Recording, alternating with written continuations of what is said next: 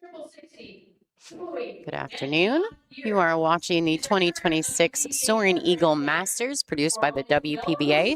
My name is Lonnie Fox-Raymond, and I've got the most beautiful and talented Chanel Lorraine in the booth with me Oh for my this goodness, match. Lonnie, you are too kind to me. All right, so what a fabulous matchup this is about to be. This is our B side final, FINALS-Styer versus Christina Zlateva. I'm going to lag for the first break. It's a great look at that. Super exciting match. They have both been playing phenomenal all tournament long. I've been watching their matches. Boy, how close is that? He can't. All right, looks like Christina Zlateva has won the lag. Let's talk a little bit about the match rules for this event. They're going to lag for the first break, which you've just seen. It's an alternate break format thereafter. The 9-ball is racked on the spot. There is no break box anywhere behind the kitchen is sufficient. They're going to rack for themselves. The 9 on the break is a win, except in the bottom 2 pockets. The 2-ball is racked in the back.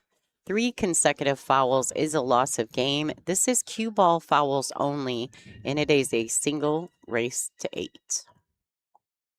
I think I got everything. What do you think? Single race to 8, no 9-ball concessions. 40-second shot clock, and if it does go hill, they each have 2 shot clock extensions. Yeah. So the 60 seconds after the break and the 40-second shot clock, I think, is like the perfect amount of time. Yeah. Really. I think so too. I know you've said it before on the stream, but you know, our clock is not to hinder us, but just to help move things along. So I love that about the WPBA. When we're down on the shot, the time stops. Yeah, and if you know, no one, I'll be honest, no one manages the clock better than Wei Su Chen. Oh, yeah. She knows. She knows that once she gets down, if she gets down before 10, that clock stops, and she can stay down as long as she needs to. Yep. You know, if she comes back up, they're going to yell 10 at her. And then she has 2 choices. She has a choice. You know, she can either call extension or shoot the ball.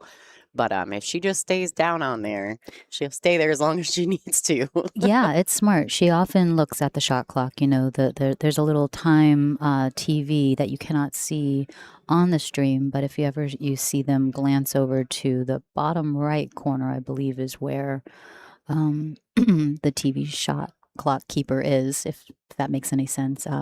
That's what the girls are looking at. Absolutely. Occasionally, we do put the shot clock on the stream for people to see. Just this particular event, the way the room is set up, it's a little more difficult to do that. So it is tucked to the right side of your view. The ladies are very aware that it's there, though. And our handy-dandy timekeeper, I actually think, I don't know if Bob's doing it. Nope, it looks like Diamond Mike is in the arena for the timekeeping this time. Okay. This match. You know, one thing also I like about the shot clock is that we don't have that annoying, I don't want to say it's annoying. No, it's annoying. The beep. The beep. That is, oh my goodness, just makes your heart race. Or how about when there's 2 or 3 stream tables and there's 2 or 3 sets of beeps? Oh no. Like, as a fan, when I watch it from home, it is so annoying to me. I'm like, dude, do you know if that's your beep? Right. Or do you not know if that's your beep? I don't know. Just get down and shoot. Just do it. Just do it.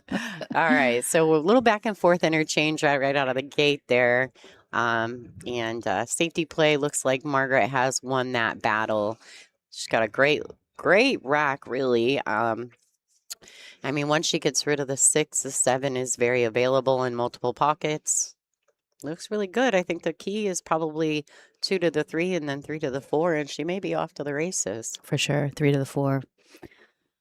Be fun to see how she navigates that. It's a good look at the window Margaret needed to get in order to have a clean shot on the 3. Yep, just right as where she's pointing to on the rail is where she's intending to get position for the 4-ball. All right, so we'll discuss a little bit about these 2 ladies. So Zlateva, we've seen in the last match, she did just take a loss to Wei Su Chen for the hot seat match to guarantee herself a seat in the final. If she wants in that final, she's going to have to get through this lady right here. And for those of you who are not familiar, this is Margaret Fefilova-Styer. She currently resides in Oshkosh, Wisconsin, but she is born in Belarus. She is a multiple-time Belarusian champion, two-time WPBA Tour champion, European champion, as well as a multiple-time Euro Tour winner.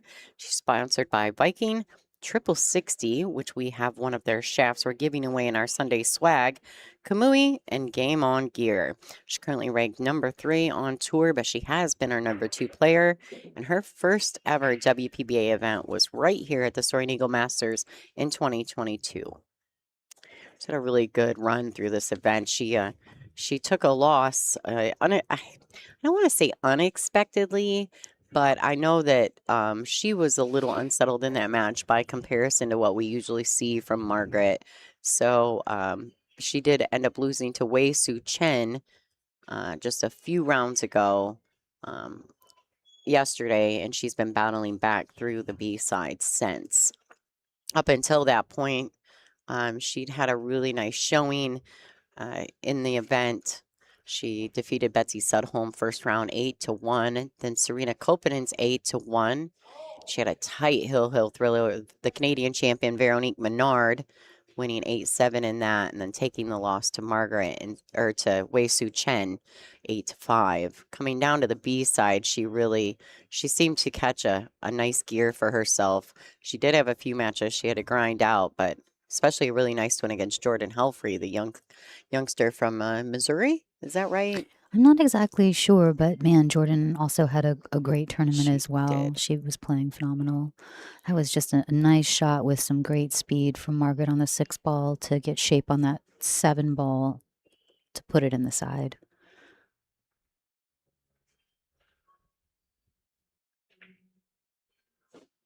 All right, Margaret looking very determined in this match. She also had a fabulous match against Pia Filler in the last round. I was having a hard time not going back and forth between the two stream screens.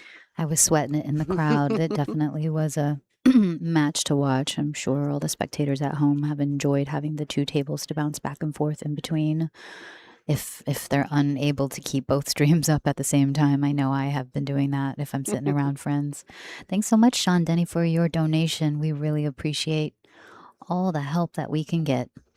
Oh, Ginger Wizard in the house. What's up, bud? He's my ex-pool teammate. Right. Co-worker. All right, good look from Margaret there, running out that rack after a little back and forth interchange in the first few balls. And it should be her break next. Possible 2-pack on order. We'll see how Margaret breaks this next rack. She's had a fabulous break. She's just one of those ladies who breaks so good. As a matter of fact, in Wei Su Chen's interview after their match, Wei was talking about how she knows how good Margaret breaks. Yeah. So she was kind of like sneakily behind her, trying to see how she was hitting the break. I was listening, and I found that fascinating as well. That, Just goes to show, right? No you're matter always how good. picking up something. You're always learning something. That's right. That's right. And I just love it that all the ladies here seem to pick up things from all the other players as well on tour. Well, I mean, to be fair, how else do you get better, right? Than to learn from your peers, and if your peers are as talented as ours are, how Very do you true. not learn from them, right? No, yes, that's why I love to sit and watch and soak up all that I can. Yeah, so it's a little bit about Margaret too. She's currently building a YouTube channel, so go check that out. She's got some really fun content. She actually did like a remake of the Jason Shaw shot, Oh, really? the 2-rail kick on the 8 ball Oh, that just had the whole pool real perplexed. oh, And that's fun. it took her a long time to get it. I Yeah. think she told me it was like 17 attempts or something. But at the end, she's like, a couple of times she'd hit it and she'd go, "Oh, please God," you know? Like, and she shows all that character of herself in her YouTube stuff. And so a lot of her video work. So go check that out, guys. All right, Margaret Fefilova-Styer to break. Beautiful. Makes the one. Unfortunately, She has a look at the 2. I don't know. Nice spread. I think she can cut Oh, this ball. she's absolutely okay here. And actually, with steepest, she has to cut this if she goes offensive, right? She can go up and down, Mm-hmm. maybe back for the 3 in the side. So many choices. For sure. Pat Hickok, thank you so much. He says, swag me. I like it. Talking about the swag bag that we're giving out today, Lonnie has the Sunday swag, and any donations it is that we receive, I believe, is it over a certain amount, Lonnie? Yeah, so every $20 donation that you give us through our super chat option on our YouTube chat, I will enter you into a drawing that I will do at the end of the finals. So you have to stay tuned through all our craziness and all our interviews and all those things. Just stay on the line, and we'll do a wheel spin with everyone's name on it. And I actually am going to be drawing for 3 names. So shout out to Q Queens. They have given us a couple cue balls as well. Wow, you got a lot of great items in that bag. So good stuff this time around. For sure. All right, nice safety here on the 2, huh? Yeah, she opted not to go offensive and just play that safety that we just saw her come up with, and it was a good one. So looks like Christina's looking at the 1, possibly 2 rail kick shot coming to the top rail. And we've got Kathy Teshumper, our tournament director, that's watching the hit. Well done. Very well done. Wow, great shot from this layer. I think it was a really good chance to go aggressive on that because of the 3 in the position of that. Had she made it, and she did, she would have a look at the 3.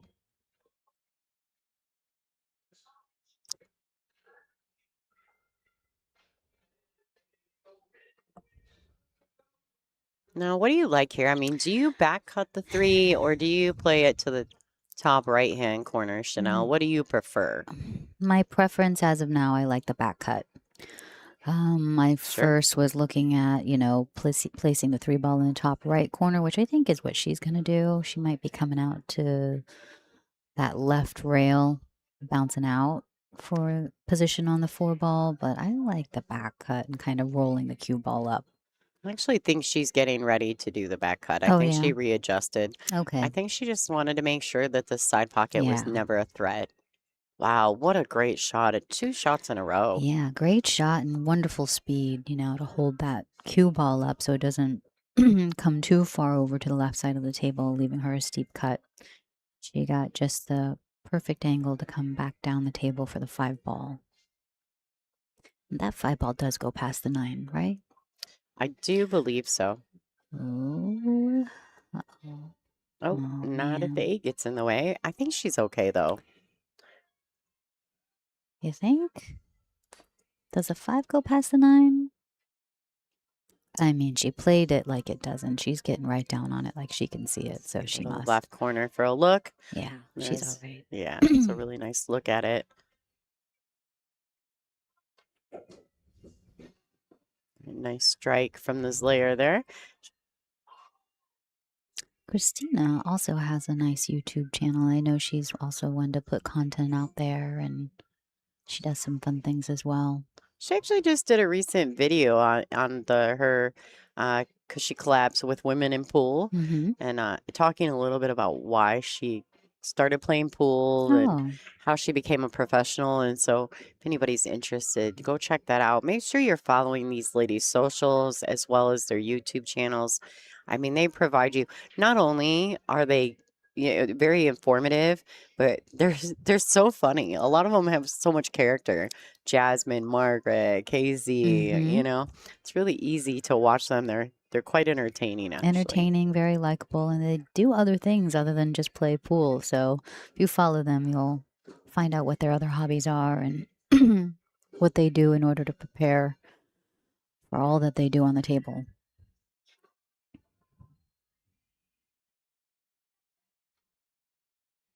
So the fans have given Margaret her own name, the Pfeffinator. The Pfeffinator. Which I find very cute. It is cute. She has not thoroughly adopted it yet, but I do love it. So we've got the Slayer I versus the mean, it Pfeffinator. kind of matches up with her stoic face at the table, She's very Oh, tuned in. yeah. She is all business when she gets down on Well, that ball, so. that's something I have to appreciate from Margaret is her commitment to professionalism, to being a professional at what she does. She does take it very seriously, and there's nothing wrong with that. Um, everyone has their own way of managing their business and what they're doing, and I love that. Is she, she is somewhat different than some of the others, but I mean, everybody does their own thing. That's what's so great about pool. There's not just one way to do it. Everybody has their own style and something different that works for them. And looks like she has definitely found what works for her. Yeah, it's clearly been successful. Yes. All right, so it looks like Christina Zlateva will be breaking. The score is 1-1, race to 8. She'll be looking to pinch the 5 into the lower left-hand corner, maybe get the 1 into the left side. Ideally, missing the 1 seems to be working better, but making the wing. Because then you get a look at the 1. The 2 is very unpredictable. It being the bottom ball, it's very hard, very tough to predict where the cube or where it will land. So I think a lot of them are really trying to miss the 1 in the side. Could be wrong, but just seems like it. All right, so a dry break there. Christina last night after her match, she spent a ton of time, her and Bean, down here working on her break on this table.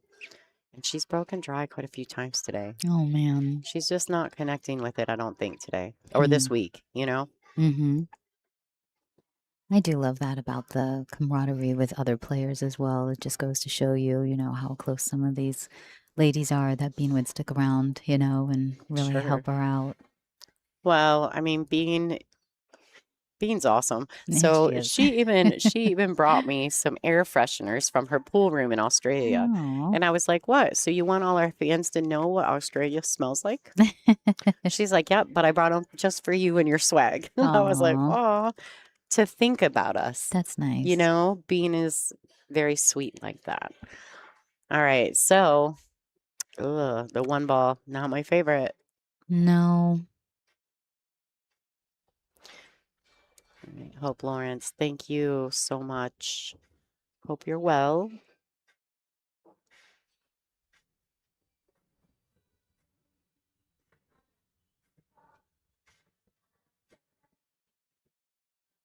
Yeah. Very steep cut on this 1 ball. However, it could be worse for cueing, At least she can get down on the cue ball versus being jacked up over the 8.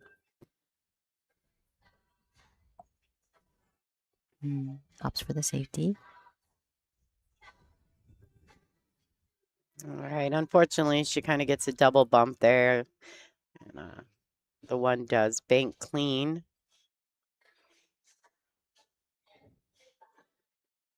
So, Christine, this is not an easy shot, though. Is she going for it in the side pocket? I think I much prefer that. Try to get the cue ball maybe just past the 8-9. A little just in case, run it into the 8-9. Sure. Just in case, Yeah.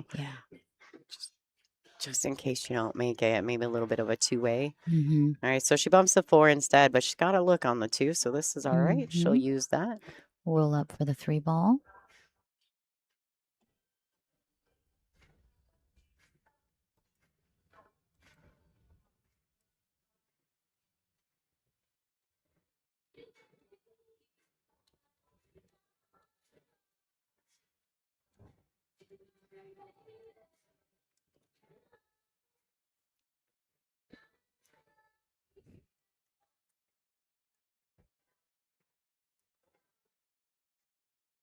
Oh, wiped its feet a little bit, but nonetheless, great shot.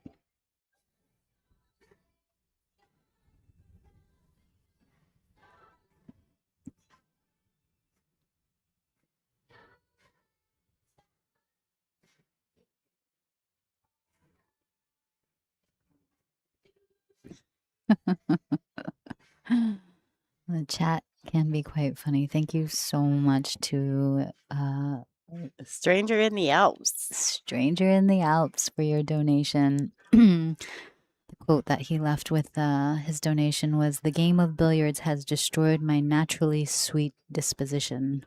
Quote from Mark Twain. I had not heard that one before. It's a good one.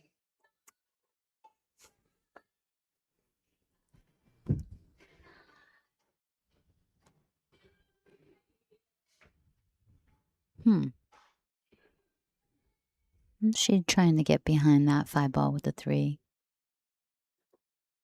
Maybe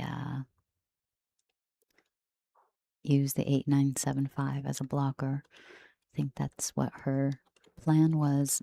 It's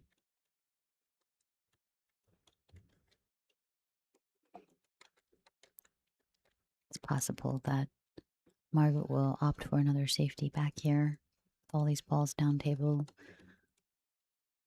Maybe using a bunch of right side spin, perhaps a little bit of bottom, unless she's, yeah. That worked out real well for her. Bumping into, I believe it was a 7-ball to land behind the 8-9. Got a little bit of rub on the 8-9 and separated them. However, it does look like the 6-7 might be tied up now.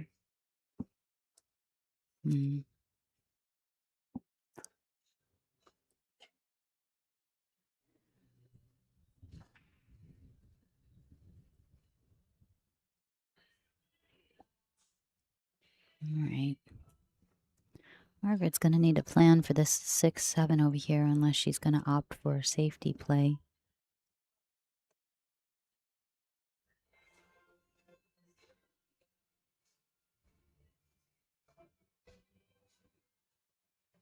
Thanks so much, Jay, for your donation.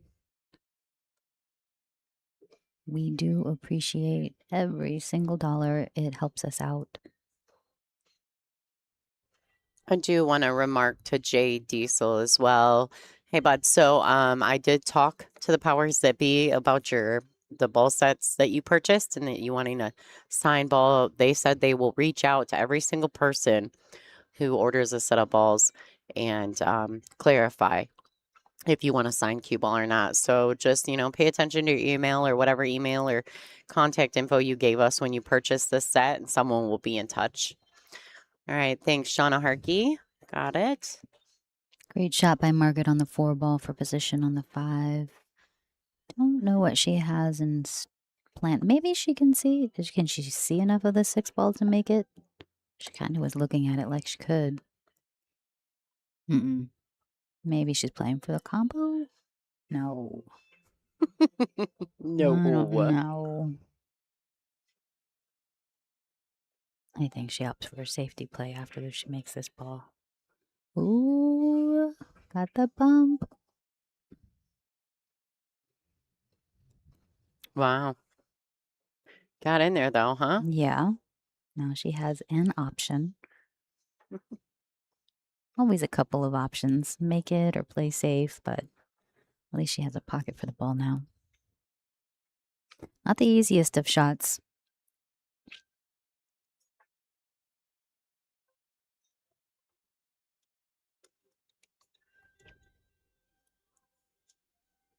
I like to practice these close shots. They come up in play every now and again. Oh, she opted for the safety. What a great save it was. When the balls are so close like that, they can tend to look a little funny if you don't practice them regularly. Thanks so much, Donnie. We appreciate you watching and donating. Hope to catch you at a pool room sometime in the near future. I like the safety play here that Margaret just did. Yeah, I think that was the right move. I think so too. Richie. Hi, Richie. I Aw. hope you're doing good. Yeah, hey, Richie. Thanks for watching. Hope everyone out there is having a great Sunday Absolutely. and enjoying the free stream. Wow, what a donation. Thank you so much.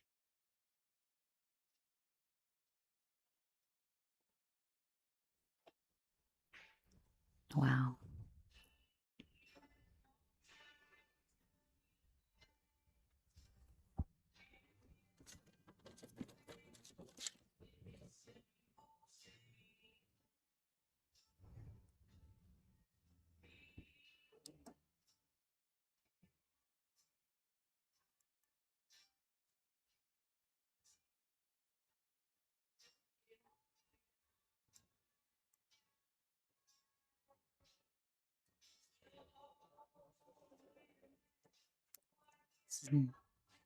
Oh, she opted for the safe.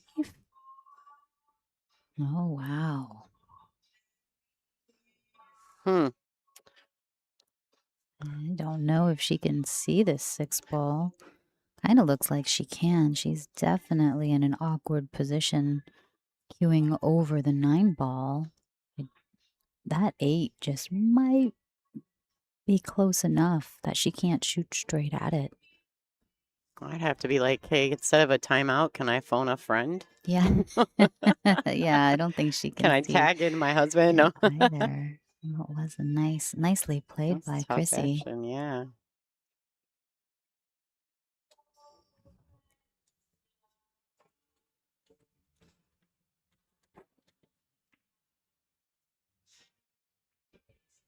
Nice hit. Well played.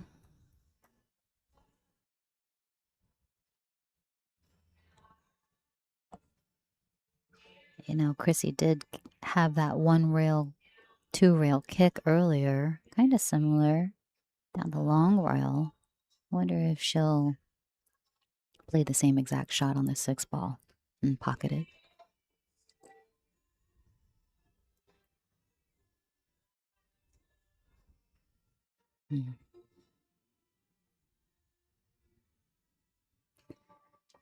Not leaving anything easy for Margaret.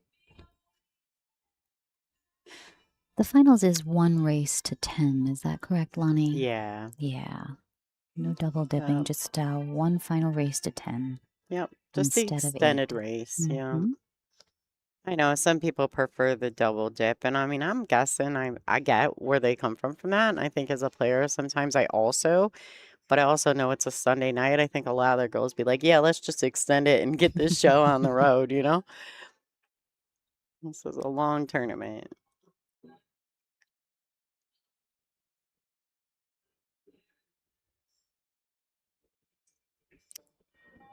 Someone in the chat has asked if I'm going to the West Coast Challenge in Orlando coming up here this month, and I would really love to play in it. I really would love to, but you know, with these tournaments and taking time off of work, I just feel extra bad sometimes when there's multiple events in a month, taking all the extra days, you know?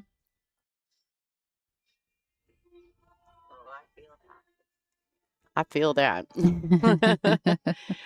Oh, I totally agree. Try to be a little bit responsible, you know? Mm-hmm. And she got straight in on this 9 ball. Wow. Just being responsible is so overrated. And here we have it.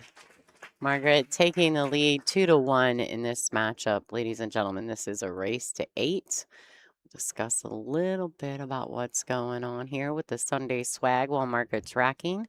This is our current Sunday swag giveaway. We have a cue ball signed by the top 10 in this event, as well as a TS1 carbon fiber playing shaft by 6060. Some air fresheners donated by Bean from Q9 Billiards in Australia. So if you've ever wondered what Australia smells like, as well as your choice of a cue ball signed by any of the ladies in that graphic. Jeanette Lee is included in that, as well as Allison Fisher, Wei Su Chen, Savannah Easton, Duddy, Brittany Bryant, Kelly Fisher, and Christina Takach, Margaret as well.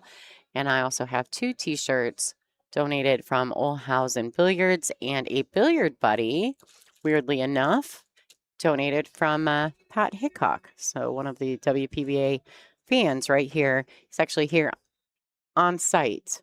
And we don't get to see him often, but in Michigan, it's nice when he shows up. So shout out to Pat Hickok. Yeah, so all of those items are available for swag. I think I'm going to draw 3 names. The first one will definitely be for the 6060 TS1 carbon fiber shaft. It does have a radial pin, but if you reach out to Cyberts or any 6060 distributor, they can. I know it's quite simple to adjust that or change it if you don't like the radial pin. All right, so yes, that is Dan Bourget and the Olhausen crew sitting on the rails supporting their Olhausen sponsored player, Christina Zlateva. They've been here for A few days now. 3 days. Mm-hmm. Yeah, great group. We love Dan and his wife. They're wonderful. They've been super supportive of us here at the WPBA. Mm-hmm. All And right. behind Margaret is Mr. Tyler Styer himself. Mr. Pfeffinator. Mr. Pfeffinator. I love that. You know, I actually, I thought the answer would be no. I asked him to, you know, co-commentate with me earlier so we could give Lonnie a little bit of a break. And they have a rule, you know, he let me know that they don't commentate on each other's matches. And I thought that was just so sweet. I think it's more, yeah, I think that they're just so good to support each other in Yeah. everything they do. Yeah. So, He'd rather be sitting behind her than talking about her. yeah, exactly. And as a, significant, I kind of get that. I get Joshua it. and Pia are the same way as Oh, well. that's nice. We've talked a lot about that.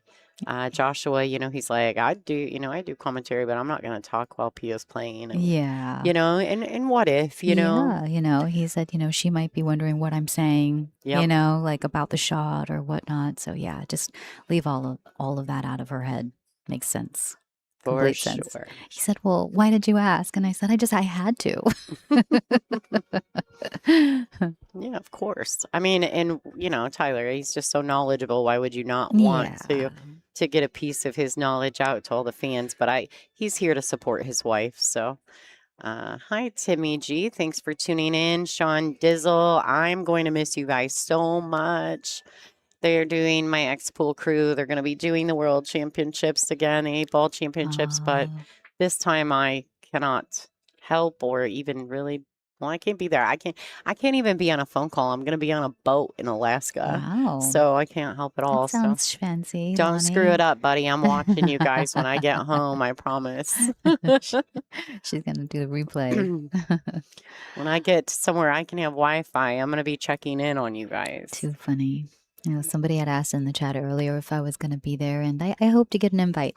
I know all the invites have not gone out yet, so it's possible, but we shall see. Mm-hmm. 8-ball's my favorite. Right. All right, we're in a bit of a spot here. Looks like she's Yeah. she's kicking She away. tied and herself up on the 5. Yeah. She did, and come back at the 3. Okay. Oh boy! Wow, nice. Oh, what a shot. great shot! Wow, what a shot. Very well played from Margaret.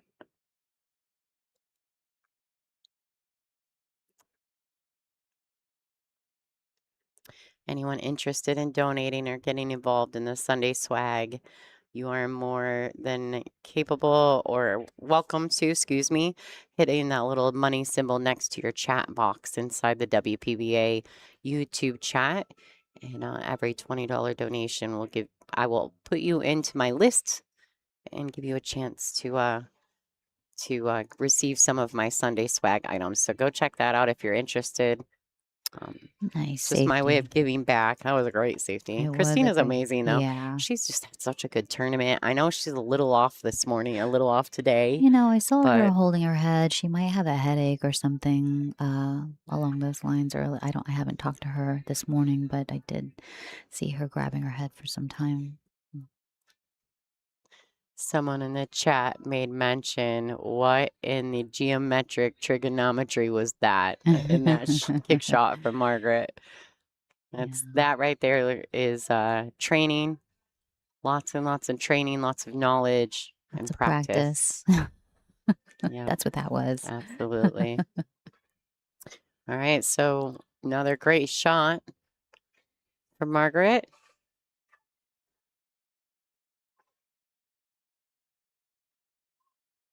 Christina's going to thin this side of the 3. She wants the cue to slow down, and I think she's hit this pretty well. Margaret's probably going to go back to the air.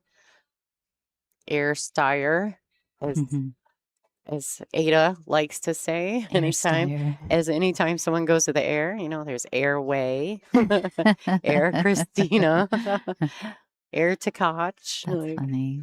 If you were up there jumping, she'd be like, Air Chanel.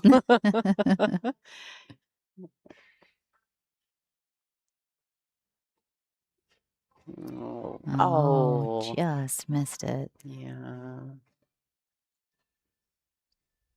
Diamonds do have pointy pockets. All right, so ball in hand, successful safety from the Slayer.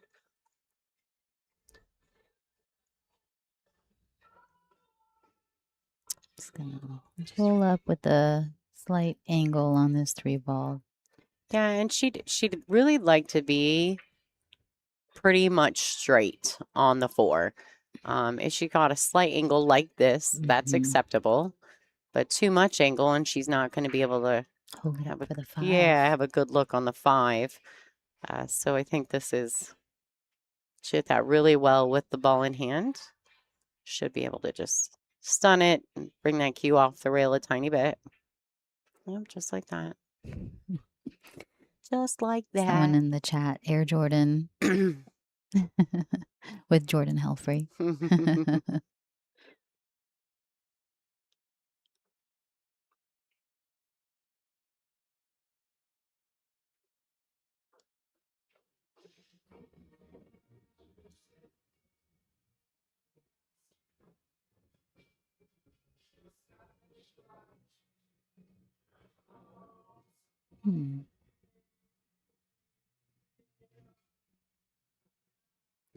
I think a slight draw back here to the rail to get shape on the 8. Just a slight draw. Put it in the side pocket. Yeah. Okay.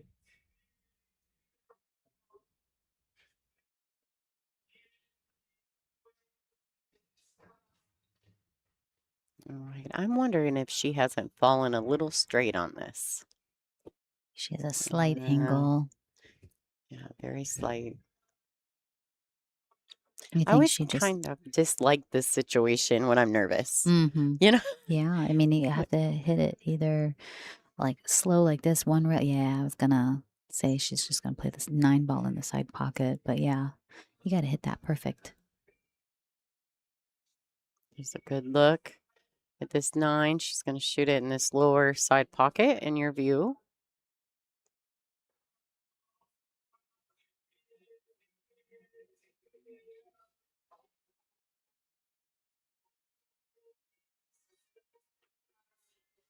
Oh, wow. And the crowd says, whoa. Very surprised actually by that, but maybe just never quite settled in. She fell straight a little flat on the 8, and maybe that's not initially where she wanted to shoot the 9. So sometimes when you're forced into it versus what you would have liked to have done, right, it's very hard to commit sometimes to those shots. All right, Margaret. Capitalizing on her miss and extending her lead 3-1. Yeah, shooting it straight to the back of the pocket. This is a race to 8.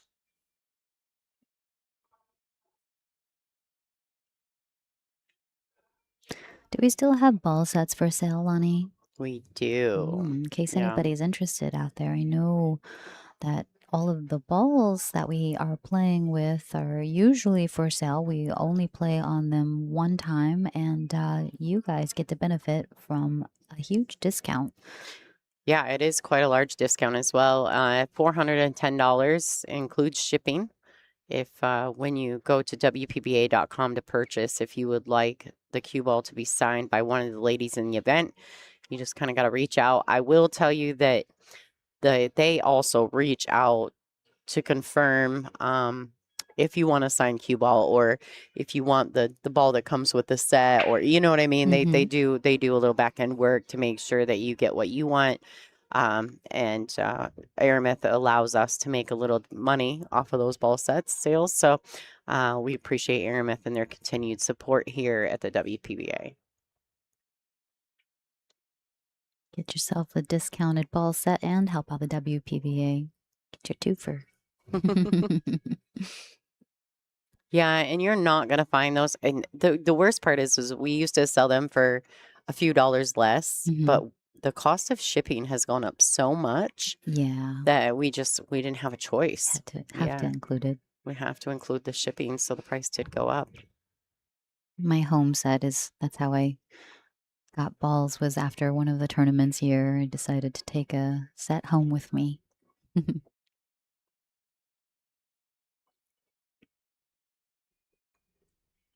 Yeah, hi Bob. You're right. The ladies' names are backwards on the screen. Christina is on your left and Margaret is on your right. I would absolutely agree with you. It's just a link that we pull out a digital pool, but the ladies, they haven't got the memo that they're supposed to sit on their sides. I think Chrissy just stayed on the same spot that she was at from last match. Yeah, it's not, you're right. It's not relative to where they're sitting, but I think most of you guys can probably figure it out. So many of you are already pool fans.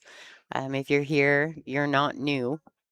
Most people don't just randomly end up being a pool fan unless they know a little something about it. And if you are new, welcome. Yeah. Guess what? You're watching the most beautiful, talented women in pool right now. You sure are. And we are at the Soaring Eagle Masters WPBA event. And it's been a wonderful event, especially for these ladies here, to make it this deep into the tournament.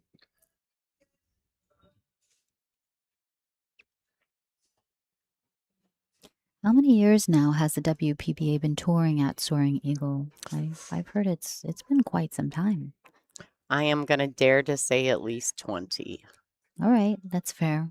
I think it's more close. than that. Well, I do too, but that's why I said at least. Yes, at least. Keyword. Because I vaguely, I think I've been playing in events here since I was 19. Okay. So I don't want to go any further than that. Can we just go with that one? Sure. Sounds great. It's a long time. Whatever you want, Lonnie. Yeah, we're going to go with it. All right. So Christina, maybe queuing a little awkwardly over this. She is a lefty. Okay, so she's just going to go with a very long bridge. Try to get her hand comfortable behind the 9. All right, good shot. Straight back. I am certain she does not want to give up any more of these 9 balls that she's having to look at. She is going to bear down on this one.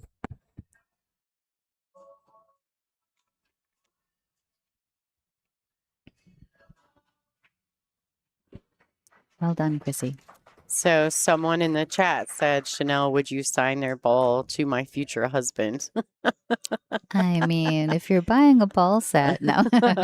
we might could make that happen. All right. Lonnie says, yes, she will. Yeah. She will do what you know. Too funny. I'm going to put her straight to work. All right. Thank you so much, Joy, RK2RD.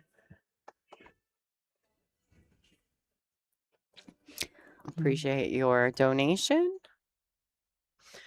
Tightening up the score now. Margaret leading over Christina Zlateva 3-2. Sure. With Margaret breaking.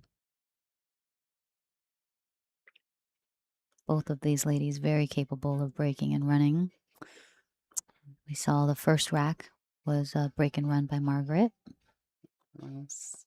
All right. So a real quick shout out and thank you to Game On Gear, the official apparel sponsor here at the WPBA, and also Margaret-Styer sponsor.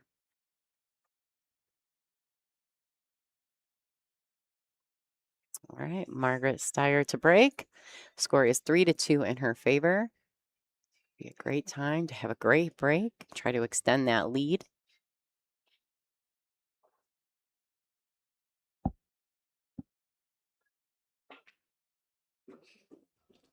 Nice break by Margaret with the 1 in the side. Oh, bounce. Oh, All wow. right, nice nudge. Unfortunately, the 6 set up right in front of the pocket between the 2 and the hole. So I don't think this is a combination anyone really swings at. So Margaret's probably going to find a nice safe place to hide. What do you like here? 2 ball down to the short rail and cue ball kind of crossing over behind the 4-9? Yeah, I don't mind that as long as you can, make sure that you're not crossing, you're not going to come back and catch the double bump, or it's going to come through and not catch the gap between the 6-9 coming back up. But definitely got to cross over it. I like that too. Yeah, I wish you could have saw got it that froze up nest. on that 6-0. That would have been great. That I was looking at as a See, second option. Air Zlateva. Air Zlateva. Air Chrissy. Air Z. Oh, that's a good one. Yeah. Guys, we have been here many days at this point. We have been inside. We have not seen the sun. Yeah. Oh, how I miss it.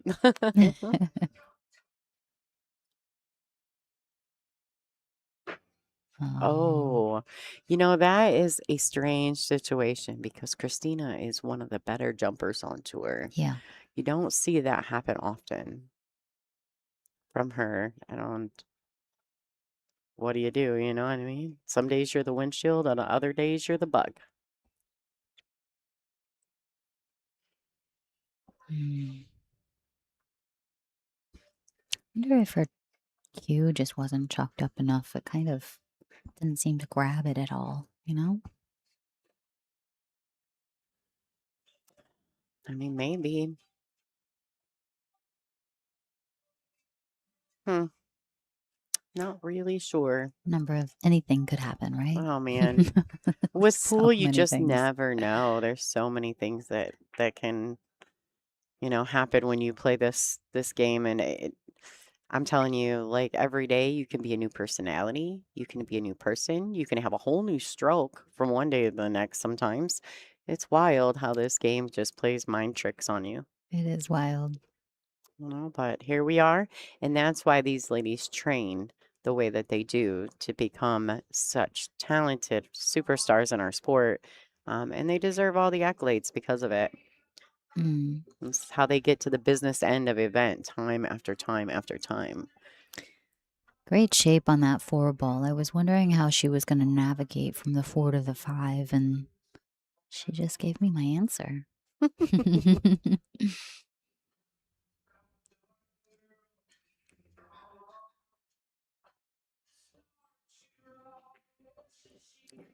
Oh, man. Not exactly where Yeah, she wanted to be. Either a little further up the table or further back, one way or the other. Just not there. not there next to the 9 ball. But, Sure. I mean, she's still shooting and can make this ball for sure. Oh, she's got a little piece of it right next to the 9.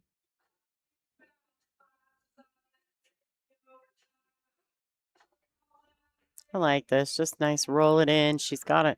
The 6 is sitting in a great position. So ideally, if you make the 5, you're going to have a look on the 6. She hit that really well.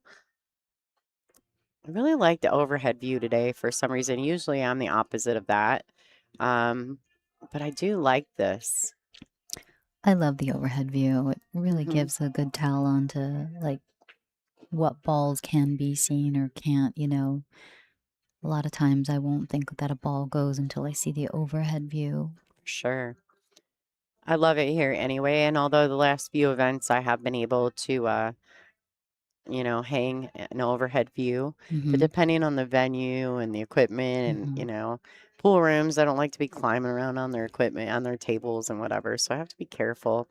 I saw her setting up when I came into the tournament room on Tuesday, and Lonnie's got her socks on, standing on top of the table.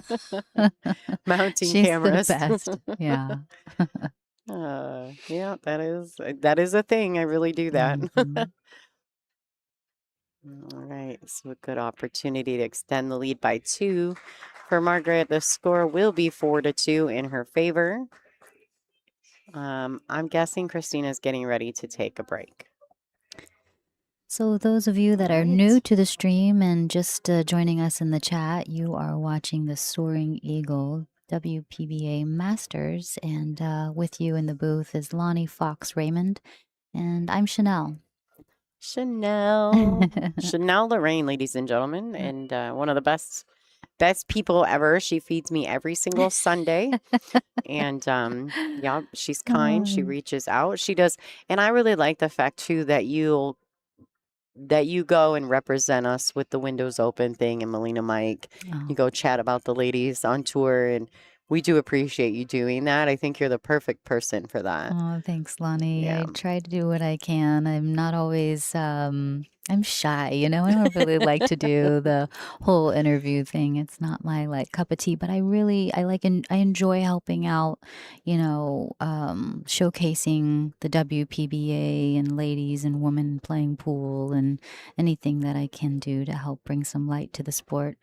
I am all about that part. So yeah, the players are taking their first break, and should we play some commercials, Lonnie? Probably should, huh? Okay, let's see what we got going on here. Sorry, guys, I'm answering questions from people, and she's doing all the things. She's like go There's gadget so over many there. things going on right now. Sundays can be a bit difficult because I multitask on 7,000 levels. All right, guys, so player break is ensuing. Chanel and I will be back as soon as the players are back. So enjoy a few commercials. Special thank you to all our sponsors. Don't forget, if you want to get involved in the Sunday swag, all you got to do is send me a super chat on our YouTube chat, and we'll make that happen. All right, guys. See you soon.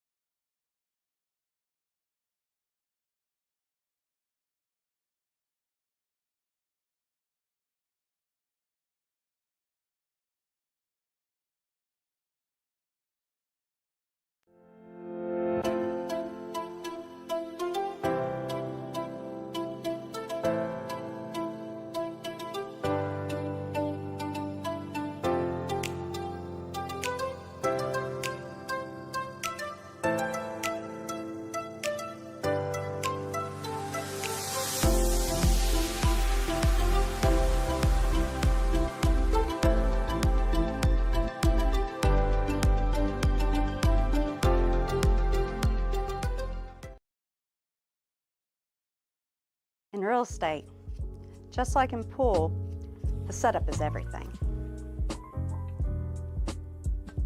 When I play pool, I don't just focus on the ball in front of me. I'm planning my next shot. Selling your home works the same way. It's not about putting a sign in the yard. It's about positioning you for the next move, whether it's a quick sale, top dollar, or finding a dream home. With the right strategy, we don't just take the shot, we run the tape.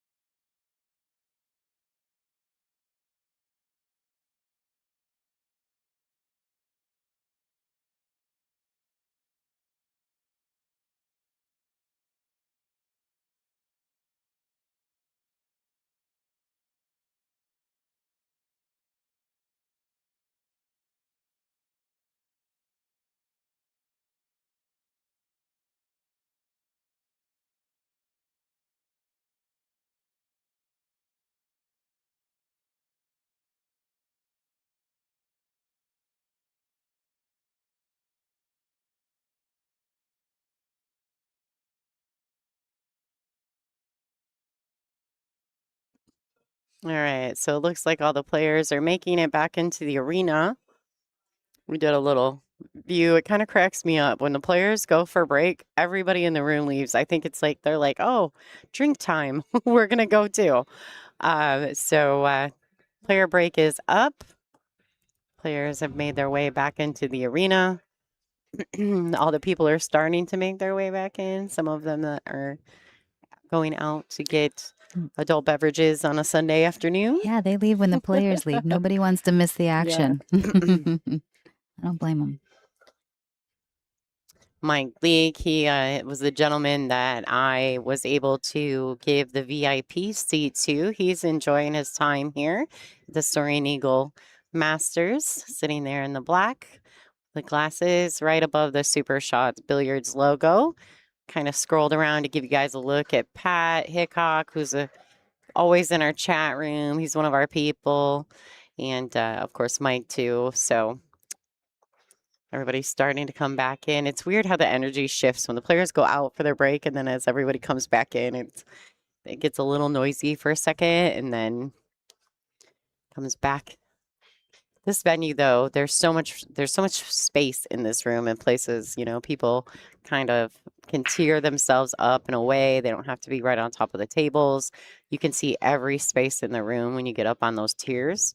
So up above the player arena. I really enjoy this room for all of the space that it Yeah, has. I me like too. the spacing that the tables have. I love how the arena is set up, and all the people that want to come and watch can see almost all of the tables all at one time. That's like Place was packed last night, wasn't it it? was. There were so many people here.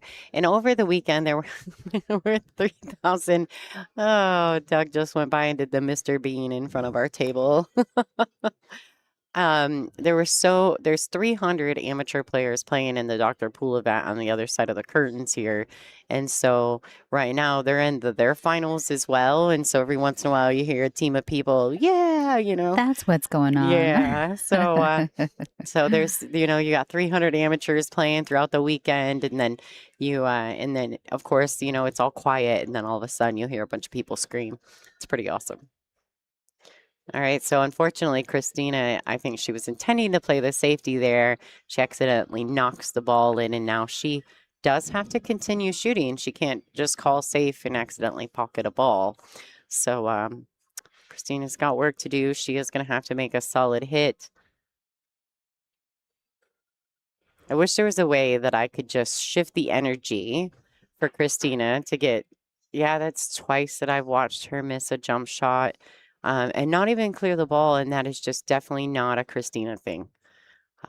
Whatever is going on, I'm sure, she'll figure it out. She knows, I mean, she is a professional, and she's just such a talented star on tour. When they started calling her the Slayer, I do like the Slayer, but prior to her getting the nickname and utilizing it, I know someone had, given it to her, but I used to call her the Bulgarian princess because she reminds me of like a little Disney princess. She does. She's for got sure. the really big eyes and the little mouth, and she's just super Perfect cute. face. Yeah, Yep. Her she's hair. she's like all like if there was a Disney princess on tour, it would be her for For sure. sure. All right, so Margaret's going to take advantage of that, an unfortunate twist of fate for Christina Zlateva.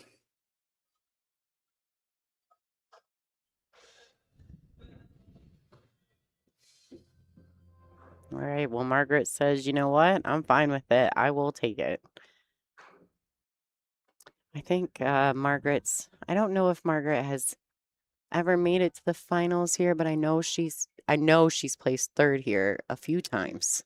Yeah, I think you're right.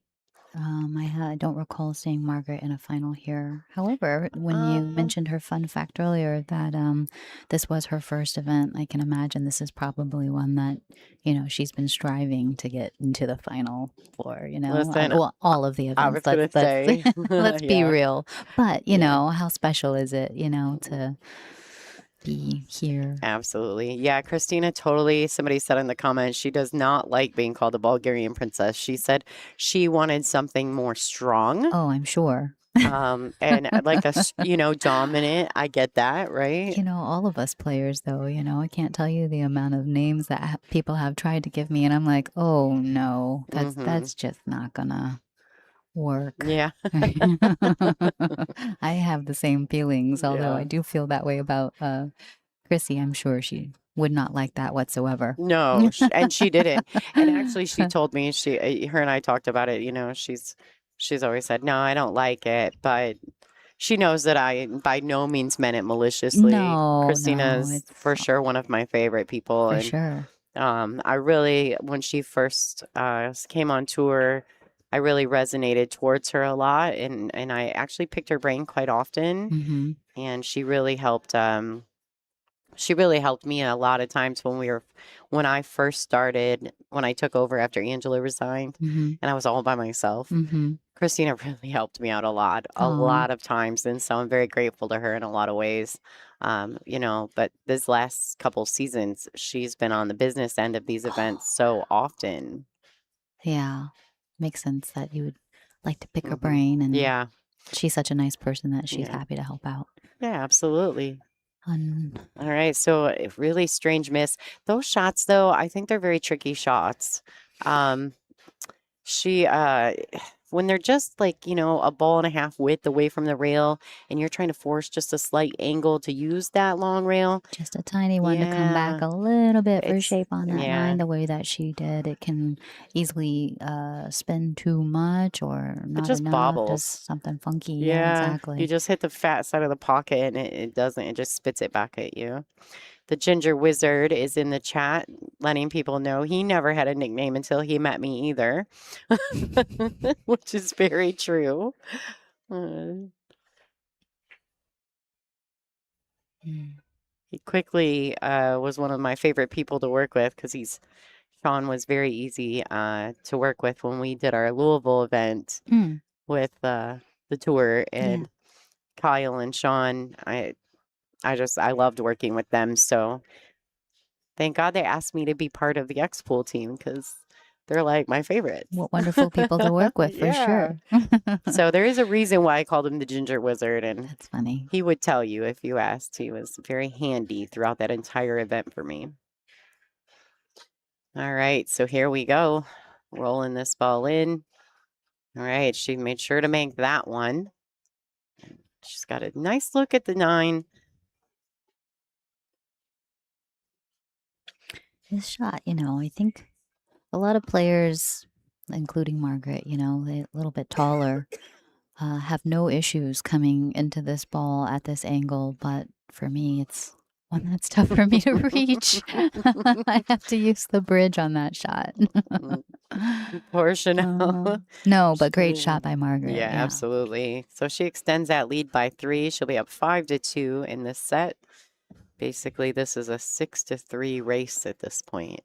It's a big uphill battle for Yeah. Christina to get back into this as an alternate break format. Mhm. But at this point in the match, how many times have we seen it? We see the momentum shift. It's real. Oh, yeah, So, definitely. It's a funny thing, momentum, when it starts to swing the other way, and your opponent has a large lead, or the opponent has a large lead, and then you see it shift right in front of you. There have been multiple matches where someone is on the hill, and the momentum shifts. how about that match last night, Kelly Fisher and And Brianna? Brianna, wow, what a match! I was Ew, sweating that one. yeah. And it looked like Kelly was just on a runaway train. Yeah, Like, I thought she for was just killing sure. it because she had only dropped 1 game up until that match, and Brianna just came in, and she was patient, and she Mm-hmm. waited for her moments, So much and heart, so much yeah, heart. well, Never and gave up. talent, Oh, right? yeah, They don't call her definitely. beast mode for no No, reason. definitely. She got in there and she did exactly what she knew how to do and came Absolutely. back. All right, so Margaret's going to do everything in her power not to allow this momentum to shift, That's right. and it is her break. Be a great time for a solid break and run. Margaret's break is some of the best in the business. We'll see if she can keep that rolling. Aiming for the 4 in the lower left-hand corner, and the 1 maybe pinching to the left side. If not, it should bank down table. See how this goes. One in the pocket. Ooh, Hey, cue the ball. four gets kicked around down there. That right there, that jarble of balls that happens at the bottom Yeah. of the table is exactly why this 9 on the spot break is so unpredictable. Mm-hmm. 2 ball doesn't exactly have a clear path to the pocket once again. Blocked by the 8 ball this time instead of the 6. Last time it seemed like she had the same kind of sort of setup on the 2 ball and when she broke last. Look at this. Pat Hickok in the blue shirt and the hat in the top of you guys. For any of you who have chatted with him in the chat rooms before and have never gotten to see him, he has made his appearance. He's in the building. All right. Mm. Yeah, and so right now, for those of you asking, the finals is on digital pool as a 5 o'clock start. There's a 5 o'clock match time. But for those of you who are very familiar with the WPBA, you know that if all the players in the room, sometimes we'll go ahead and get that started. So don't go anywhere. We've got lots more action here today. And if Christina Zlateva has anything to do with it, we're going to be here for a minute. So let's settle in, grab your coffees or your lunch sandwiches, whatever it is, and get ready because we got some more pool coming at you. All right, I like this. It looks like she may have a bit. Can she hit this just and put a little draw on it? Does she go to the rail and back out? I think she can draw this I out. think she's been drawing very well all day and she'll have to do the same, is my guess. Yeah, very well. Very well done.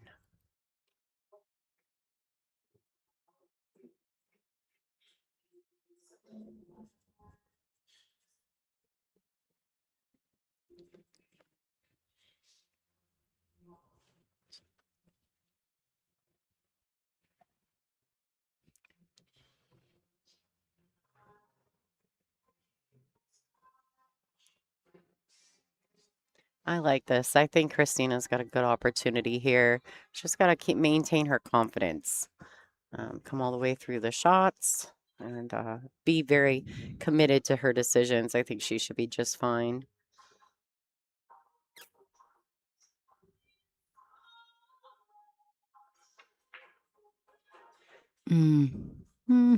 Oh, Chrissy, what's going on, girl? When it rains, it pours, doesn't it? Feel like you just can't never get any kind of rhythm going. She's got a good opportunity here, though. If she can hit this 6, she may be able to bank it to the lower short rail, get that cue ball back Get behind some the 9. separation, Yeah, get something going. All she really needs is like one really Piece. great roll, Yeah, you there you know, go. like one really good attempt, something to really just give her some pep in her step. I think it would help tremendously.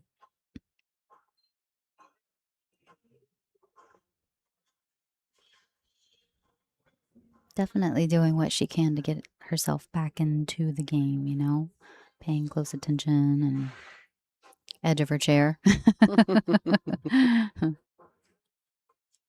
Yeah, I know this is wild, but I think I might have moved all my stuff to the other chair after she lost that match to Wei Wei.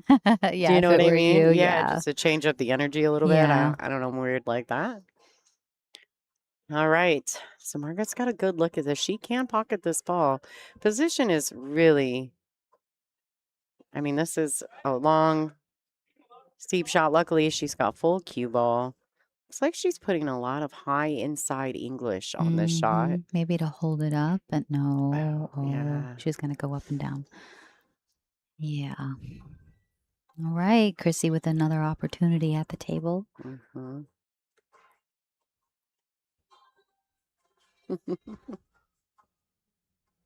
Oh, there's Rachel. Hi, Rachel Walters. Hi. Why aren't you here? What's going on? All right. Nice to see Rachel playing in a few WPBA events. Super talented, up and comer. I think we're going to see more of her in the future. All right. This is a tester shot. After a few mistakes, this shot can be a bit daunting. Let's see if Christina Zlateva can get it back together there and come through with a nice steal on a rack. That'd be great. I've been practicing this shot, Lonnie. What do you think? Just baby angle, baby draw, not too much movement. Just Definitely not a lot of movement. just leave it there Mm. if possible. I don't. Yeah. Oh, that draw really helped it into the pocket, though. Yeah. She had a little decel in the stroke there, but that little bit of draw, it really it allows the pocket to accept the ball if you do it at the right pace. That's why a lot of times if you're going to cheat a ball into the pocket, you're going to cheat it and run it into the rail short of the pocket. A lot of times draw is the right way the right English to put on the cue ball to make that happen. All right. That was a good 2 rail shot. out to end up straight on this 9 ball. And Chrissy is fighting. Right.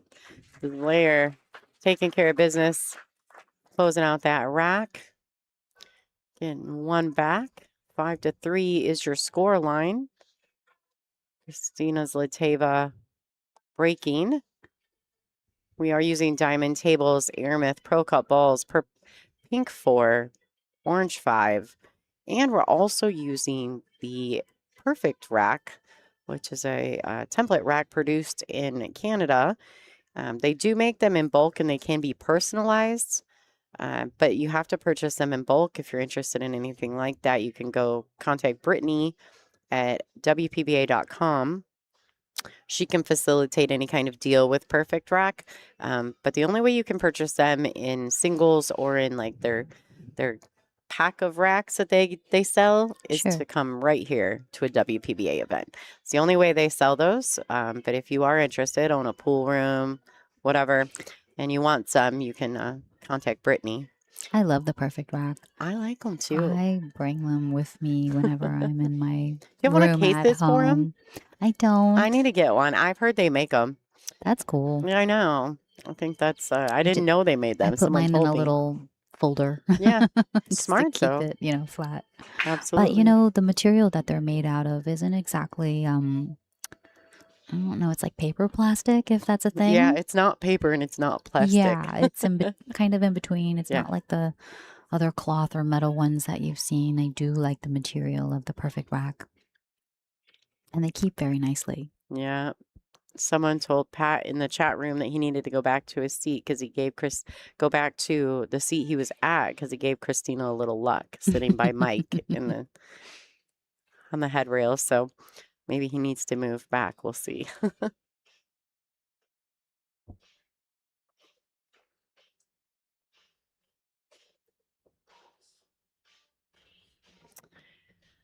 Oh, decisions, right? Yeah. I don't know what she's going to do, but I would like to roll up on that 8-9 there. Preferably the 8 and tie it up if that angle is possible.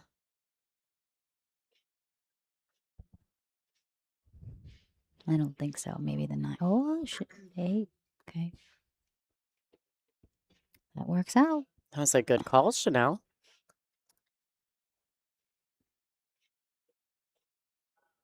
It's a funny thing with pool. There are many options, every sort of different way to do everything. I don't know if you've seen the reel. It's actually kind of funny.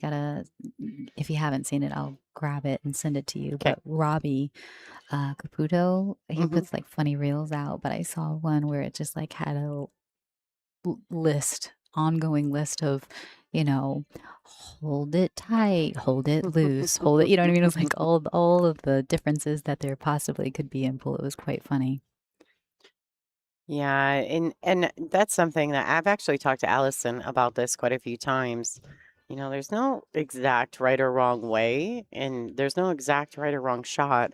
A lot of what you do in pool is based upon what you feel is the right and wrong thing to do. So all Makes of those sense. things can be true, right? And But everybody literally is different.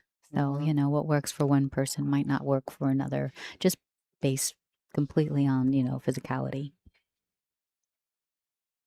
and vision and Mm-hmm. size and All the all things. sorts of things. Like Margaret can reach, Margaret can reach the Yeah, 9 ball, but you're no having to chance. shoot that No shot with a chance. bridge, right?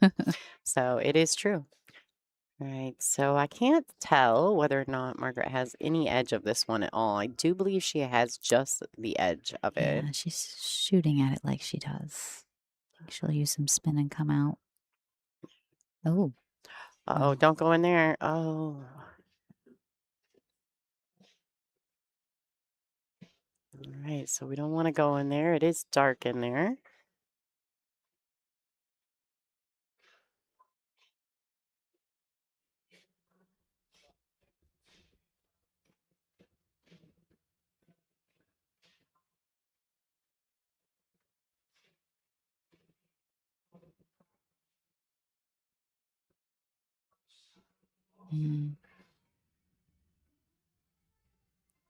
Chrissy looking to play the safety here.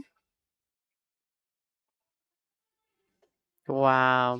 Well done. Does she get the rail? Oh, Yeah, just gets the rail. Just barely. Just got there. That's one of those where your heart starts, beating just a little slower, if you will, right before it catches it. If you're at the table. Oh man, Christina a beat. Tkach 2 times yesterday didn't hit the ball hard enough to get it to a Oh rail. my gosh. Gave up ball in hand in her Wow. match against Pia. I think it was man. Pia. No, it might have been Savannah. Maybe it was Pia. They're all running together at this point, Chanel. I've seen so many great shots, so many nice runouts, like so many. Crystal the Pelsmaker made a shot that I might never forget on the stream. Really? Oh, you're going to have to tell me about that one later. It was great. All right, so Margaret's kicking 2 rails at the 1 ball. Mm-hmm. Yeah, and she does miss that, so successful safety there from Christina Zlateva. I wonder if Chrissy will opt to play this 1 ball and come down and play another safety. Well, this, yeah, and she definitely could because that shot right there puts Margaret on 2. She's looking to see her options with putting this 2 ball in the bottom right pocket, but I don't think that it goes in the bottom left. That's what she was looking at, the bottom right. So she might be running this rack out.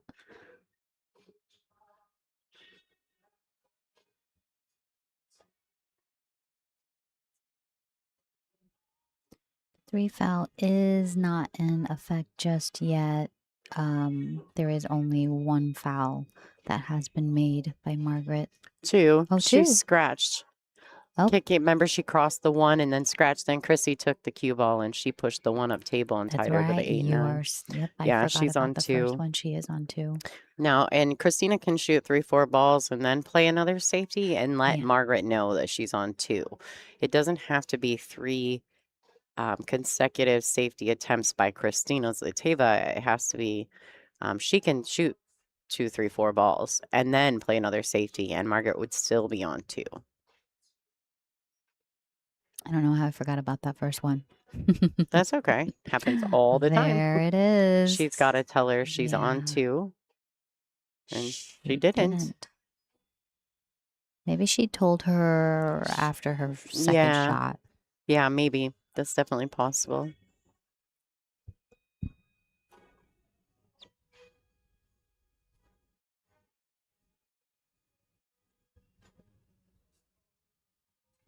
Christy seems, whatever. Doesn't she kind of look like it right now? Yeah, Like, that's she's just her kinda, demeanor, though. yeah. She's funny. Oh. That's a rock. Wow. I thought that, Got him. Yep.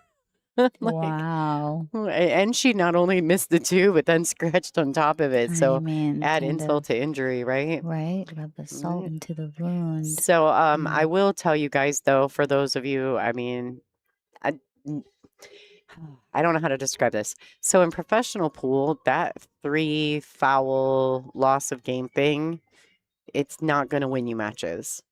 Like, you can 3 foul a great player, one of these ladies right here, and it's not going to affect them. They're not going to lose the match because of that. Right.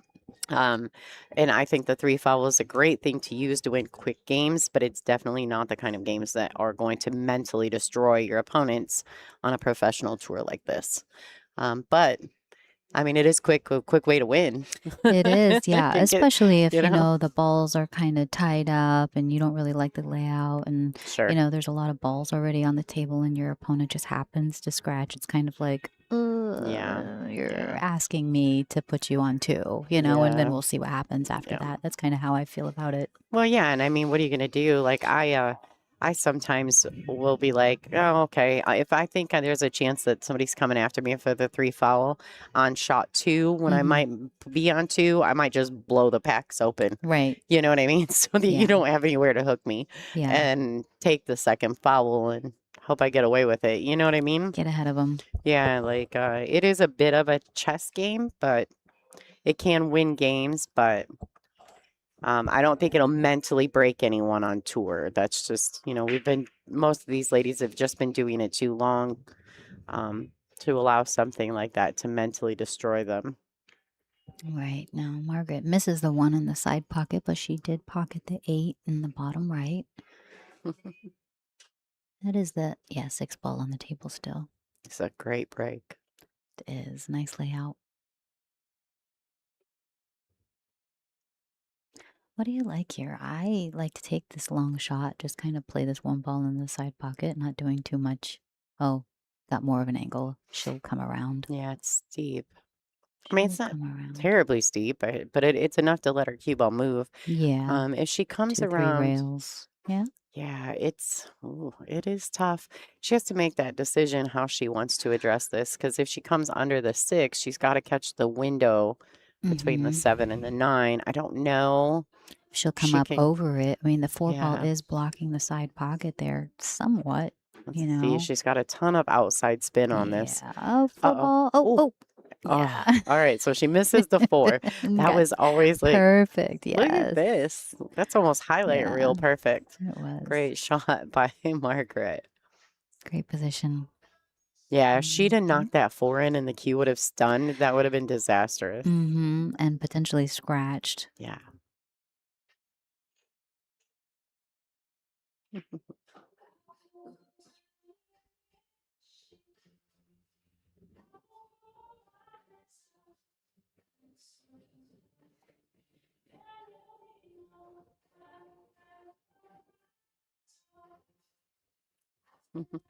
Thanks, Timmy G. Enjoy your pool, bud. Thanks for watching. Man, she hit that shot good to get on that 3.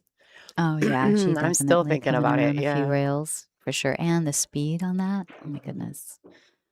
She's just hyper focused in this event, and I really love that about Margaret.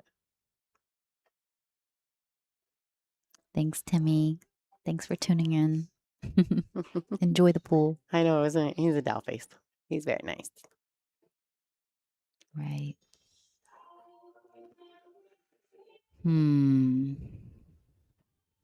Yeah, I don't know. I'm gonna go to the overhead view for us, Chanel, because it gives us a nice look.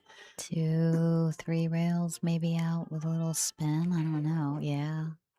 2, 3 and out. Ooh. Moving it around today. I think she'll punch out to this side rail.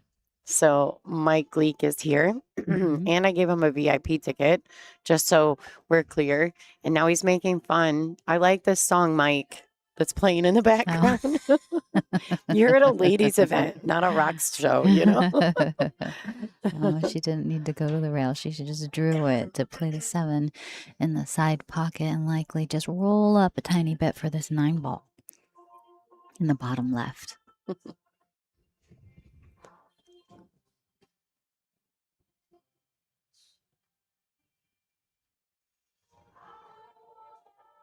All right. Nice Oh, little draw instead of roll. That I makes like sense. that. Instead of babying it, stroking it. Makes sense.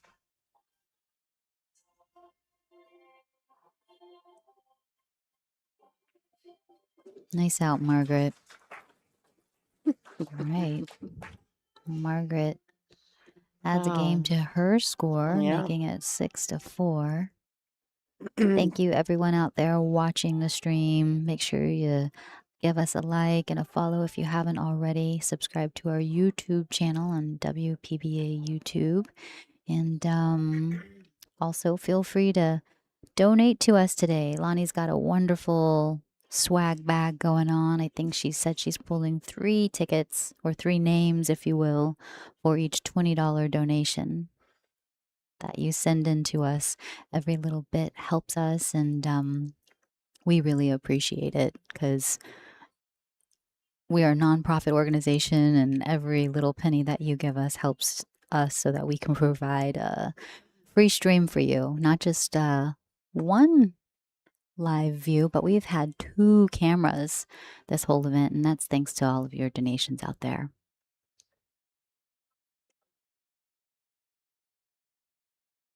All right, we are back with Chrissy breaking. Let's see if that break that she worked on so hard last night with Bean comes back to her.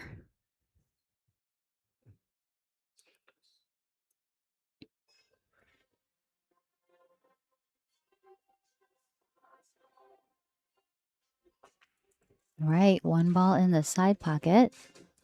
And this 2-6-9 looks pretty tied up. No look on the 2 ball with the 7 ball blocking her. At least that's what I can see. She might opt for a push out here. Thanks, Jean Miller. We appreciate your donation. Lonnie is adding your name to the swag bag draw.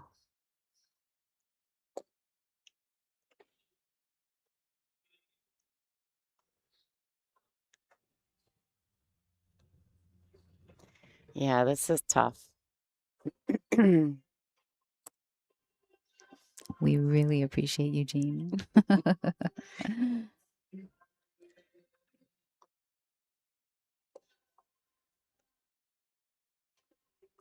right, nice push out there. About all she really had to work with.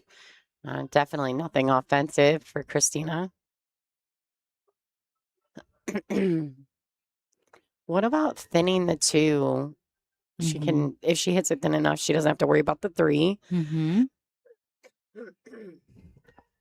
And then she can get the cue ball back onto the 5-7 maybe. I like it. I like that angle right there. Thinning it, bumping that 9 ball out. It's just kind of natural, right? The other way. Oh, she's using the 6. There's nothing wrong with that either. Right. Not the easiest of makeable shots for Chrissy. I think she's going to opt for the safety here. Hi, Larry Holton. What's up, buddy? Bridgemates.com. You can donate through the chat option. So the little money symbol next to your chat box. Every $20 donation gets you into a chance to win some of the prizes I have in my swag bag. And I think I'm going to do 3 names. I think I'm going to draw for 3 names at this one. So the number 1 prize to be won is a 6060 TS1 carbon fiber plane shaft with a radial pin. But I know if you reach out to Cyberts or any other vendors, they can change that, or you can sell it and make a little money. Right, nice safety That's back. such a good shot. Yeah, great shot from Margaret.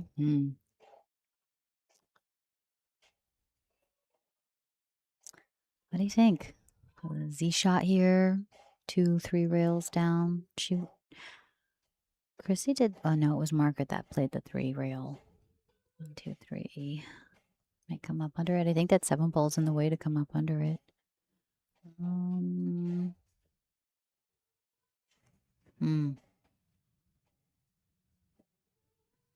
I like a Z shot here. But then again, if she can get past the 8, right? I mean, yeah, she can get past that 8. But then, I mean, this table, even if you do play 2 rails to try and hit the 2, there's a chance that you get no rail after you hit the 2. No, she's going the opposite. She's tying up the ball. Yeah. Trying to make that 4 difficult to get to, knowing that she's giving up the ball in hand. She didn't quite get it as close to the 9 as she probably would have liked. Thank you, Graded Rep and Linda Young. Appreciate your guys' support. Thanks everyone for joining us here on the WPBA YouTube channel and in the chat. If you're just joining us, you're watching the WPBA Soaring Eagle Masters.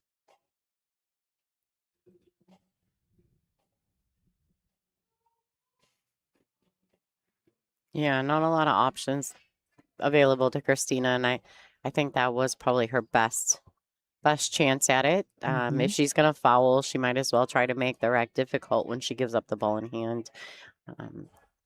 The 2-7 combination. Ooh, she banked it in. It went. That's about all that That's counts right now. That's right. Yeah, I mentioned the Z shot earlier, but I don't know if that was even the best option because just with so much distance in between and then the 7 ball laying right, but behind the 2 ball, there was a good chance that even if you were to clip the 2, getting a rail might have been tough.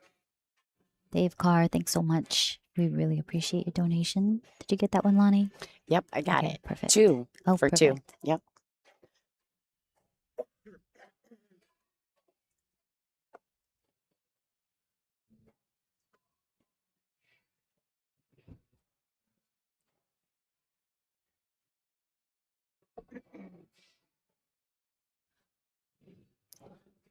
All right.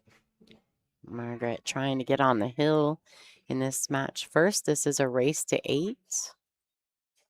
Looks like their flipper dude's getting ready to flip right off the rail there. The top of the screen.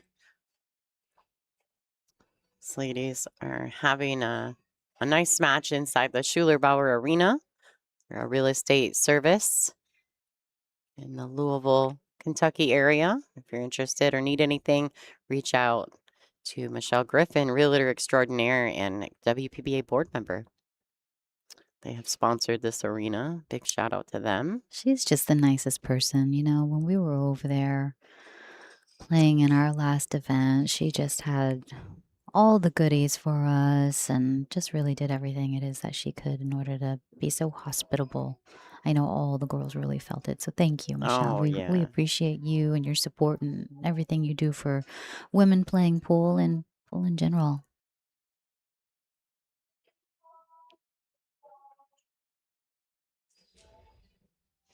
All right. So a back cut on the 5 to the top right corner.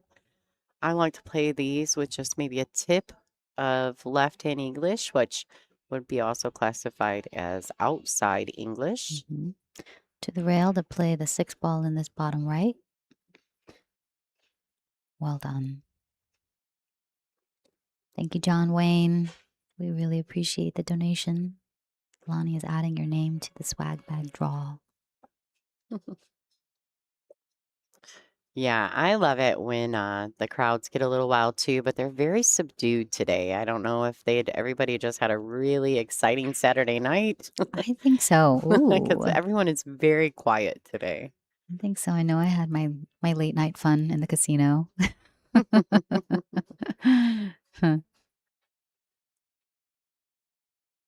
All right, so a good opportunity here. Now, do you like just rolling this in?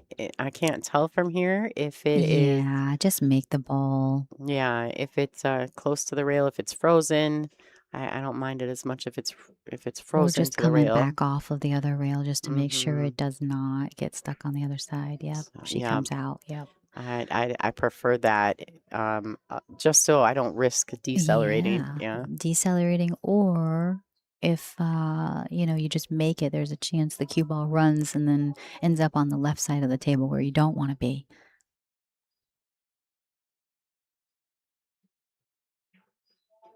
All right, there you have it. Margaret has gone to the hill first.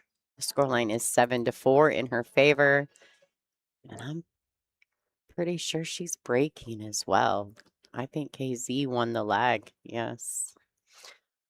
All right. Here we go.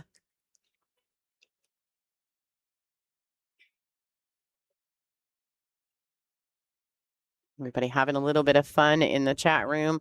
Do want to let you guys know this is what's going on with all of our Sunday swag. We also currently have ball sets for sale from this event, $410 shipped inside the continental United States. If you're interested in any of that, reach out, check it out at WPBA.com. We also can sell you new sets at $479. And I promise you this, you will never find those sets, brand new or used, anywhere much cheaper. Nope, that's right. If at all. Shout out to Aramith for continuously supporting the WPBA, and Ivan, we love you, bud. Thanks so much for continuing. I think he asked me a couple years ago, I was streaming here and he came, hung out. I got him in the booth and he's like, do you know how many years Oh, yeah. we've been doing this? It's amazing. You know, I mean, he's just, It really is. he's always so supportive. Yeah, truly the best. We're pretty lucky with the WPBA. We have some great support systems, some great supporting sponsors, and people that have been with us, some of them since the very beginning. So Just missing that one ball in the side pocket. all right. What went down? The 3. Yes. I did not see it go in. So she does have a look at the 1. She's looking at the natural path after pocketing the 1. She'd like to get to that left long rail quickly. May require putting a little low on the ball or some outside spin. Depends on your preference and how thick or thin you hit the 1 ball. I struggle to catch the speed on these sometimes. You know, like she's putting a little bit of the outside on the shot. That's the left-hand English. Going So 2 rails. yeah, so the cue ball will track. Ooh, She does miss the 8. That's a just great missed it. shot. Yeah, had to just miss the 8. Yeah. Otherwise, she could have gotten stuck under it. Yeah. And if she had gone not so close to the 8, and hit after the 8 farther up the rail, the 5 becomes a very big ball. So she played that perfectly.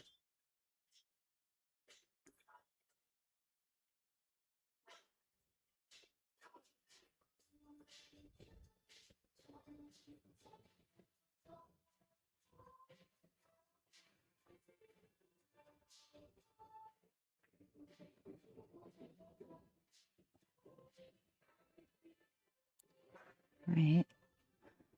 She plays this 4 ball, 1 rail to the long rail, and out to play the 5 ball in the side pocket. Touchy shot though, because she's just gonna have to come on the right side of the 7 ball if she can get that angle. She's looking at it now. She's gonna have to play that with perfect speed as well. Don't want to overrun it.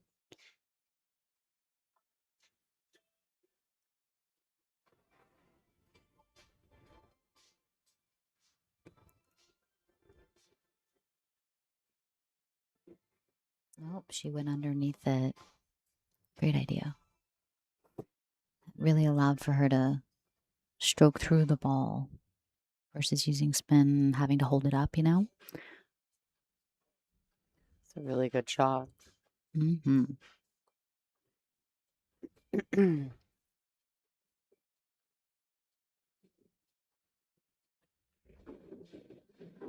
All right.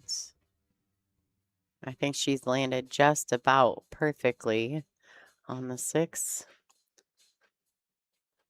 It'll allow her to have just a slight angle on the 7. All she's got to do is pocket the 6. Pinch the cue over a few inches. Doesn't need to be. She could even stop it if she'd like. She can even draw it back a few inches. It's just a preference at this point. But this shot right here gives her full cue ball. Very makeable ball for Margaret. 1 rail out to be right where she just pointed for her shot line to make the 8 in the top left.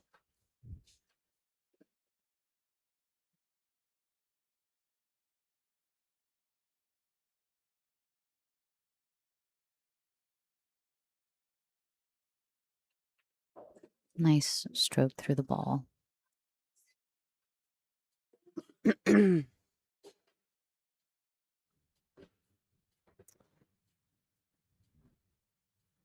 Just kind of in a tweener spot, if that makes sense.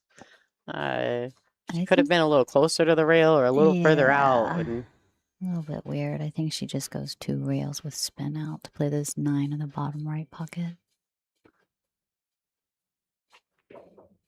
Oh, 1 rail. no spin. No spin. Fell a little flat. She's pretty much sitting on the 50-yard line. I don't mind this shot, though. I think she'll be fine. Does Yeah. it? I mean, is it brutal when you're sitting on the hill? Yeah, it sucks, but This I is one mean, she practices all the yeah, of time. course. I Super mean, makeable. absolutely. And she can reach it. And she can reach it. That's what I was just about to say. Yes.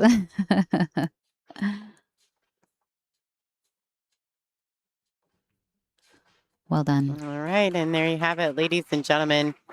Margaret Fefilova-Styer has sealed her place in the finals of this tournament. Congratulations to Christina Zlateva for it's a fabulous position, 3rd place.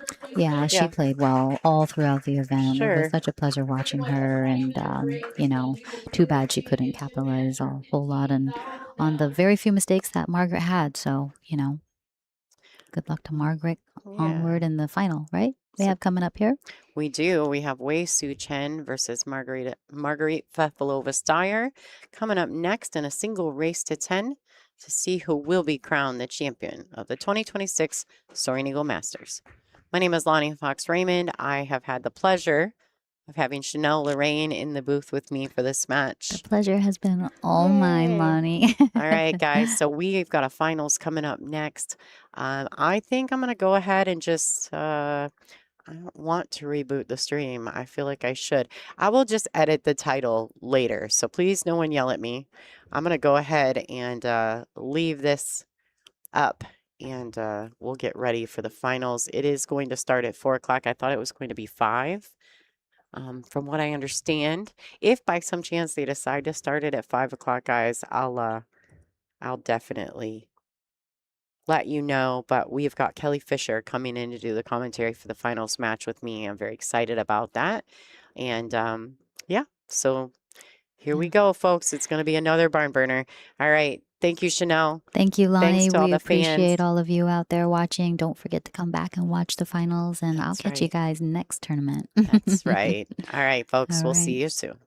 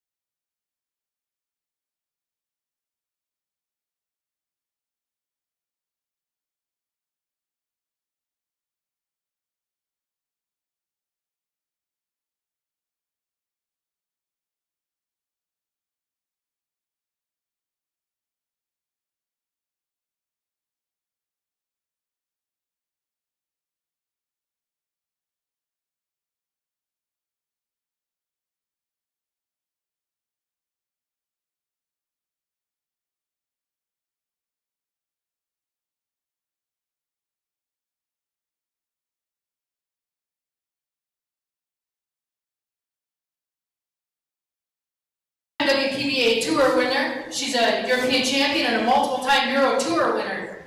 Sponsored by Viking, 6060, Kamui, and Game On Gear. She's currently ranked third in our WPBA rankings. Formerly from Belarus, currently residing in Oshkosh, it's Margaret FINALS-Styer. And again, her opponent coming through the winner's side, undefeated. She's a 2026 Predator Las Vegas Open champion. She's a 2025 Soaring Eagle Masters champion. She's the 2025 Predator Vietnam Open champion. And she's the 2024 WPBA Racks champion. Sponsored by Brunswick Tables, Predator Qs, CPBA Cloth, and Q Armor Apparel. Coming from Taiwan, it's the Wei Su Chen. Ladies, go ahead and leg for the break.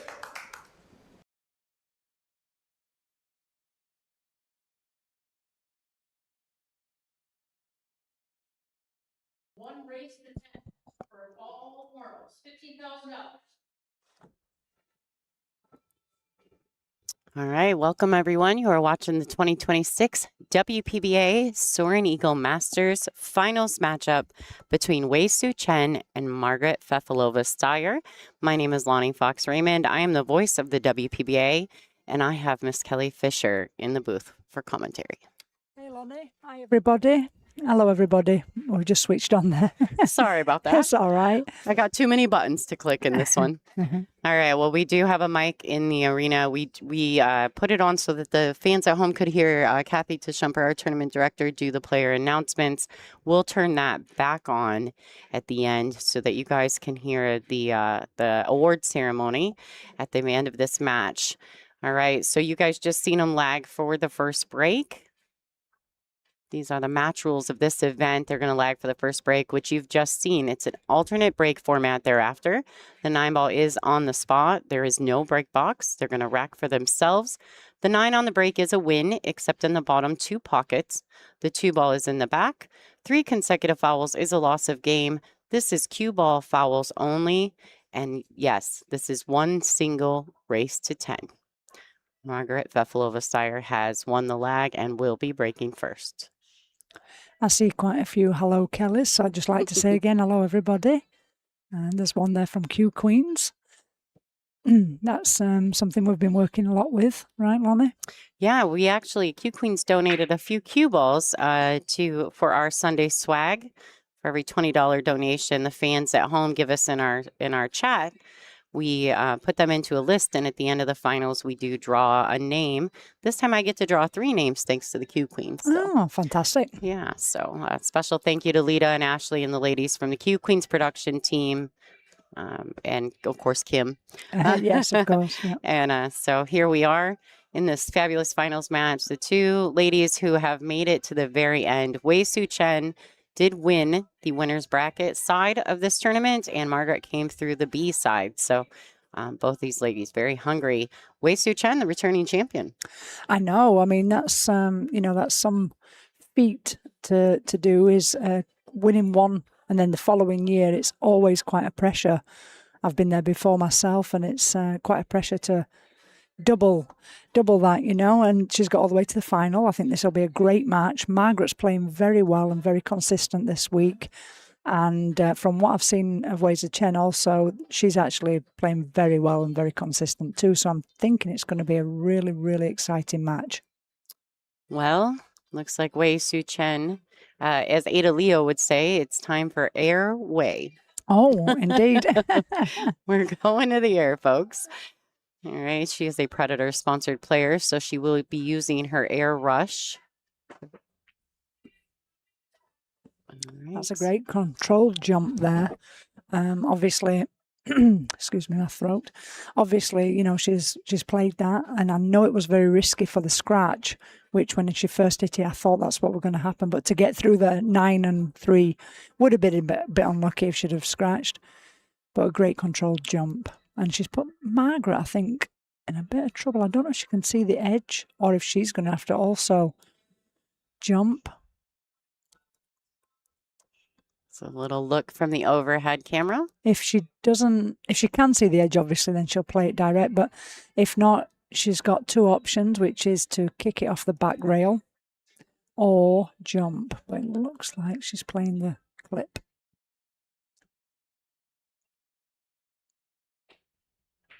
Oh, wow. She could pot it. Well, it just shows you the difference what it looks like on the screen, doesn't Absolutely. Yeah, it's always kind of an optical illusion when you're watching it from a monitor. it? Oh yeah. Unless you can get right behind the cue, it's impossible to see the exact. All right, so a great starting shot from Margaret. Oh, Yeah. very confident stroke on that. That's right. I did not see the last match that Margaret and Christina Zlateva played. Was it a good? It Did she play well? It was a little one-sided. Christina looked very unsettled and Margaret looked very comfortable. Right. So Right. I noticed that I caught some of the match before with Wei Chen and Christina Zlateva, and that kind of looked also a bit like that Christina wasn't settled and Wei certainly was. Yeah, maybe just a bad day at the office for Christina. She's had a great tournament. Another one. She's very consistent. And she's getting all the way through to Sunday on most every event, which is great. You can see the improvement in these girls coming through, you know? Oh, so much so. Mhm. I think back to even when we first started streaming, just how much more consistent these ladies, every time we see them, they get better and better. Yeah. I would say specifically in Margaret's case, her break. Oh, yeah. Do you know, we made a comment at the beginning of the week. We were chatting a few of the players and saying that Margaret's got the breakdown, you know? She Yeah. really has. I mean, because we don't have the 3-point rule, it does mean that you can elect to play a control break, Mhm. which I'm not a big fan of personally. But she's definitely got it down. Yeah, and her breaks are not they're not really soft breaks. I mean, she's, you know, she's getting balls moving. I mean, they're not completely, they are controlled though. I would For give sure. you that for For sure. sure. Yeah. All right, so good look at this out here from Margaret. And she's really looking to take rack number 1 going into the set with some confidence. Yeah, I mean the 4-ball there. I was when she'd left herself. You know, obviously I knew it went past the 6, but I thought that's a little trickier than I'd have liked. She hit it clean as a whistle, Yeah. perfect on the 5. So she's got off to a great start here for sure. Margaret is a Viking sponsored player. Also just recently announced that she got their new jump cue as well. So we actually haven't seen her have to use it much in this event. Her cue ball control has been quite impeccable. So yeah, she's really just making, you know, quick work of a lot of her opponents in those last few rounds. But I think Wei Su Chen's going to make sure that's not the case here. Well, I do believe, Lonnie, that they played each other already. They did. In this tournament, and Wei Chen did defeat Margaret. But again, this is a brand new match, race to 10, and you know anything can happen. And she's certainly come out the gate firing on all cylinders.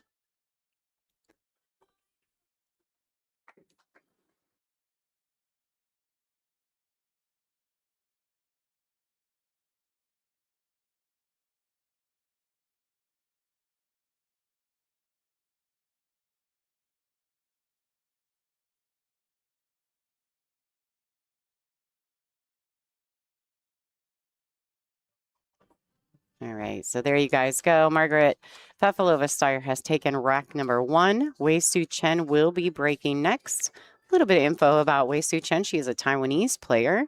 They call her the Wave. She's currently ranked number 1 on the WPBA, but she has been ranked as high as, or she's currently number 7. Excuse me, I misspoke. But she has been ranked as high as number 1 on tour. She has quite a few WPBA events under her belt, including the Racks Open, as well as this particular event. She also won the 2022 Dr. Pool Championships. She's a Brunswick sponsored player as well as Predator, CPBA cloth, and Q Armor apparel. And we'll see her first break here, looking to maybe pinch the 1 in the side, get the 6 in the lower right-hand corner. We'll see how successful she is at that. She's been pretty well. She's been breaking well. Yeah, she works hard on a break. So are all of the players now, you know. That one ball's gone high. And she misses the 6 as well. All right. So she's hit that too fat, basically, which has caused the one ball to ricochet high. And then the 6 ball, I believe, also went high.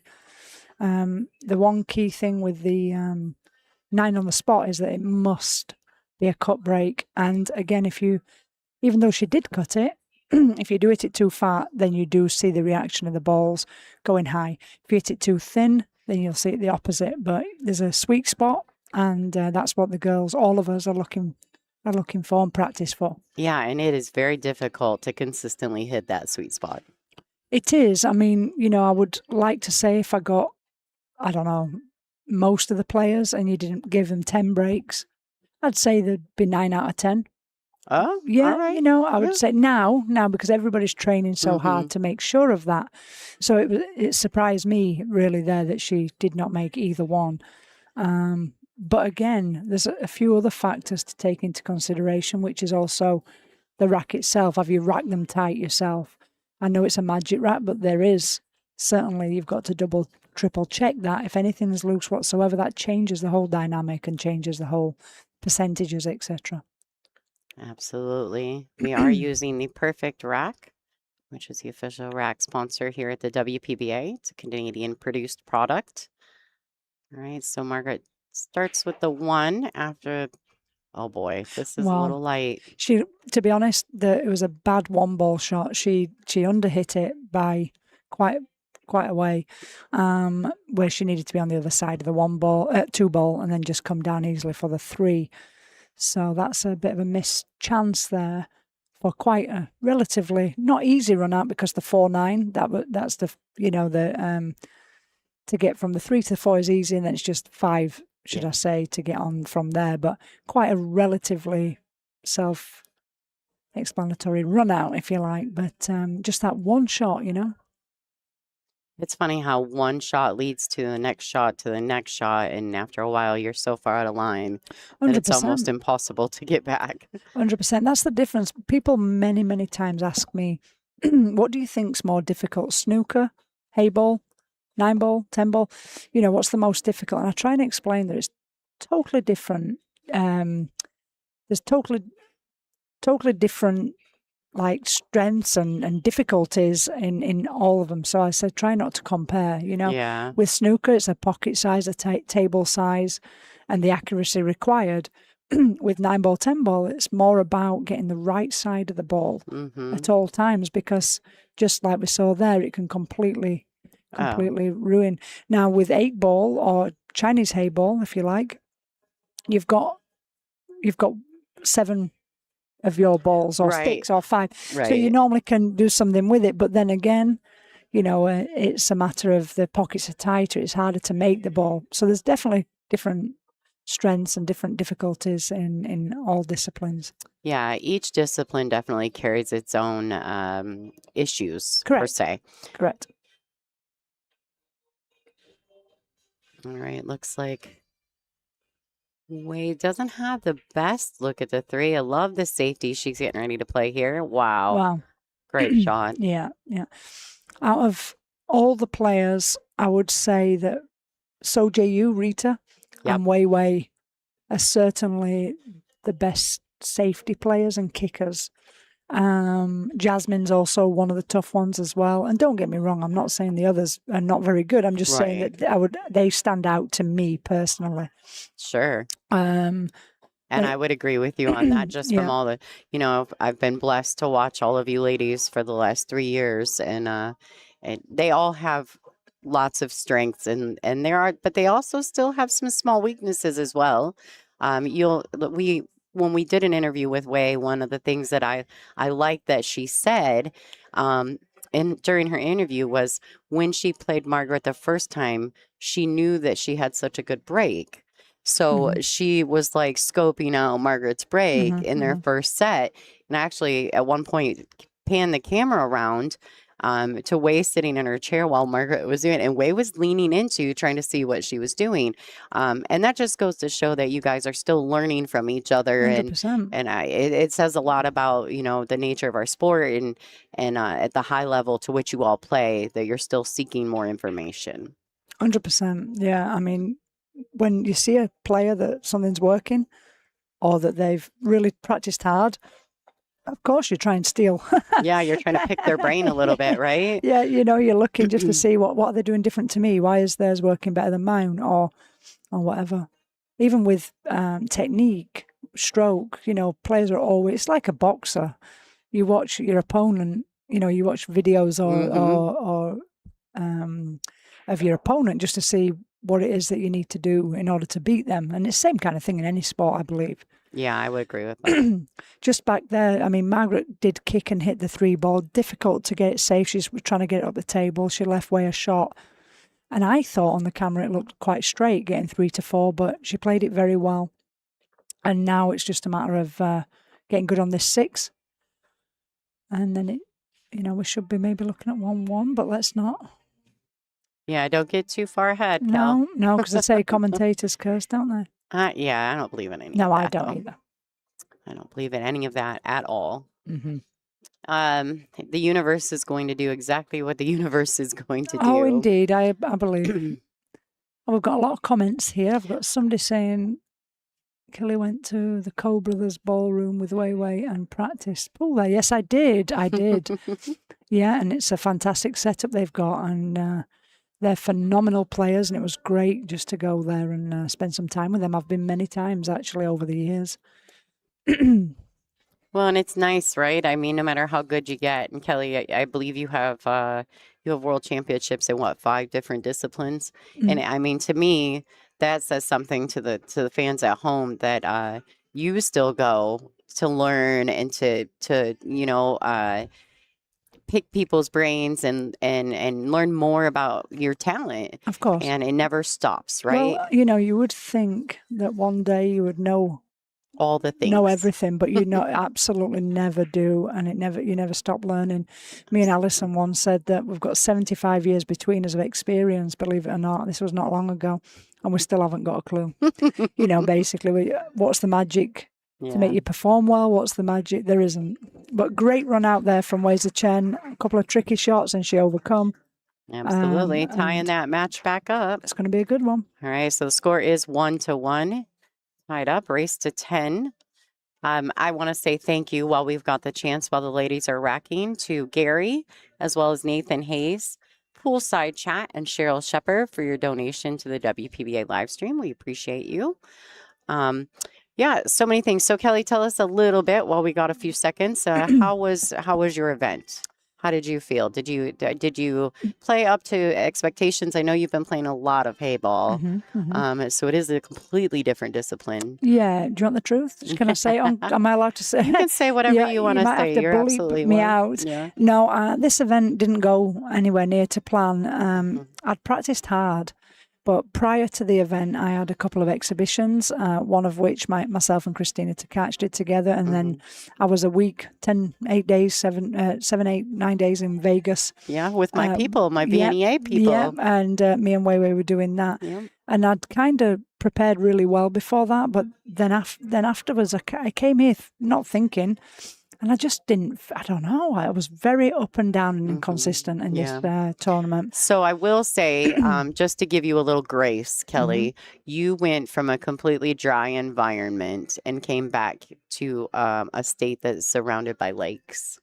I understand that. It is much different. But so did Wei, and she's true. fine. But she is acclimating. I will give her that. But I feel like Wei just has that. Yeah. Everywhere we go, she's practicing. I mean, she's the first one in the room in the mornings a lot of times. Yeah. And so I don't know. She just acclimates so well. Well, the thing is, you know, I look at it now and everybody's improved a lot, a lot. So the standard now is where that it's so much deeper, you know, down the field. Whereas years ago, the top were the top, and it was like kind of 3 tiers, if you like. Now there's certainly the top players, there's a lot more depth to it and a lot of dangerous players. So you do have to be on your A game in order to get through to this stage of the tournament. Sure. And, you know, I did feel that I was on my A game coming into it, but first couple of matches, I kind of still felt that. But then I had a really, really strange day when I got beat by Bean, where I was just totally, not even on A, B, or C game. It was just, I felt like I was totally all over the place, which is unusual for me. I would agree with you because obviously I watched that match Yeah, and commentate. I bet you didn't know yeah, what to say. I was a little shocked. I'm not gonna lie, but you know what? I also I think that I'm one of those people who understands that there are just there are good and there are bad days, and unfortunately for you, in the position that you are in, even on your bad days, you're put under a microscope because of who you are and your accomplishments, and you are under more pressure because of those things than probably anyone in the room. And sometimes that's difficult, Yeah, I So, mean, I try not to think of it, look at it, but of course, it's Sure. disappointing. But anyway, it was a really weird day, really weird match, bad match, and I just felt all over the place, which hasn't happened for many, many years to that degree. But I bounced back the next day and felt good again. And then just a tough match with Brianna Miller that I was 5-0 up and she come back and she played very well at the end. And, yeah, what can you do? It's a game of pool and that's it. So, yeah, you have to in order to win tournaments. You can't just play great. You also have to get lucky.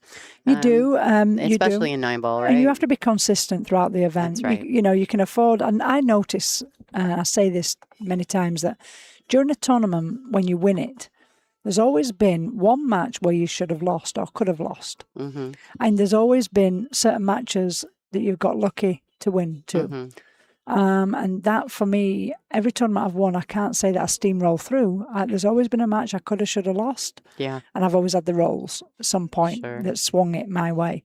So yeah, you weren't getting that this weekend though. no, and I weren't sharp either. So anyway, from here I'm in Austria. I'm going to practice. I've got a good few days to get acclimated and practice and train. And Is it warm there this time of year? yeah, it should be. Okay.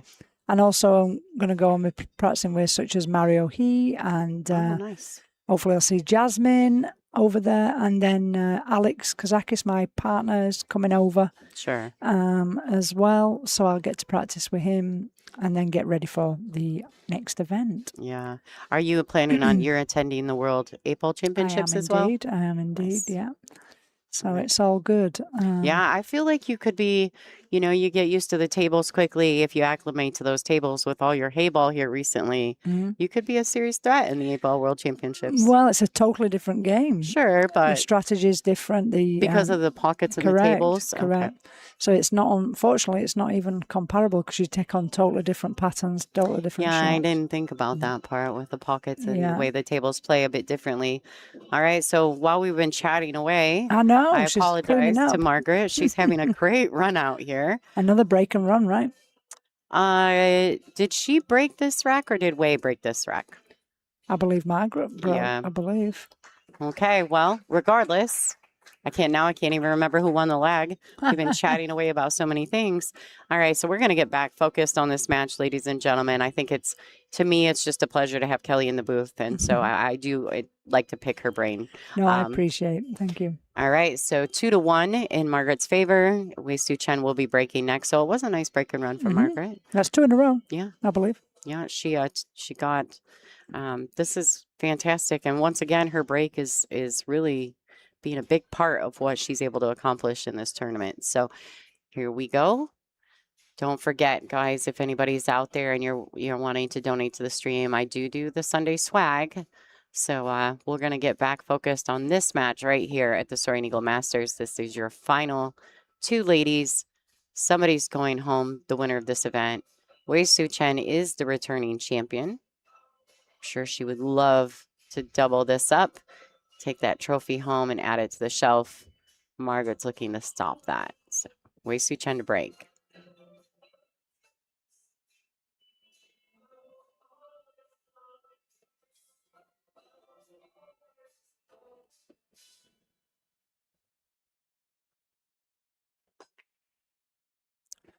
Well, again, she did make the wing ball there, but again, it was going in toward the higher side of the pocket, and it would have missed had it not got kicked in. The one ball again went high, so she's going to have to change and improve on that by cutting the break more in order to get consistent. Margaret's breaking from the opposite side, and as we've seen 2 in a row, she's broken ram. But a lot of the players talk about when it comes to such as this, it comes down to the break, because if you can break and control and run out, of course they all can run out. Every one of them can run out. Yeah. So it comes down to the break, a bit like the guys. We always all talk about that. And while we really don't want it to just come down to the break, but that's kind of when it comes to this level. It really does. And that's why break rules keep changing, because even as we know, Matchroom put the break box to make it more difficult, and the guys have got that down. But the one good thing with the break box is that it makes the balls a lot more random, and the layout, should I say. Oh dear. So clearly she's didn't want that. She's playing for the snooker. Yeah. So now she's going to have to be, what's she doing again now? Going in the air? Way. Airway. Airway, that's it. Airway. Yeah. Mm-hmm. Well, this is it's unfortunate, and I feel like this does happen though. Actually, when I played you in the tournament, I also went to go play a safety on the one ball, and I laid the one right in the pocket. That's right. And I was trying to just get it to the side rail so you didn't have a clean shot at it to jump. And and of course I laid it right in the pocket, and I'm like, no, don't go. And I'm like, thank God. Yeah, right. So I mean, it's so often how those silly little things can happen. But yeah, she is having to jump now, and again, she's going to be looking to control the jump. I'm assuming she's wanting the 2 ball to come behind the 9, back up to the top end of the table, bottom rail, side rail, and into the middle, then control the cue ball to draw it into the side rail, and back out again behind the 9. So, but not easy by any stretch of the imagination to control both balls when jumping, of course. Makes it so much tougher. So Kelly, do you and does So she did attempt, sorry Lonnie, she That's did okay. attempt to do what I said, but she's hit it too thin. Had she have hit it half ball, then that would have worked out, but she just caught it too thin, which again, very difficult from that position and jumping. The kick, she's the best kicker, but in that layout there to actually kick and get the 2 ball safe was percentage-wise probably even tougher when she can add a very straight-on jump. It was just a matter of controlling both balls. Sorry, what were you going to say? No, yeah, you're okay. I actually was I was thinking about some players will dart jump and some players will jump under their arm.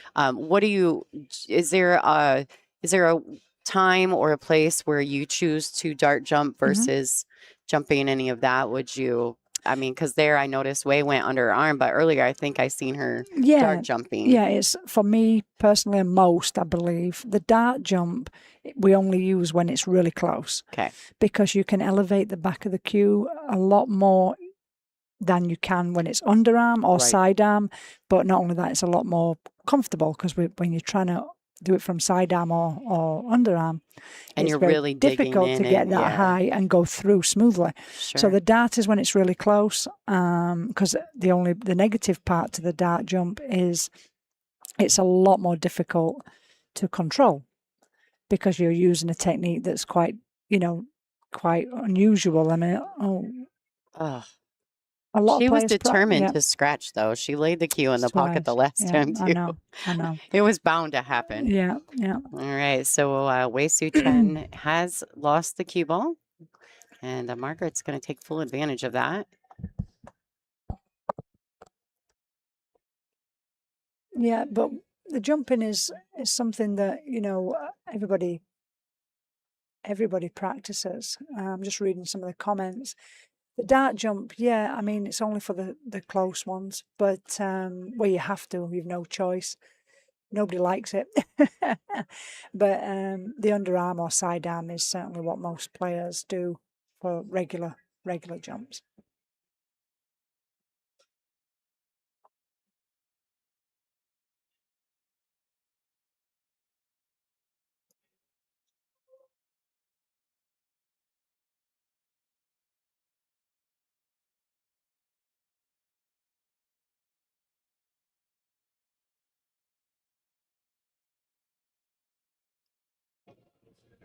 So Margaret's just overran that 2 ball there, the cue ball, sorry, on the 2.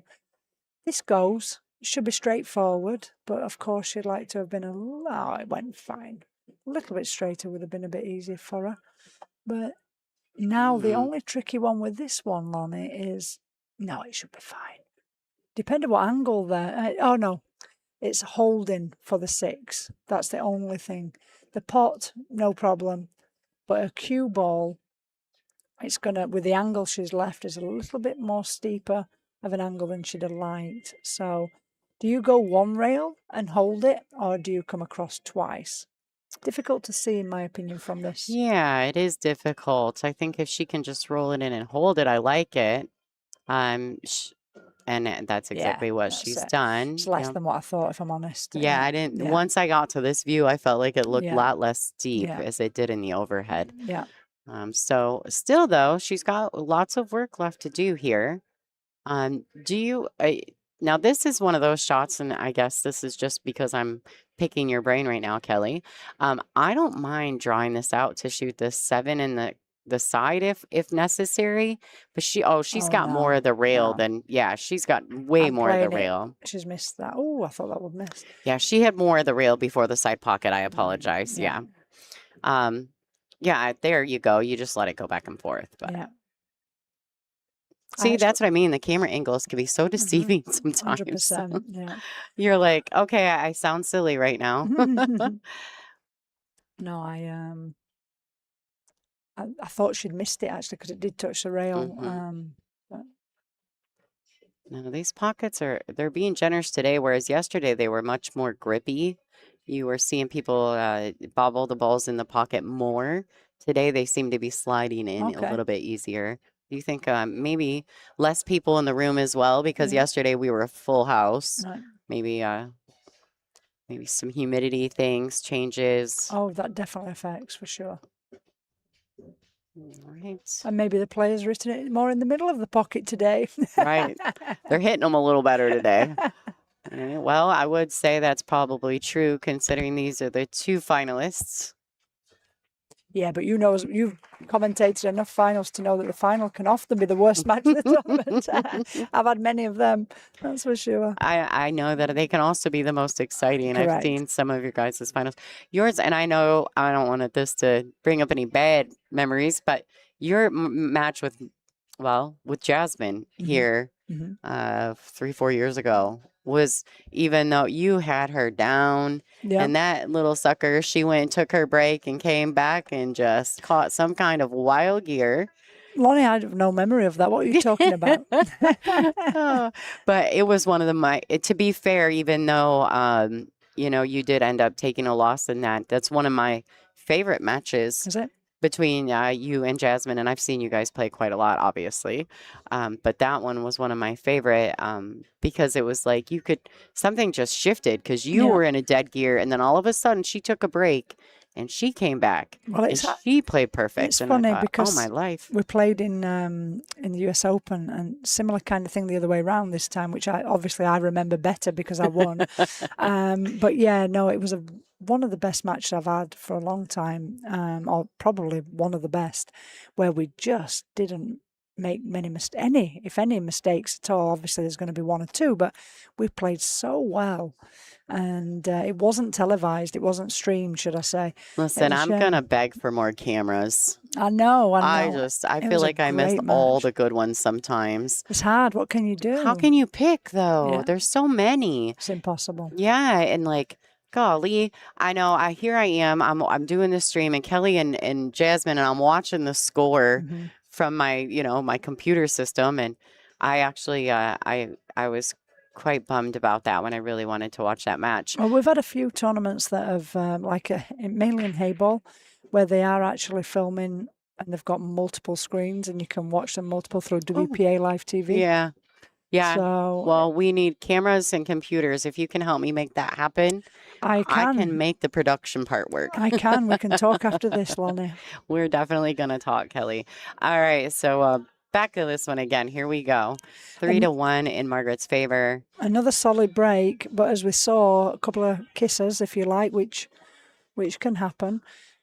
Just this time she has not gotten a clear shot at the one ball, so she'll have to elect for a safe here. But what do you do? I mean, for me, she obviously got the push out option, which is a no. I'd be looking at clipping the one ball very thin, trying to make the 6 block it, bring the cue ball back up to the top left side. She's overhit a bit like that. Yeah, that's it. But obviously she wanted to completely hook her on that one. Now from here, Way's only option, I think, is to clip the one ball behind the 3. So nice and soft. Let the cue ball do its thing. Focus completely on the one ball here, going behind the 3. Or she could focus on the cue ball going behind the 8 off the rail. So 2 options I see. Yeah, so she chose the first one, which I first said. Oh, I like it when I'm right first time, Lonnie. That's a great shot because the 6 is blocking the path to the 1. So normally without the 6 there, she can come off the left side, top rail, left side rail, top rail, like a 2-rail kick. A lot easier. 6 ball being where it is blocking that path completely. So what do you do here? The only option I see is 1 rail. But she only got the right side of the 1 ball to hit. Hence why she's getting the referee or somebody, Kathy, to look at it, to make sure she doesn't clip the 3 first. And it'd be difficult without, somebody watching the hit. Yeah, and typically, we unless they're super close like this in this situation, we're really pretty good about giving up the foul ourselves. 100%. But it is just, You can't see sometimes. yeah, and that's clearly a foul. Yeah. So the ball in hand for Wei Su Chen. Great safety play by Wei. Good thing she listens to Kelly. I don't think so. But now that from here, as we can see, the kiss on the 3, yes, it's a foul, but it's made the 3 in a very awkward spot. So now the 3 doesn't go. So it would normally be straightforward, 1 to 2 to 3, but now she's getting on that 3 ball. Does she go for the combo? Does she go to move the 3 now and clip the back side of it and use? I don't think so. It's too risky to get on the 2. I think she's going to focus getting a good angle on the 2 and then possibly go for the combo, 3-6 combo on the 3. But then again, yeah, she is. She does listen. Yeah, I really do enjoy this view. I like it a lot. It'd be nice if we could look at it when we're playing like that. wouldn't I it? know, right? You can if you're playing on the TV table and you look up at the screen. Yep. If you use the screen that we put up there for you guys. Yeah, I mean, I don't like the combination, but I am not a fan. And this is a little off angle, in my opinion, as far as combinations are concerned. Well, she could opt to come to the right side and play the 3 in the left, but I doubt it because there's a shape onto the next ball is tough then. Because you're restricted what you can do with the cue ball. I think she'll set herself up for the combo. Oh no, she's gone to do that. Oh, look at her. I'd like to say she played that, but I think she got it. Yeah, I she think was she got playing the other bumped. side of it. But Short side shape, is that what they call it? Yeah, short side. But then again, she could have been playing that 2 ways. She could have been, Wei could have been playing it 2 way. She could have been playing where if she did clip it, and she's got a short, and if she didn't clip it, then she's got the short side. Maybe. Now be careful, Kelly. You're going to get this chat room play onto that play on Somebody words. did already, yeah. They love it. Yeah, I know. When Wei's their favorite. Yeah. Like they love using her name for all the things. Oh, great shot. Oh, wow. Wow. Great shot. Yeah, the crowd definitely appreciated that. There was a few claps in the room. We've not got many today though, Lonnie. I think a lot of the have gone back home already. Yeah, I'll be honest with you, Sundays are tricky around here. Friday and Saturday, the house is packed. I don't know what happens on Sundays. Now, I know for a fact that a few of the people that bought VIP tickets for the weekend came to me and gave me their Sunday passes because Right. they have family obligations. So, Well, the thing is as well, it's a little bit out in the middle of, not nowhere, but it's out of the way a little bit here. Mm-hmm. So anybody that's traveling here, you know, it's quite a bit of a travel back for them. So I mean, maybe that's why. Yeah, I mean, I live south here in Michigan, so I'm about a 2-hour drive Right. from here. Right. Now, I personally don't think it's too terribly bad, but when you are from this area, 2 hours really isn't that far, Right. you know? So there's not a lot of big cities in Michigan. We've Right. got, you know, just a few. She had a tough 5 ball there to hold it. From this angle, I thought she could use a 9 to help hold it, but clearly not. So now this is the pinnacle one. Just bump it off the rail with a cue ball. I think there's a little bit of angle. Oh, yeah. And then she's now got a nice angle here. So on this shot, some players, I think most players will just play it the 1 rail and up. A little bit of inside to avoid it going and colliding into the 8. There's not all, you know, do you come round the back of the 8? I personally will play it 1 rail and a bit of inside, personally. Yeah. Yeah, it's very dangerous to try to catch that small gap between the rail and the 8 ball.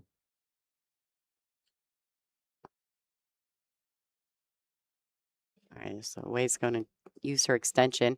Just a reminder to everyone, too, we do use a 40-second shot clock with one 40-second extension per rack, and the ladies do get 60 seconds after the break.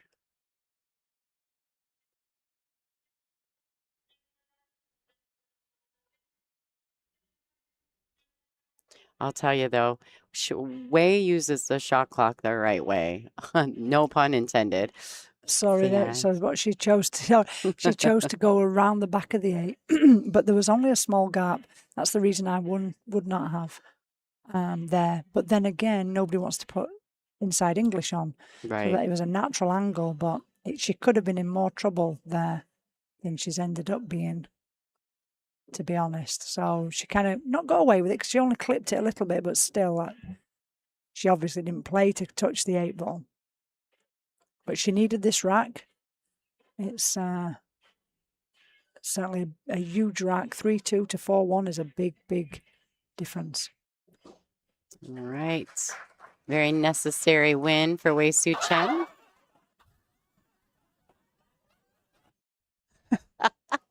Sorry, guys. Kelly accidentally caught some of my sound effects buttons. Yeah, they heard all that. It's okay. Did they? I am so sorry. That's hilarious. Oh, Okay, dear. we're going to give just a second while Wei Su Chen is racking. We've got to make a few adjustments in the booth, guys. Don't go anywhere.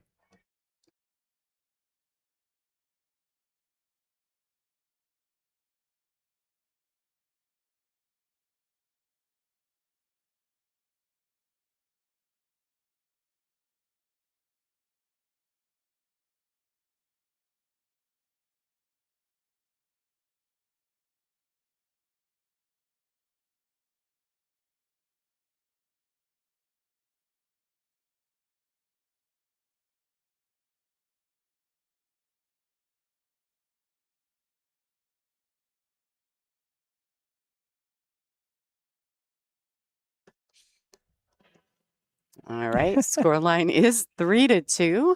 Wei Su Chen is breaking. We're still laughing at my pressing of the button there, so sorry about that, everybody. I told her at least she didn't hit the one that goes wah wah wah. Oh dear. That was great. All right, so we weren't really laughing at the ladies, just so everyone knows. No, absolutely not. So again, she did make, I didn't see completely, but I think that 1 ball went high again. But she has made a ball, so she's just not getting the open layout with it's an open layout, but she's just not getting the clear shot of the 1 after her break. No. And that's again, another pattern I noticed that can change a match around is I've had it happen to me, and everybody will agree, you know, when they broke, they had a shot of the 1. When I broke, I could never, no matter what, a ball would run in front of it. Even if I were perfect on it, a ball could come around and run in front of it. And Yeah, last ball yeah, rolling. yeah, That's yeah, the worst. yeah. But here it's a break's not exact as she'd want it. She's not making it exactly as thin enough, I think, from looking at it. I'm wondering, is she just going to go try to cut this ball in? Yeah. Overcutting it lends itself nicely if she doesn't make it, but it also gets the cue ball down table for the 2. That's right. Great shot. It was worth the risk of the cut. With the 8 being a blocker, coming all the way down the table, even if she left Margaret a shot on the 1, then Margaret's got to not only make that long shot but get on the 2 as well. So the percentages, you know, I always like to talk about percentages. It's the way I was taught by my coach Lionel, and you look at the shot and you work out the percentages, whether you play safe or take it on. If the safety gives you a much higher percentage, then that's the way to go. But yeah, there was a shot. There was a shot that was played earlier, and I want to say, actually, I think it was Wei that played it in her hot seat match. The cue ball fell into the jaws, and someone had suggested playing the safety versus going for the offensive shot. And I said, you know, I don't remember who was in the booth with me. I don't remember if it was Allison. It might have even been you, Kelly. But if the shot is just as hard as the safety, or if the safety is just as hard as then the you play the shot, shot. then you go for the shot. Yeah. Let me ask you real on it. Is she going to play? Has she seen the 4-9 combo? Oh, I don't know. Because it's a natural angle to just float up for that 4 if it's on. Can we look at the overhead? Yeah, she definitely. Well, and I even have a right side corner. Oh, Look it's at the dead line. on. Yeah. Yeah. I mean, it's not quite dead, but then again, the other balls are open too. That's another one that's like, it all depends how you feel. Yeah, she looks as though she may be using a little drag draw for the 4 in the side. Oh, no. Well, Can tell you two are friends. You can kind of tell that your yeah. mentality. You're like, what are you doing, Way? Well, I'd say it the same for Margaret there. You know, Sure. it's certainly a shot that I don't know. I don't know whether it all depends how you feel. But it's easy to sit here and say the 4-9, but you've got to Sure. get on it. You know, if you get Yeah. awkward on it, it's too risky. So Yeah, she's definitely going after something that feels a little bit better to her at the moment. And you know, we all know that there are days where the combination is terrifying, right? or where you think, good grief, I can't run these out. I need to combo. And then there's days where you're praying for all the combos, right? Correct. Absolutely. Correct. So All right, she must be feeling good. She's not even questioned the combo there, because again, if your cue ball is messed up and you don't get right on it, then it's the combo that looks easy isn't easy anymore. So that's right. that's a risk. So she must be feeling good. The run out's not even a problem. And again, this good shot here, and we like to say as well that Wei Su Chen, and I use her Q Queens little trailer that they've used on her about Wei, where she says, you know, I look all nice sitting in my chair, and then, but you better be careful because I will whoosh come over you. Yeah. And that is it's so true about her. Mhm. I've seen her be down very far in matches and just grind back. She's in my opinion more dangerous when she's down in count. Yeah. We have them players, you know. I mean, Karen Cole was the same. Alison's, you never can say it's over till it's over with, you know, certain players. And then other players, you know, they're better when they're in the lead. In the lead, yeah. Well, with that 5 down down the rail there, she hit it a bit thick, so the cue ball didn't bounce out as much, so she had no angle on that 7 to 8. Hence why you saw a bit of a shrug on her shoulders. This is a tricky shot, but it's the key shot.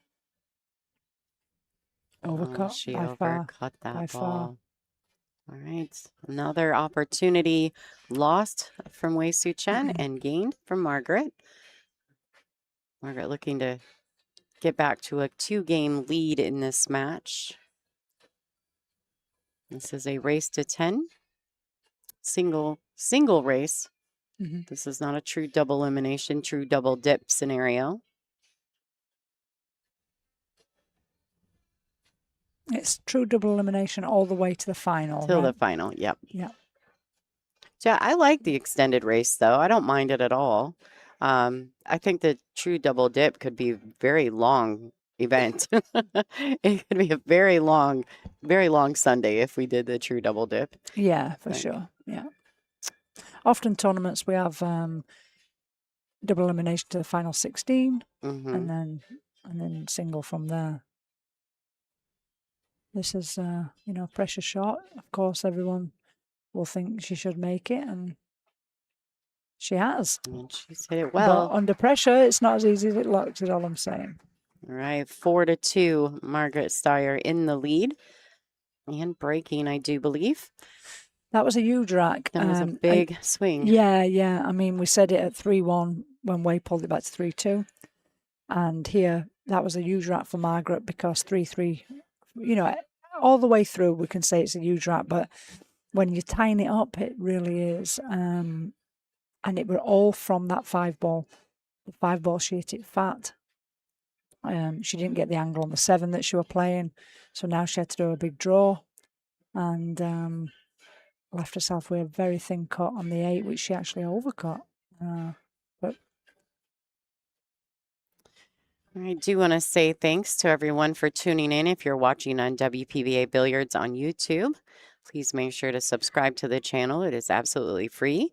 If you're currently watching on Billiard TV, thank you so much for watching, getting to know the ladies of the WPBA. You're always welcome to hop on over to WPBA Billiards on YouTube if you'd like to join our chat room. We also do a Sunday swag giveaway, so if you're interested in that, come on over. We have the best chat room in the business. I truly believe that. And we also are selling these particular ball sets. So if you're interested in any of that information, go to WPBA.com. All right, Margarita Fefilova-Styer to break.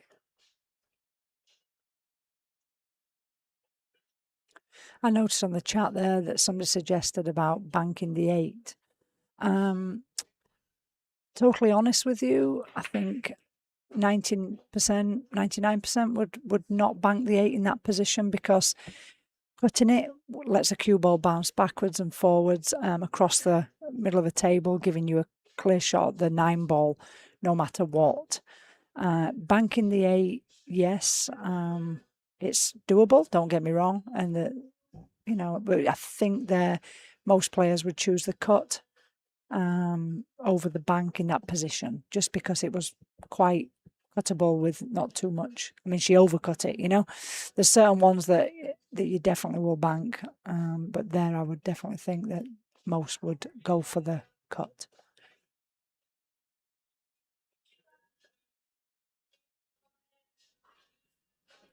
All right. I think Margaret's going for the cut here.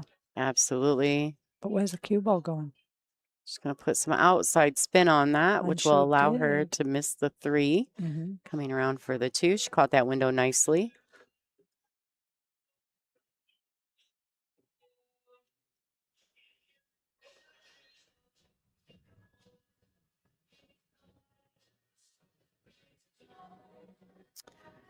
All right, well, what is the look on the line between the 2 to the 3? Not so bad. No, it shouldn't be a problem. And really, the balls are quite open, I believe.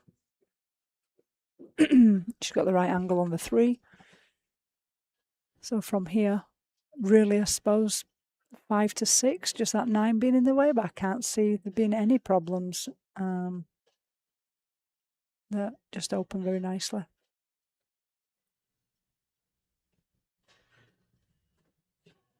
Yeah, pretty open. Unless she gets out of line, there's really not a whole lot, just keep making the balls and stay on the good side of the next shot.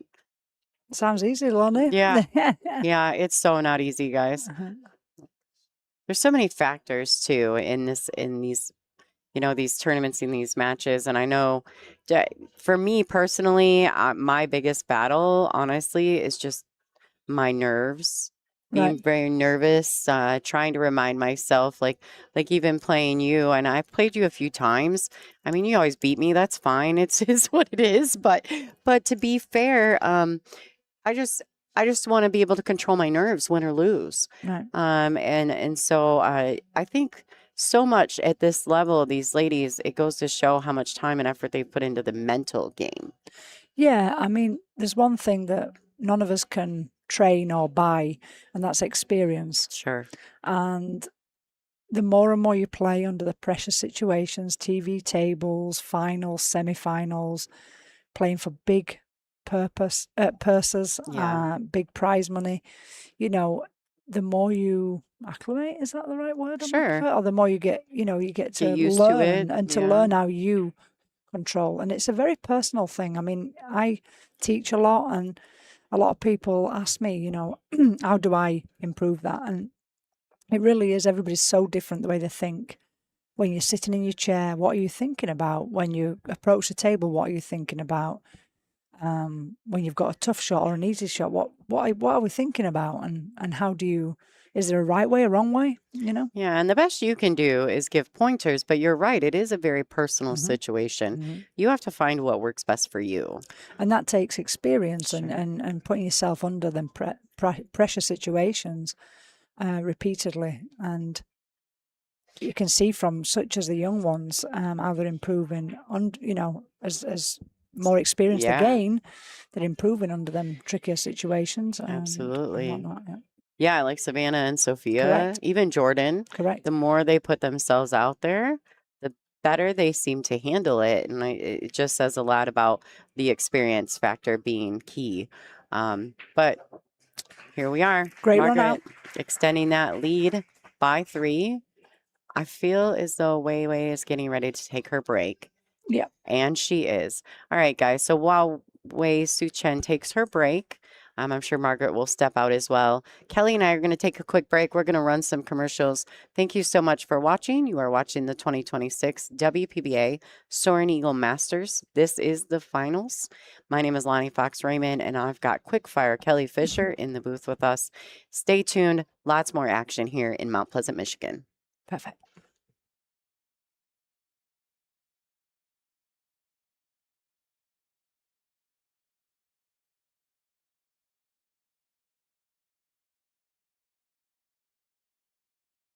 In real estate, just like in pool, the setup is everything. When I play pool, I don't just focus on the ball in front of me. I'm planning my next shot. Selling your home works the same way. It's not about putting a sign in the yard. It's about positioning you for the next move, whether it's a quick sale, top dollar, or finding a dream home. With the right strategy, we don't just take the shot, we run the table. Let's line up your winning shot today.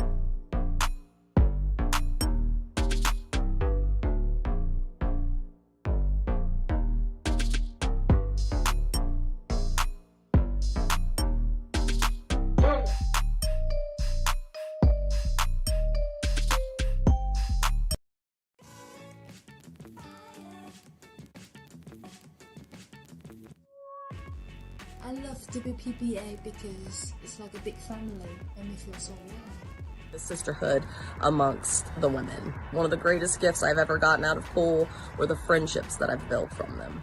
What I like most about the WPBA is their continued support for women's pool. I love the camaraderie and the competitiveness of the WPBA players. WPBA gives us a chance, a stage to compete and show our passion. The WPBA always supports us in that every tournament we go to, they will always take care of us. What I love about the WPBA are all the fierce competitors out there. The competitiveness. I love the equipment at the WPBA. I like the most about WPBA that they keep continuing to support women's sport throughout so many years. What I love about the WPBA are the fans. What I love most about the WPBA is that we're all kind of like one big family. I love that the WPBA brings great competition from around the world.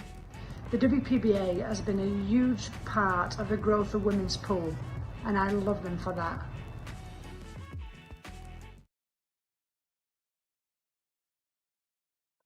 All right, guys. So Kelly's taking a quick bathroom break as well, and grabbing something to drink so that she can clear her throat properly and not hit the wrong buttons. Thank you guys so much for tuning in.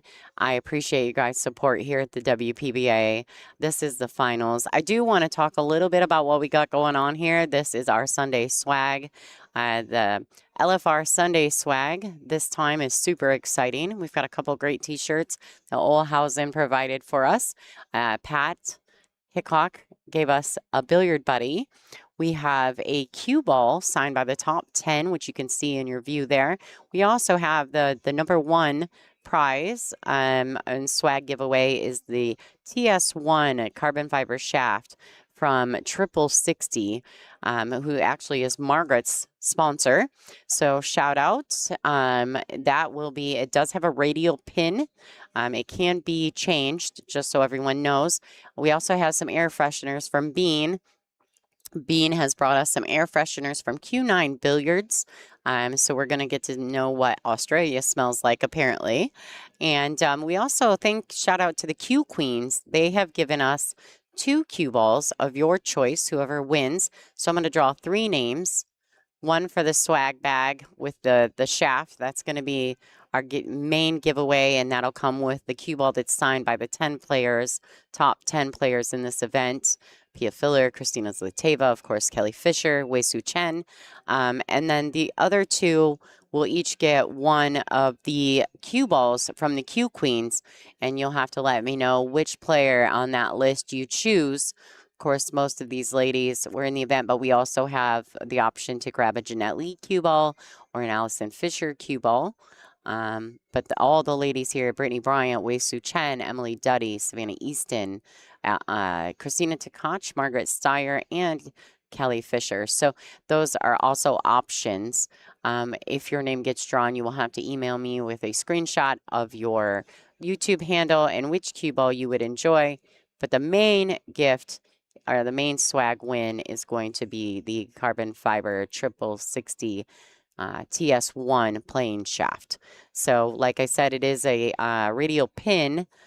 You can have it exchanged out if you reach out to other Cyberts, or if you know someone that is a 6060 Q repairman, they can also take that joint out and make it compatible with whatever joint you need. That is going to be at your own expense, though. This was a give back from one of our fans here at the WPBA. Looks like the ladies are coming back into the arena. Quick shout out as well to our apparel sponsor, Game On Gear with the WPBA. They are the official apparel sponsor. So shout out to Game On Gear by Big Family Custom Creation. Reach out to them for all your apparel needs, as well as Super Shot Billiards. They are a billiard supplier. They make crazy cool things like cue rest and magnetic chalk holders that can be personalized, or you can purchase some that have our logos on it. So nobody carries around, I seen a comment in the chat, no one carries around a signed cue ball. Pal, you put it on a little stand I'll see if I can get us a cool little box and ship it your way.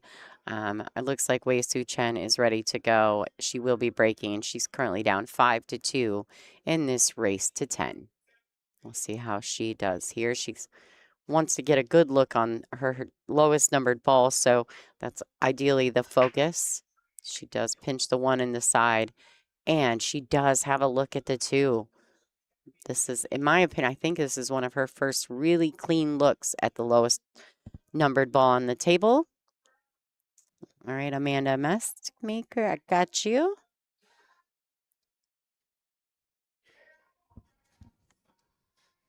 For every $20 donation, I will add you into the swag giveaway that we do after the finals.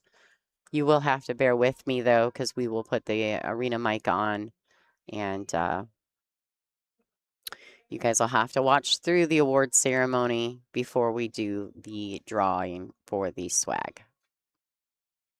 All right, so she's going to cut this ball thinly, probably come back and forth on the table. All right, the cue ball's tracking very quickly. She's going to land a little under this 3. I'm not sure if it's too steep. I think she may be just fine. She may have to contend with the 9 ball. That might actually work in her favor, getting shaped to the 5. We'll see what Wei Su Chen's decision is in this situation.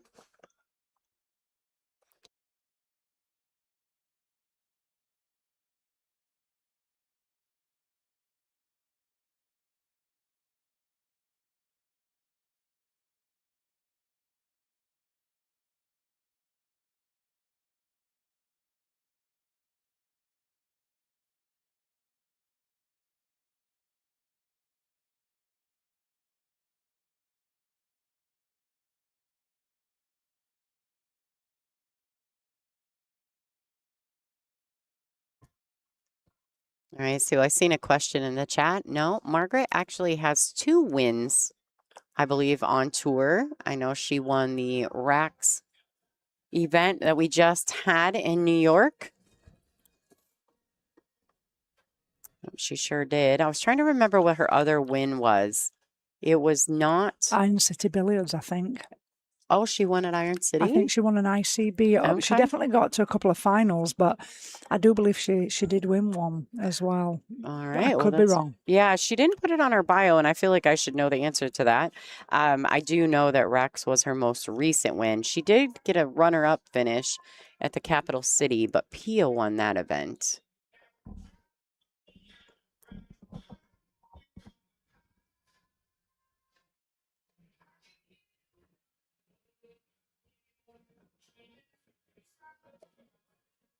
So I missed the beginning there, Lonnie. So she broke beautifully this time. Okay. And she had a good starting shot on the 2. She went up and down the table for position on the 3. And here we are. Right, okay. So I just saying that, you know, when she needs to get a shot on that lowest numbered ball. And it worked. Okay. Put it in the universe, and so be it. All right. Wei doing Wei things. Working through this rack. It's a nice look at the angle on the 7. So now she just needs to leave an angle on the 8 so she can bounce off for the 9.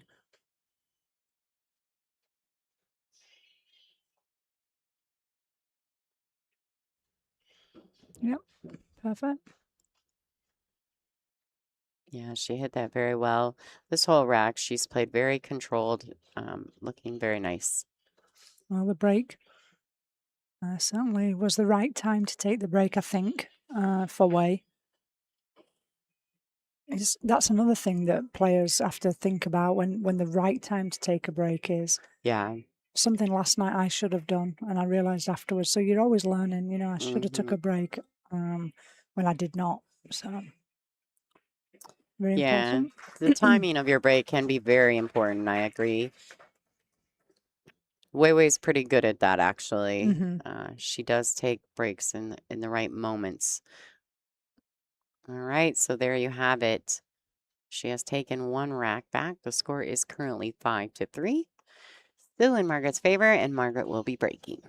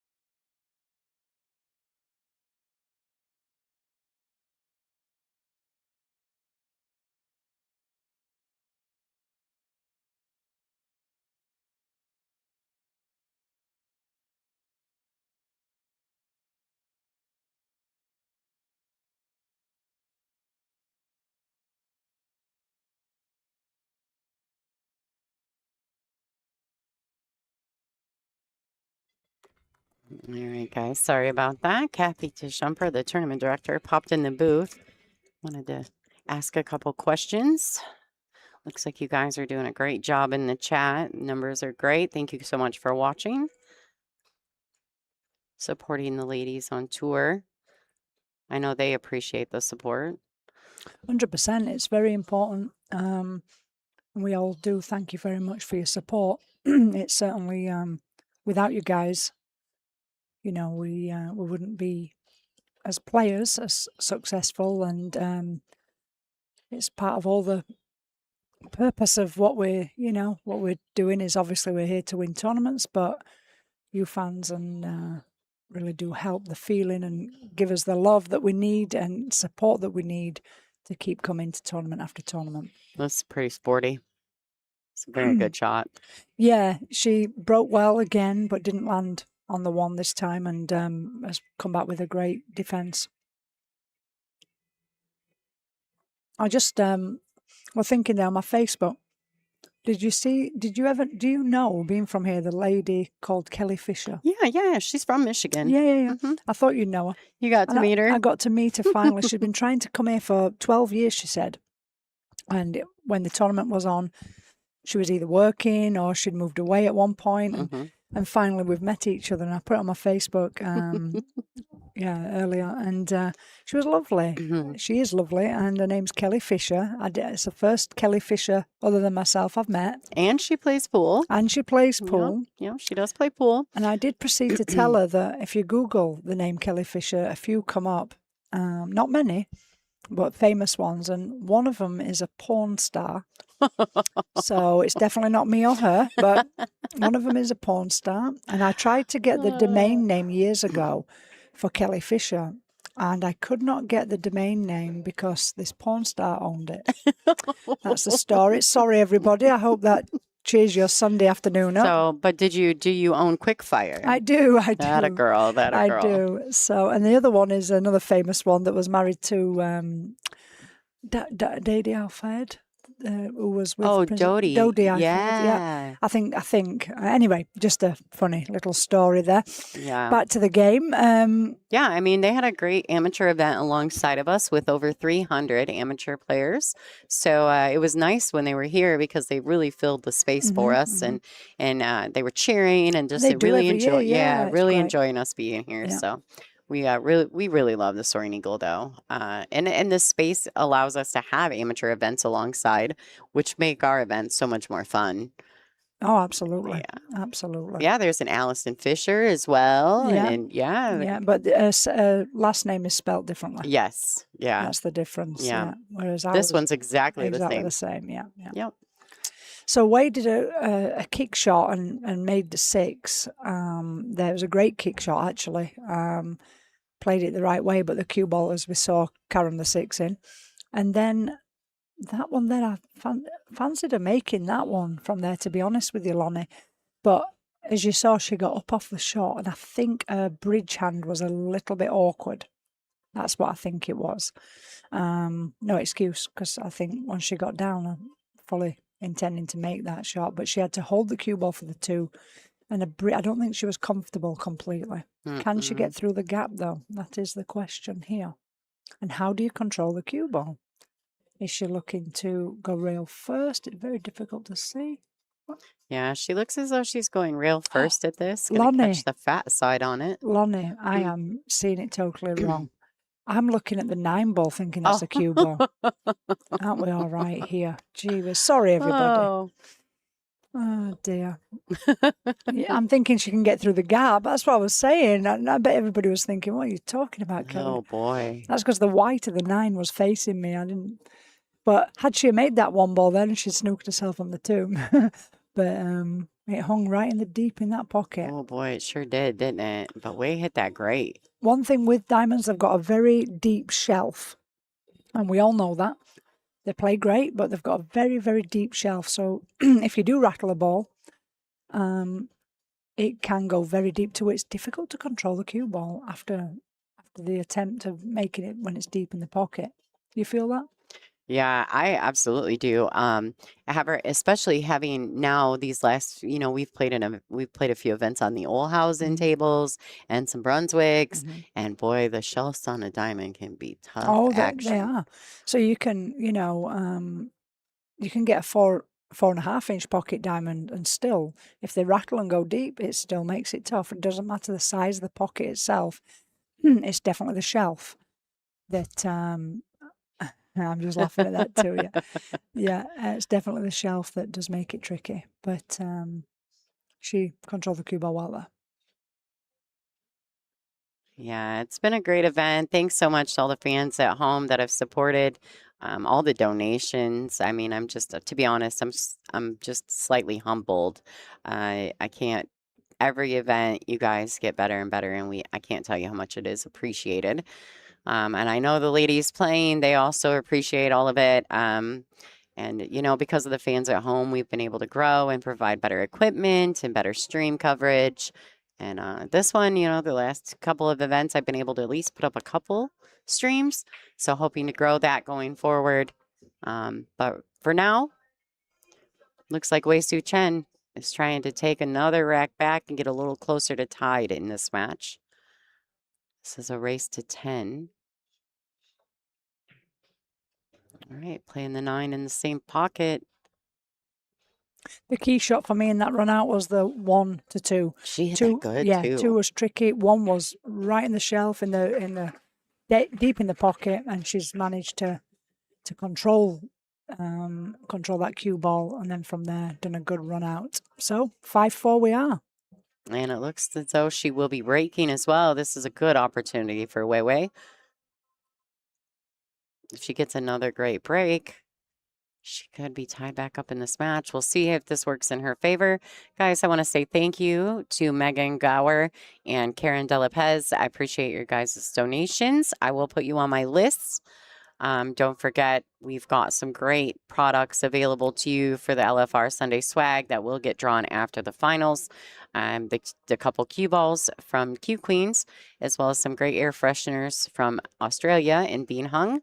The 6060 TS1 carbon fiber playing shaft and a signed cue ball from the top 10 ladies right here at this event, as well as a couple t-shirts donated from Olhausen Billiards, Mr. Dan Bourget. So you guys, so grateful to everyone who donates products to the Sunday swag. And I just like to give back to the fans because to me, the whole sole reason that I'm here doing this is for you guys at home. So, all right, let's go. Wei Su Chen to break.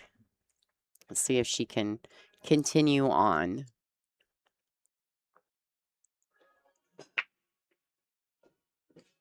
Oof. Now, just there, break, she cut it thin enough. Good break, but as you saw, they all collided in that bottom left corner there as we're looking at the screen. She did make the 1 ball, though, didn't she? Yes. She did. She has a shot on the 3. Now, do we have a 4-9 combo? Can we see that, Lonnie? She did look at it this time. Yeah. And we do. So,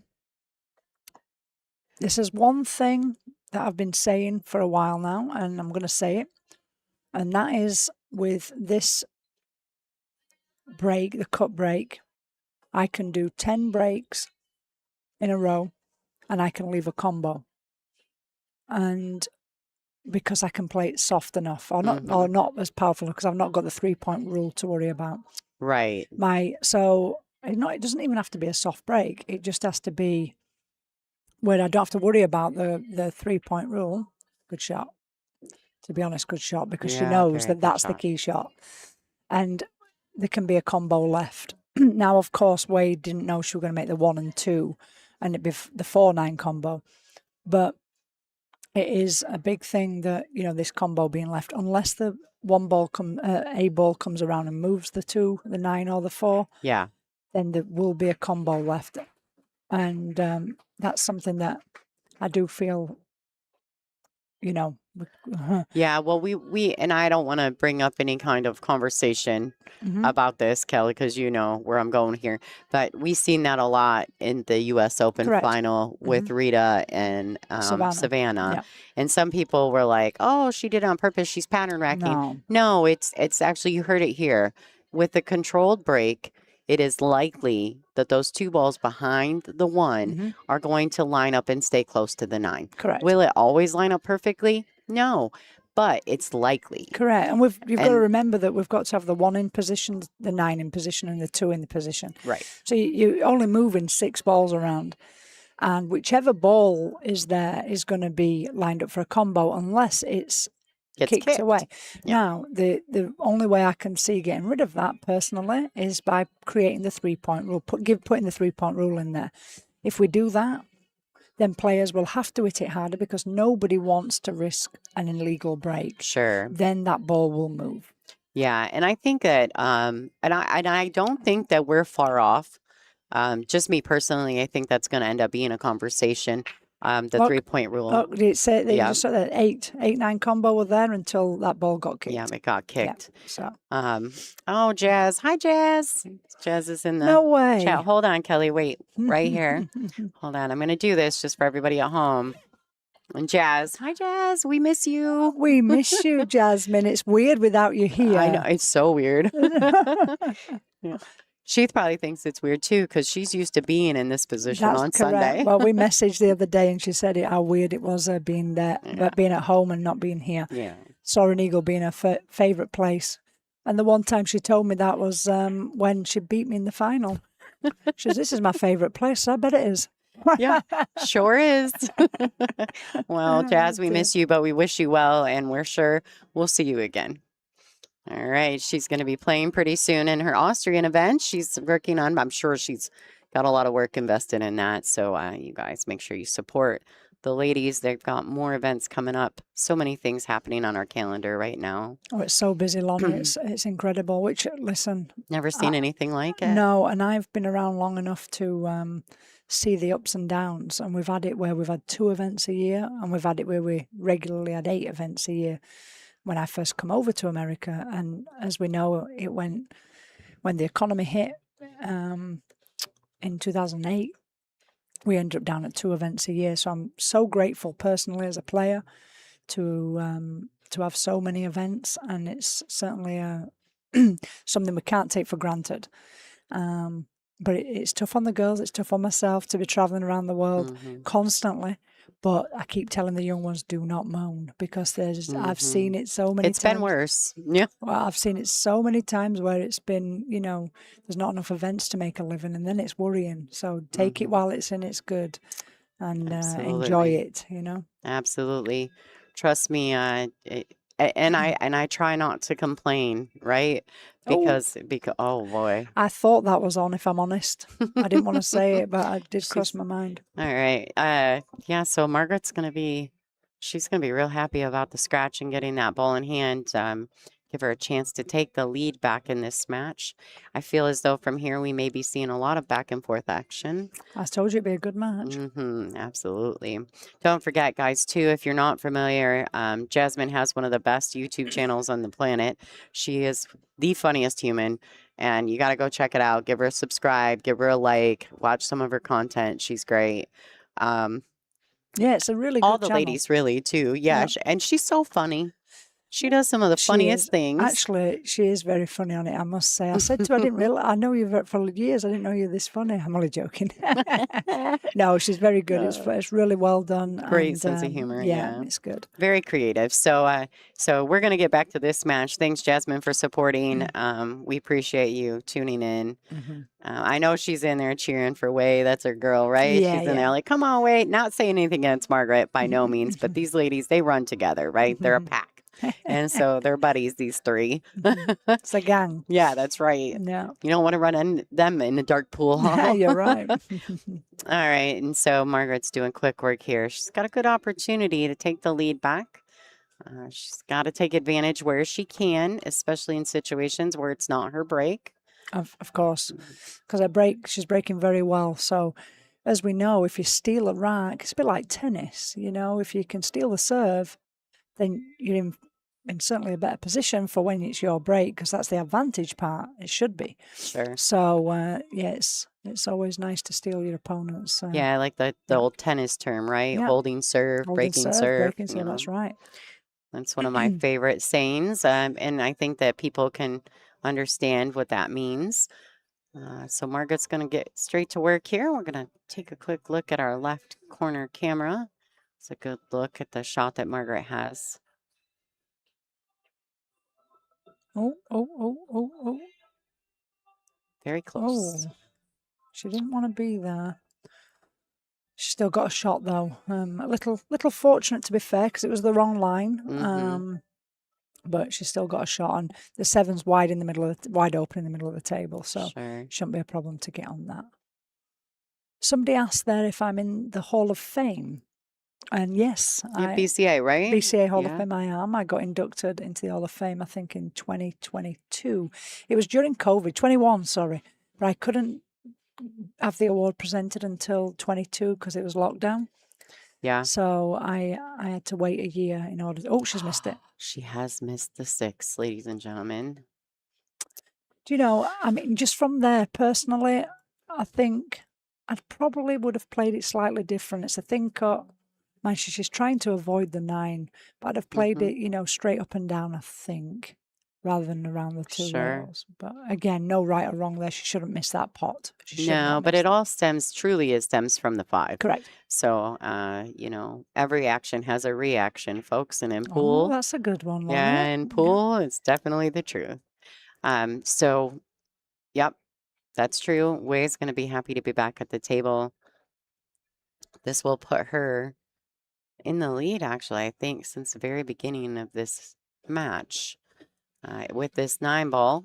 That's right. It is the first time in this match if she makes this 9. Wisconsin tournament, the Dr. Pool Tour Championship is currently on the books. I believe it's in December. The exact dates, I'm not 1,000% sure, so I apologize on that. I should know that, to be fair. All right, Margaret is now going to take her player break, which she is entitled to.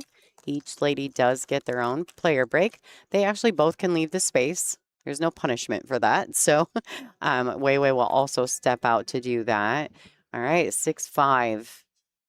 Wei Su Chen in the lead. This is a race to 10, the finals of the WPBA Soaring Eagle Masters. Guys, we'll throw a few commercials, and we'll be back with you as soon as the players are.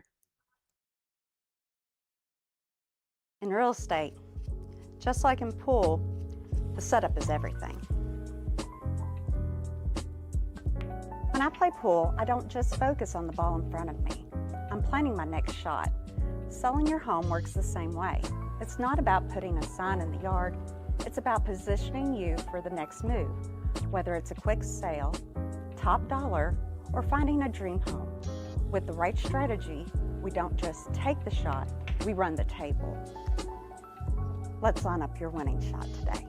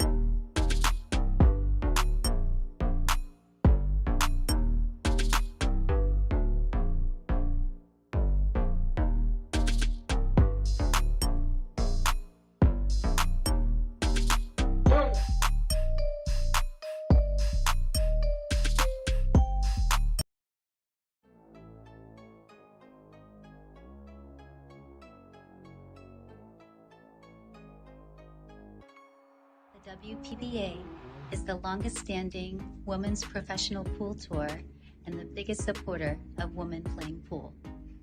Incredible community of strong women and people who are putting a lot of time and effort in growing women's pool. It gives women something to strive for, a reason to improve their game and to try their hardest to become a better player.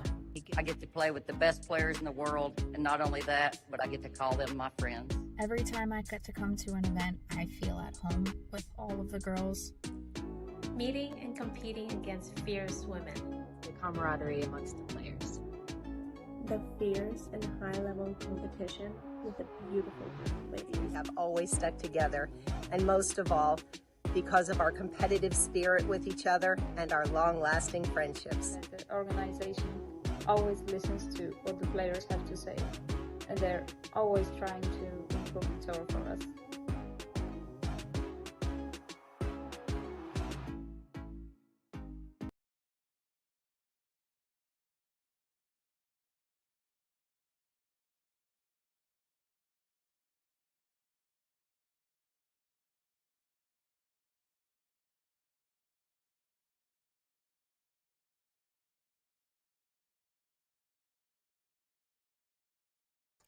All right, folks, how you doing? Thank you guys so much for watching. The players are on a break, but they are making their way back to the arena. I want to say thank you to Shannon Abler and Jason Money, as well as Diane, I hope I say this right, Agi, or a G. Thank you so much for your donations. You are on my list. The Dr. Pool tournament has been listed as December 9th through 13th. These are the items. I will be drawing 3 names. The main prize will be the 60 carbon fiber plane shaft. It does have a radial pin in it, but it can be changed at your own expense, of course. The WPBA is not responsible for that change. But thank you so much to everyone who's tuned in. I want to say a special thank you to all the fans at home who have consistently supported this stream all week long. I appreciate you guys.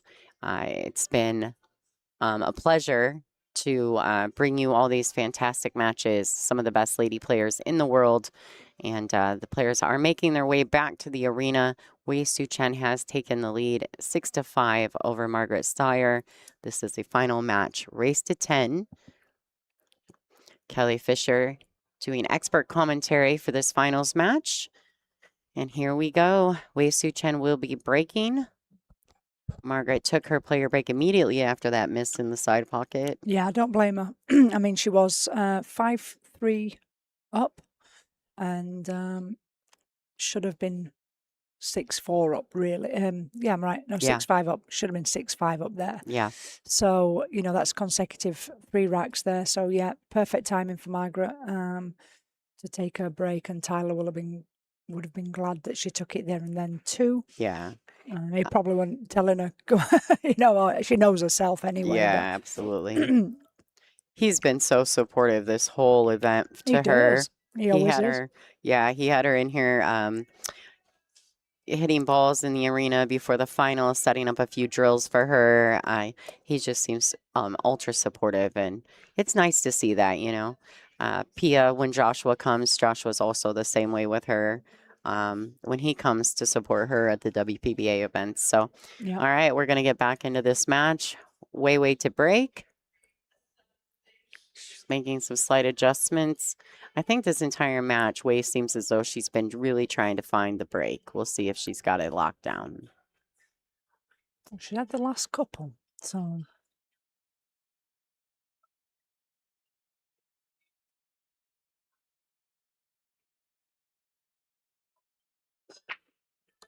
yep, she probably overcut it a little bit. So I've got a question here from Pat, I believe, asking me to explain about the cut break and what the mechanics on it. Well, you know, that's a good question, Pat. Basically, what we're looking to do is, again, every table's slightly different, and depending what rack you're using, what paper rack you're using, it does determine it being a bit different too. But we set up at the left or right side of the table, as you can see from the ladies what they do. And normally when it's one on the spot, you're aiming full in the face, kind of aiming toward the diamond in the diagonal, if you like, where and the wing ball goes every time. With this one being the 9 on the spot, what we're looking to do is maybe around a half ball. Now, I play personally a little bit fatter than a half ball, but I put spin on it. So if I'm playing, I always play from the left-hand side as I'm looking down the table and put a bit of left spin on it. The left spin creates the spin to transfer, and it makes it where I don't have to cut it as much, because the more you cut it, the harder to control the cue ball. So you're looking at half, but without the spin, you're looking at half ball, slightly below center, slight draw. So what you're looking to do with the cue ball is draw it into that second diamond as we're looking, and back out again. And the natural, it will float back out, not in a straight line, but a bit higher, and that's you in the middle of the table. So it's definitely something that there's no magic. Just a lot of hard work. It's a lot of practice finding your sweet spot and your speed that works for you. So that's the best way I can quickly explain it. That was a bad miss from way there, but a bit hampered by the 5, right?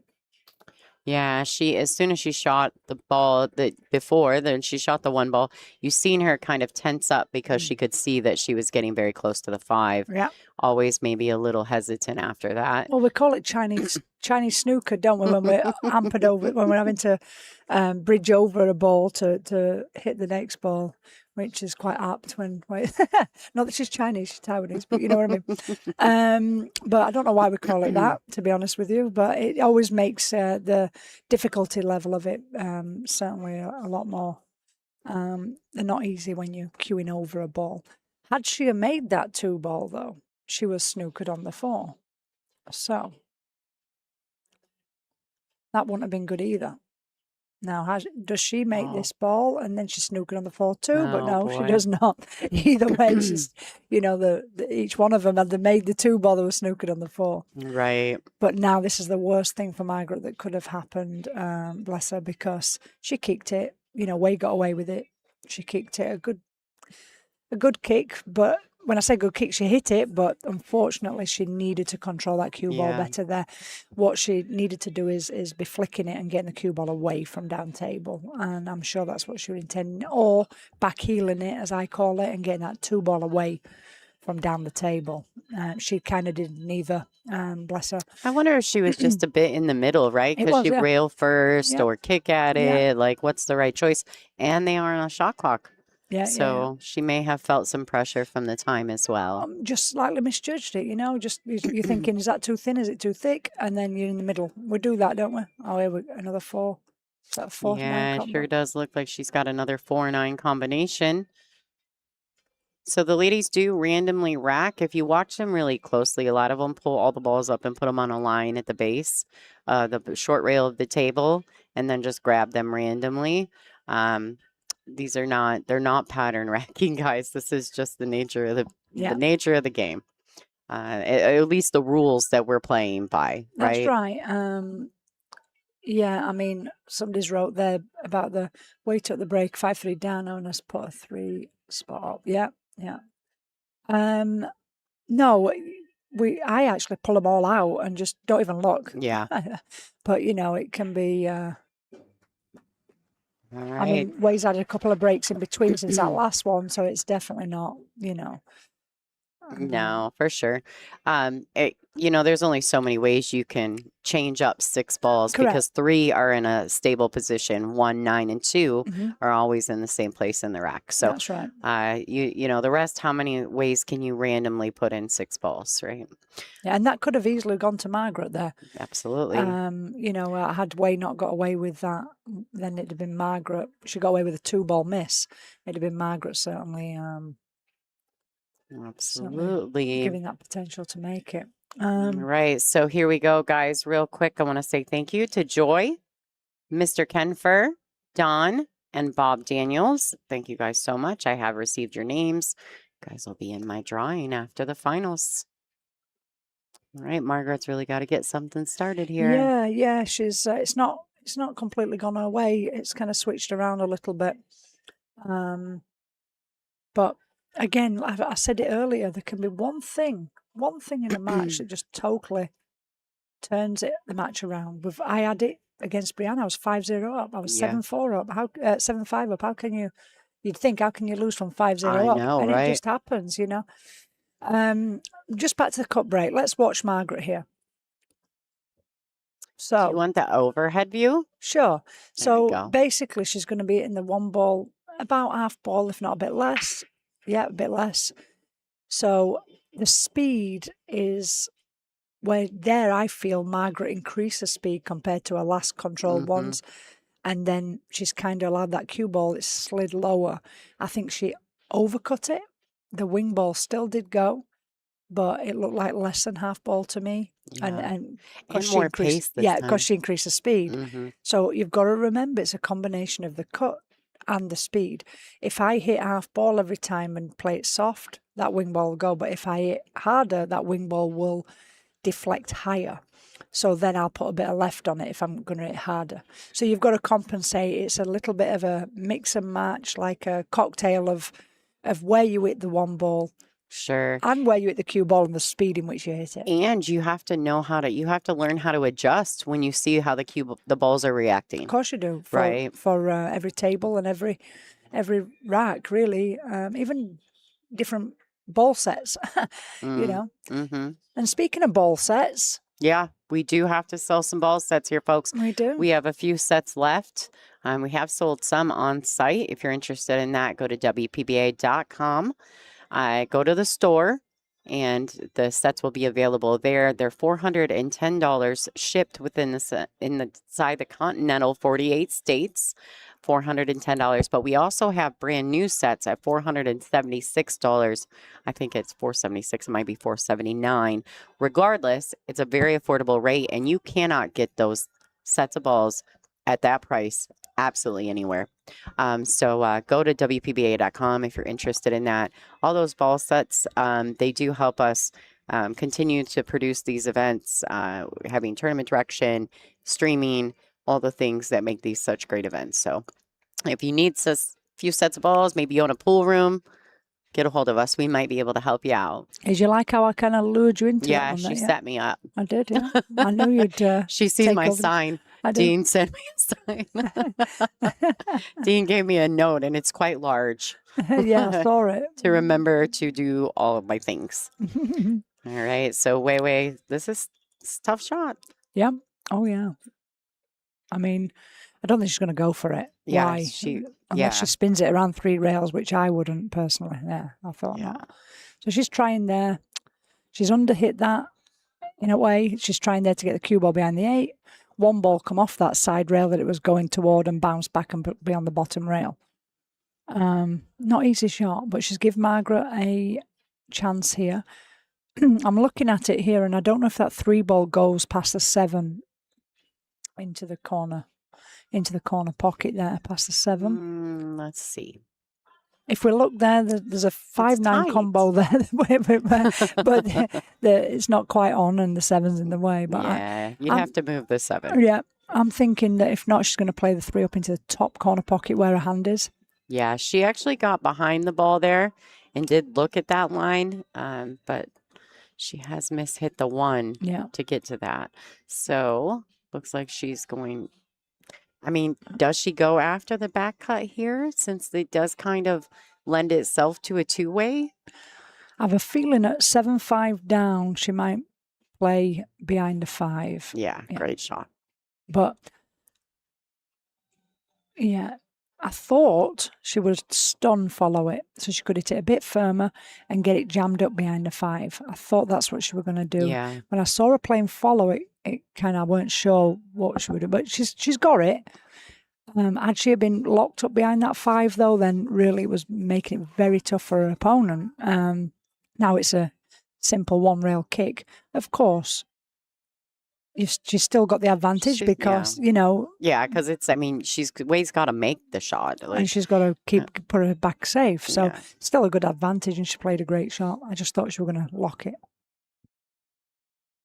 It was kind of difficult, though, because she did have to get the 3 all the way to the top short rail. That's even more so why personally I'd have played it with a stun, just so I didn't have to worry about that. You play everything with a stun. You're That's the best stun artist. You're the best stunner I've ever seen. Well, I play too much with a stun. I need to be more fluently following, I think. I know it worked for the last 20 years, yeah. It's not working lately. Yeah. But I will say that's one thing that I do. I kind of I give you a lot of credit for how fabulous you are at maintaining the right angles to just simply stun the next shot and stun this one and go to the next one. And it's very impressive. Could you remind me that before my match the other night? Yeah, not against me. I wasn't going to. I came down early and practiced kicking because I knew I was so in trouble. I did. I came down early that morning and got on that table and kicked because I knew when Kelly's on the B side of any tournament, you're in trouble. And I was like, of course I draw her first time she goes to the B side. Oh, dear. You played so good. I can't even, I'm just happy to be competing. Yeah, I did feel good in that match. I'm just sorry. My attention's gone here. I'm not sure what she's doing here. That's all good. All right. What is she doing here? Shooting the wrong ball. Yeah, obviously on purpose. I'll tell you what she's doing. Right, She's tying it up. Tying it up, yeah. She hopes she hasn't left a combo. That's what she hopes. I don't think she has. No, she's not. And that's exactly how she was playing it. So, good shot, really.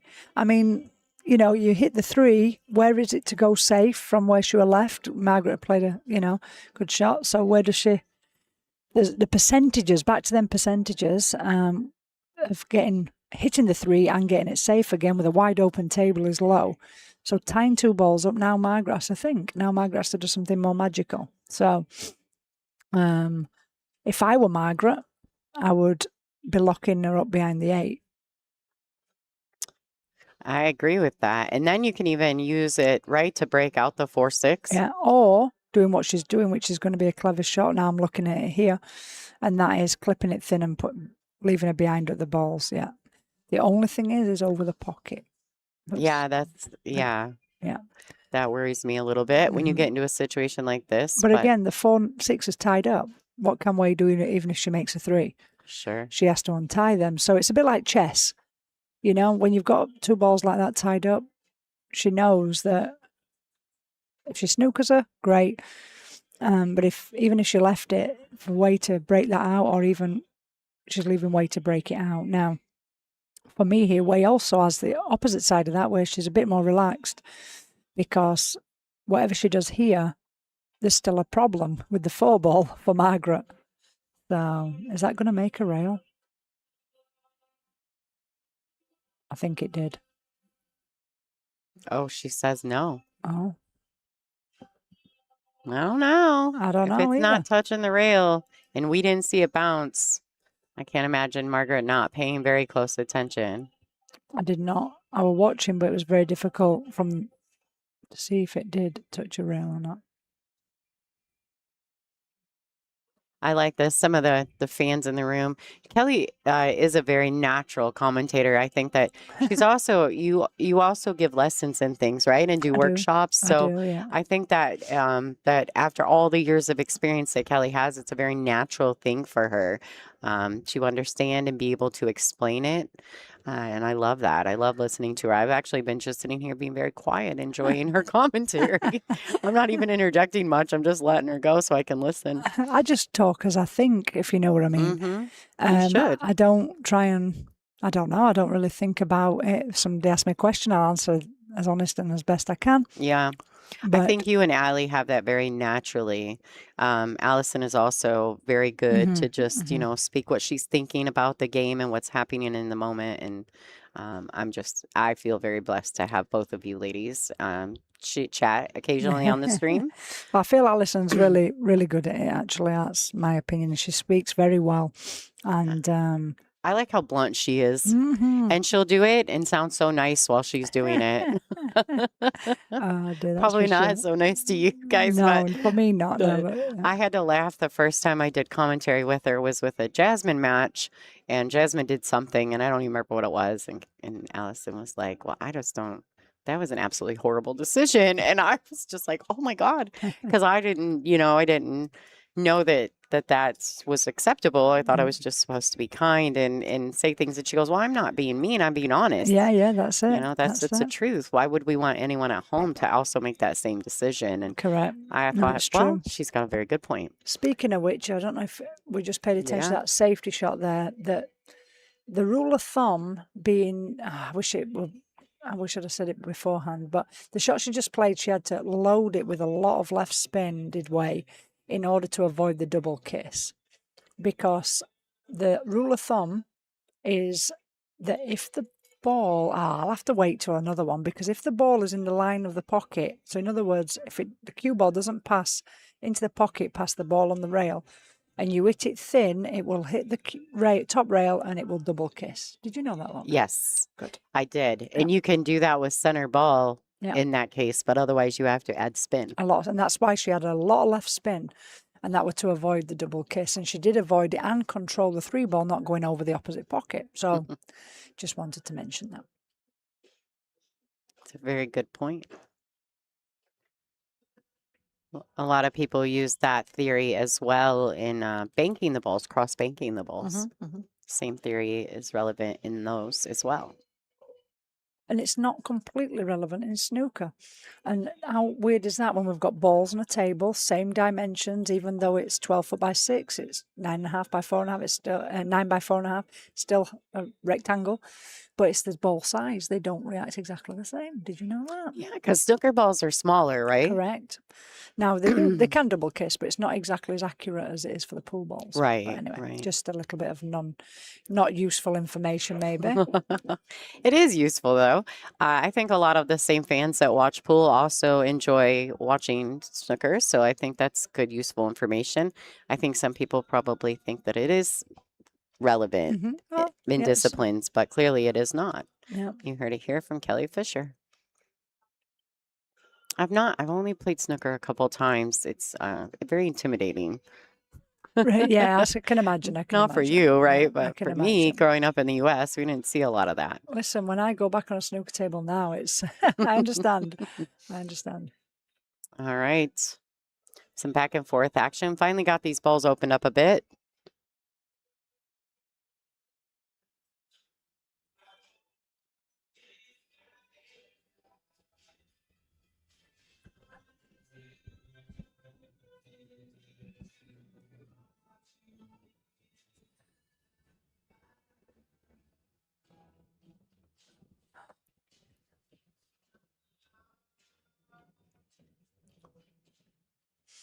Well, this is a tough kick. Margaret's played a great save there. She's going to do a zigzag, I think.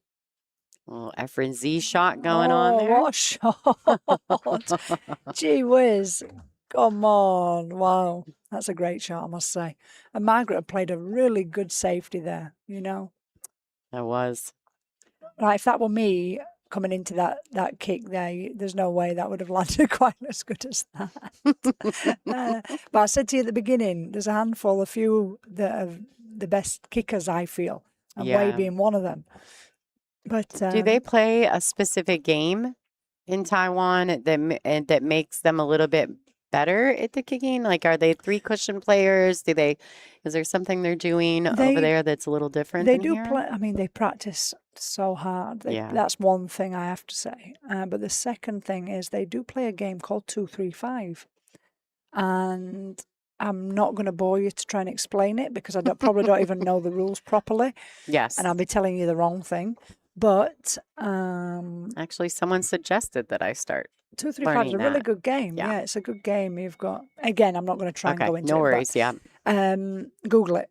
Sure. And yeah, I think that definitely helps them with their cue ball and with kicking and safeties and even cue ball control. It's quite a good game. Yeah. Sure. Yeah.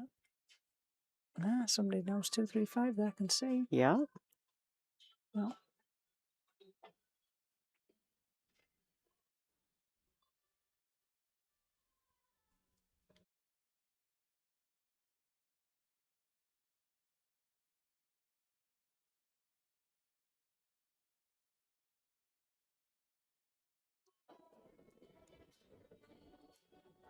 All right. Another good hit.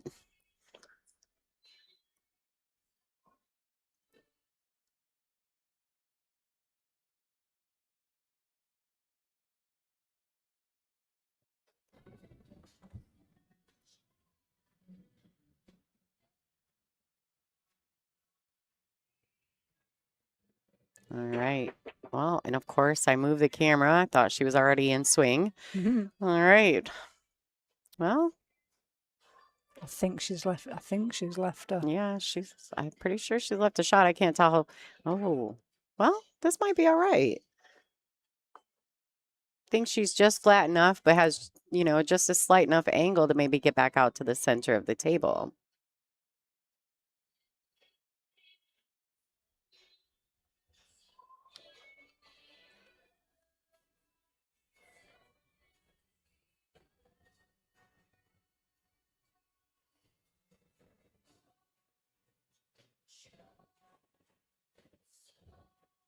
Well, from here, I mean, it's a good draw shot required here to make the 5 into the. Yeah, it's tough. The table is playing a bit slow, if I'm honest. Yeah. And she's hurt her thumb. It certainly is playing a bit slow, so it would require a hefty shot there to get that coming back because it's playing sluggish. We had a lot of rain one day, and it's kind of put a little bit of humidity in the cloth, and I noticed it myself.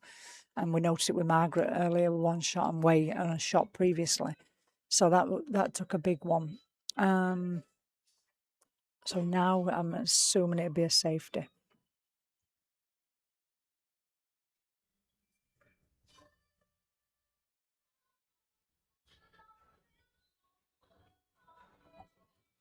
I noticed a comment about the racking and the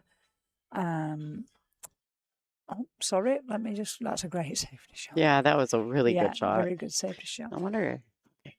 Yeah, I noticed a comment about the racking and pattern racking and this, that, and the other. I really firmly believe that, like I mentioned earlier, you're always going to have the top ball that's behind the one on the side you're breaking from stick.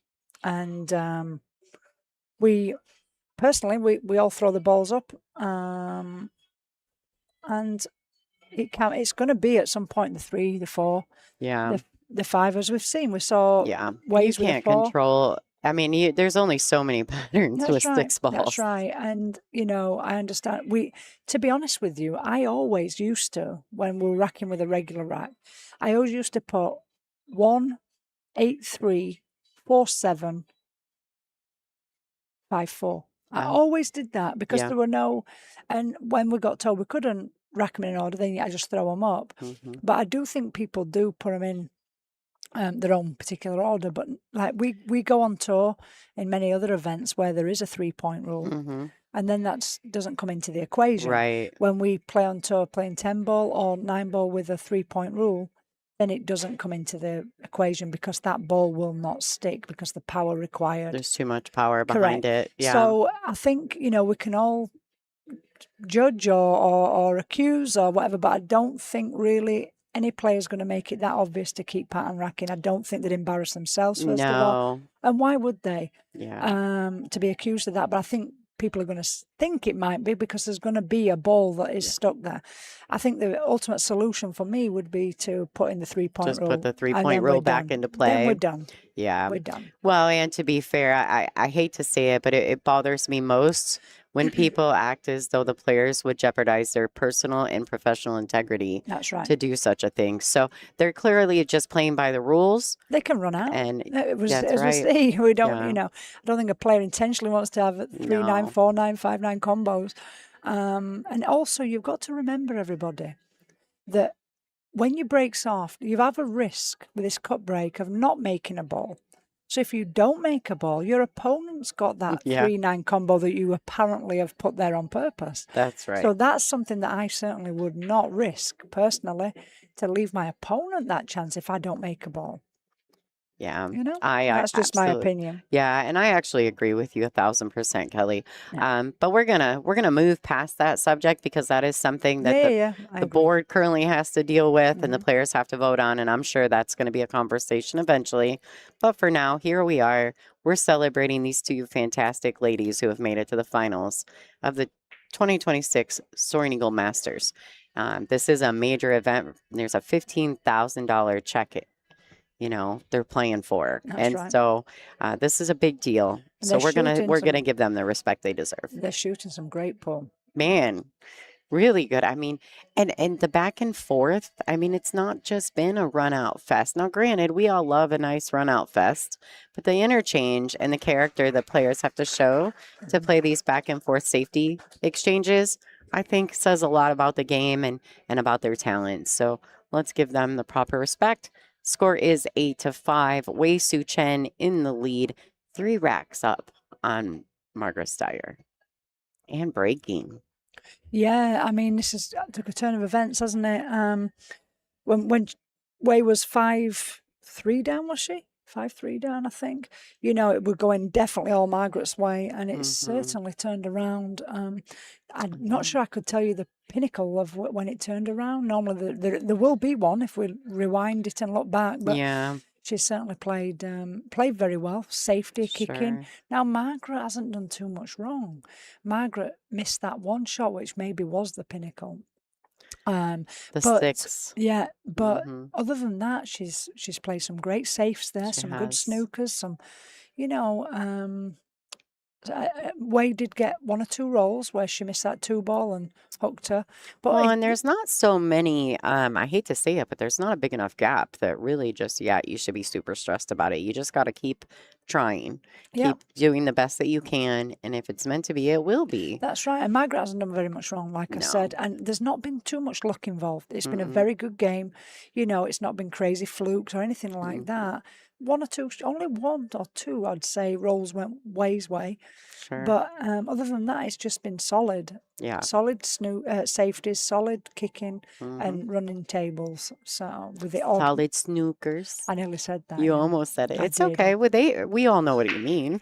Listen, if I just spoke all the snooker terms, you probably wouldn't know what I mean. I probably wouldn't, but I do know a little bit. I do watch a little. My husband, he likes snooker to watch it. So you know, we call English, we call it, well, for example, draw, we call it screwback. Screwback, yes. Yeah. And then the crutch versus the bridge. No, right? we call Is it the crutch? No, we call it the rest. The rest. That's it. I knew it was. I was like, there's another word. We watch a little bit of snooker because, you know, my husband, he likes to watch it. I'm a big Ronnie fan. I also like Judd Trump. And then there's another gentleman too. Gary Wilson. Oh, Gary. Yeah. Gary's a friend of mine. Oh, yeah. So yeah, I grew up playing with Gary. We're the same age. I watched him a bunch too. So we played in juniors together. Oh my goodness. Me and Gary, yeah, we did. Well, he looks much older than you. Don't tell him I told you that. I will. He's bald. He looks much older than you. He's actually a bit younger than me, to be honest. Yeah, he is. Now, really, I'm please gonna don't tell him. I am. I'll tell his wife. You're gonna get me in trouble. I was in China with Gary playing in the hayball. Last year it was, though, not this year. I've seen that he was playing in some of He the plays on the hayball matchroom events too. I've Great seen player. that as well. Great player. Yeah. All right. So here we are. Yeah, and as we saw there, we talked about that break, and she, you know, she hit it a bit too fat again, and it rattled that 5 ball over the hole. But again, more power. So now, as we can see, there's no ball near the 9, and there was more power, but it did rattle the 5. She hit it a bit too fat and left Margaret a shot with an open table, to be honest. Yeah. And Margaret needs this rack. She needs to run out here. She needs to, you know, to have any chance of coming back. This is a very important rack for Margaret. This is absolutely an important rack. This is going to, you know, get her settled back again if she runs this table, feeling that confidence back again. Well, and it's weird how a 2-game gap is a little bit less stressful than a 3-game gap. And to be fair, if she doesn't win this rack, it puts Wei on the hill. But Wei's won how many in a row? 5 in a row? 4, 6 5. in a row? 5 or 6. So yeah, she needs this rack, and a good run out here will help her feel better and get ready. You know, and then it's her break next. So it's a potential for a 2-rack swing back in her favour. So, Absolutely. Yeah. And Margaret's got a great break, so it's definitely an option. 100%. So from here, Lonnie, we're going, we've all got a big event in Austria, which has got the mixed doubles in it too. Then after that, we've got an unusual little event, which I'm going to mention, which is, say unusual, it's like an invitation. 1 minute here. I'll come back to that in a minute. Yeah. Oh, dear. Oh dear. I mean, yeah, she's going to have to jump, but still, I'm on about the feeling Margaret has right now. Yeah. If she'd have just run that rack, then that feeling for her would have been, I'm back kind of feeling, just as a psychology of it and the mindset of it. But missing that easy 4-ball there, that's the worst shot she's missed in this match so far. And I think she was just trying to hold it for the 6, really. I don't know. Anyway, she's not left way easy. She may make this, but the 6 is going to be difficult. So, good jump. Nothing much more she could do. So I was saying we've got an event that is going to be a fundraiser for Q Queens. Oh, that's fun. It's going to, yeah. It's I'm looking forward to it. There's been several of us invited, and you can check out all the details of it. It's going to be like where we've got the an auction, people auction to play with various players, women players, and it's at a Predator pool room in Minnesota, I believe. Yeah. And I'm really looking forward to it. So, but if you want to check out more information on that, all the details and everything else with Q Queens that we've been talking about earlier. They've got social media accounts. Yeah. They've got on YouTube. You can pull up the new 90-second teaser that we've got and we've put together. Have you watched it? It's fantastic. Lita sent it to me, so I watched it. It's fantastic. Click and subscribe, of course, everybody, because we need that project to keep that momentum, and we're looking at doing fundraisers and stuff like that to get it to where we want to be, which is ultimately on Netflix. It will help the women's pool. It'll help pool in general if we make it there and make it successful. So it's going to be, I just feel like it's going to be such a great show. We've got to really help them push it. Yeah. It's exactly the story. I also believe that what Allison's doing right now with the legends and all that and the Grace the Table. Brilliant. I think it's so necessary before these stories don't have a place and there's no way for us to hear them. That's right. I think that in Q Sports, you have to have history. What's happening here? Uh-oh. I wanted to say about the 6-ball that Way missed was a tough one. And then I'm not sure what happened now. Oh, it's cue ball fouls only. But as she's gone through the cue ball, she's hit the 7, I am guessing. Oh. That is a foul. If the cue was frozen to the 7 and Margaret skimmed it on the way through, that means that she hit the... But did the tip hit it or did the ball... Oh, either way, right? Either way, she hit the 7 foot. Right, so the 6-ball, we had this happen last night as well with Christina. Her cue did touch the ball, is that what you're saying, right? And because the 7's in the path. Yeah, and it's if it's touching the cue... Even if you know it's what I not, mean? though, if it's in the path, right? Am I right? I don't know about in the path, but I know if they were touching, I do believe that's part of it. Right. I know last night Christina Tkach called one on herself as well. She was queuing over the 6 and clipped the 6 on the way to the queue, and yeah. See, the thing is, another thing I prefer all ball fouls.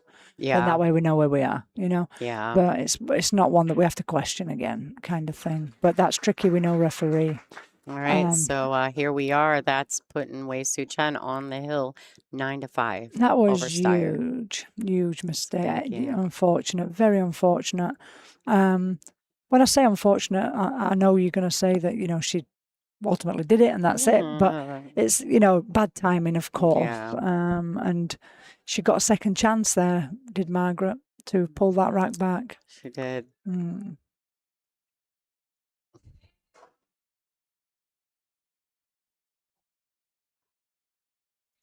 Well, it looks like that kind of changed the energy in the room a bit, didn't it? It did, yes, it did, because it's a little deflating. I do think that from Way's point of view, that's the last thing she wants to do is pull her up on it or say and get somebody over to ask the question. That's why I say I think all ball foul would be. That's so difficult though, without having the means to put a ref at every table. Don't you think? We do it everywhere else. Even without referees at every table? Correct. We do it everywhere. Predator always they have a referee for the area. For the section. And what you're meant to do is, just like what we do here, is if you think it's close or you think the possibility of it is, then you stop the match as the opponent and call a referee.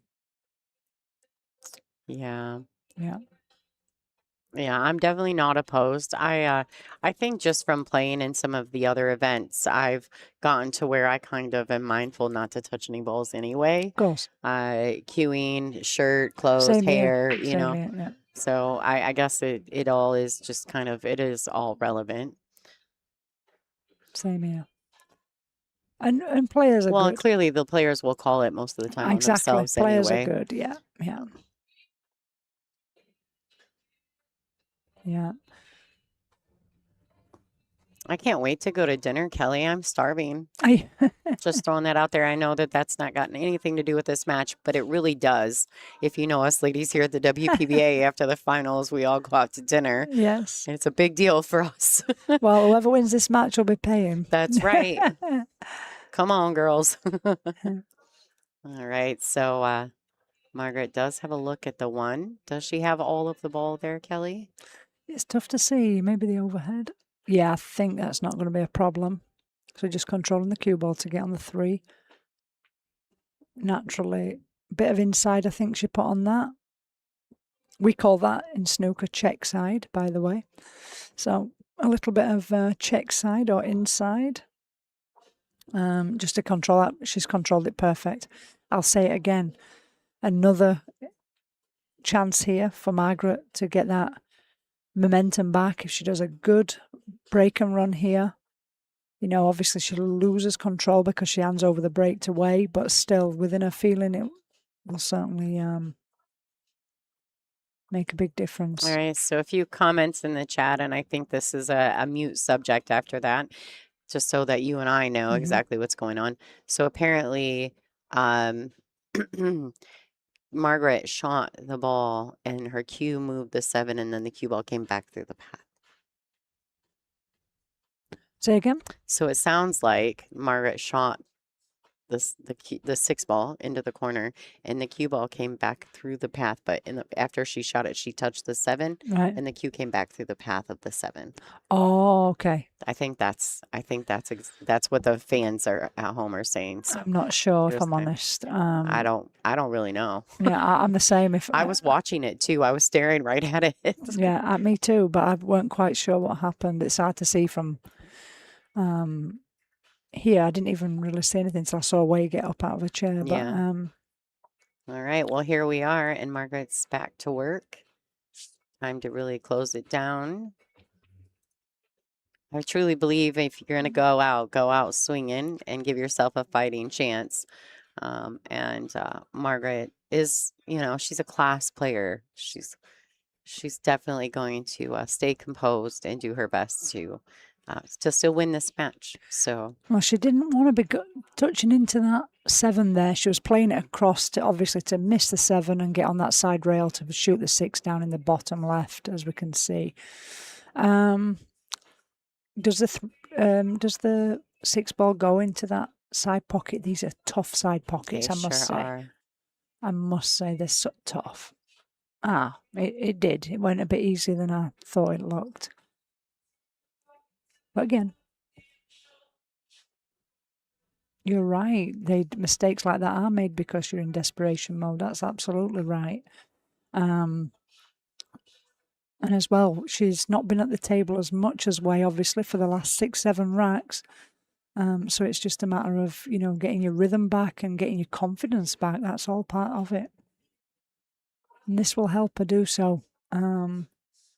It's whether she's too late or not, just wait being the score. That was a great look at the fundamentals Margaret has worked very, very hard on.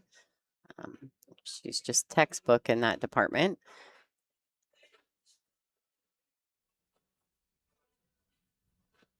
Don't forget, guys, as well, for those of you who are new or maybe just getting to know the ladies of the WPBA, Margaret has a fabulous YouTube channel as well. Go check out her reenactment of the Jason Shaw kick shot on the 8. It's quite hilarious. All right, she's looking great. This 9 ball getting one of those racks back.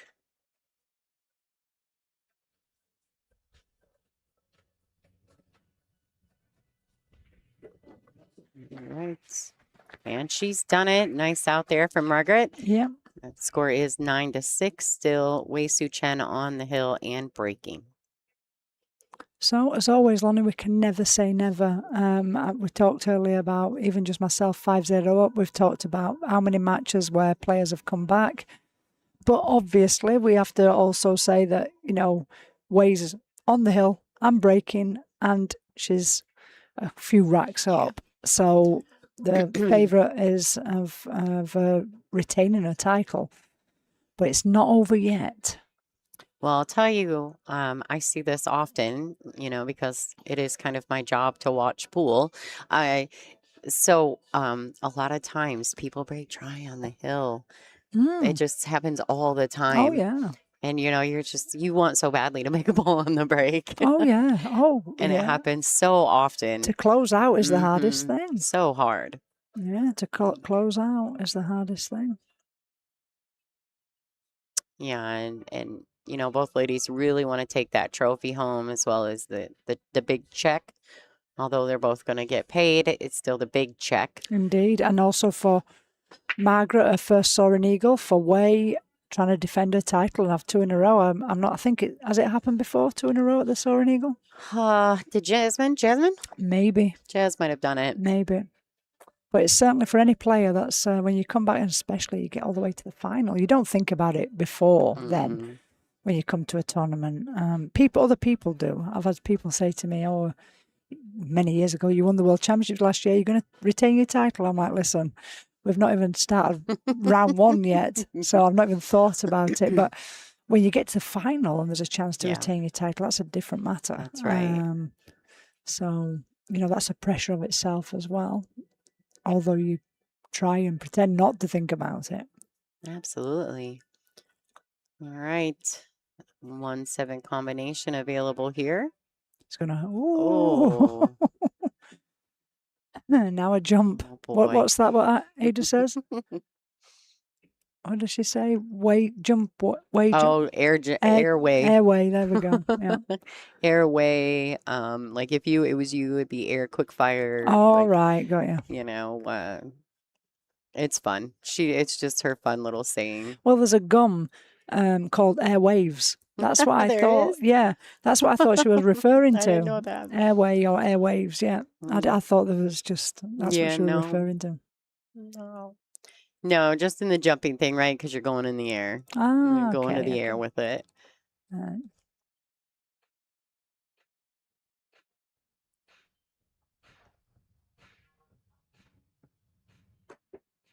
Oh, great shot. Great shot. And on the 2 in the side. Really well played from Wei Su Chen. What a great shot. And on the hill, talk about the pressure there. She really had to get up and over that ball. The 2 was a bit of ways from the cue. It's a great shot. Yeah.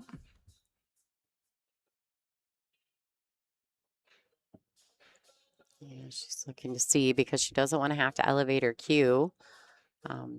Ideally, it's not favorable. You'd rather be able to just roll the 2 in and hold position without having to elevate. Well, naturally, it should go up and down, but where? You know, how do you avoid the 6 and also get in between the gaps? Or can she roll it in? I'd roll it in. Yeah. Dead weight. Yeah. Oh, it didn't have as much angle as I thought. No. So she could just roll it forward. Yeah, she wasn't power stroking it down table from that angle. To be honest, I thought it had more angle. Oh, it just shows you. So 3 to 5. I think she can manage to draw it just onto the bottom rail and up to give herself an angle of a cut back on the 5. Yeah. Oh, she missed it.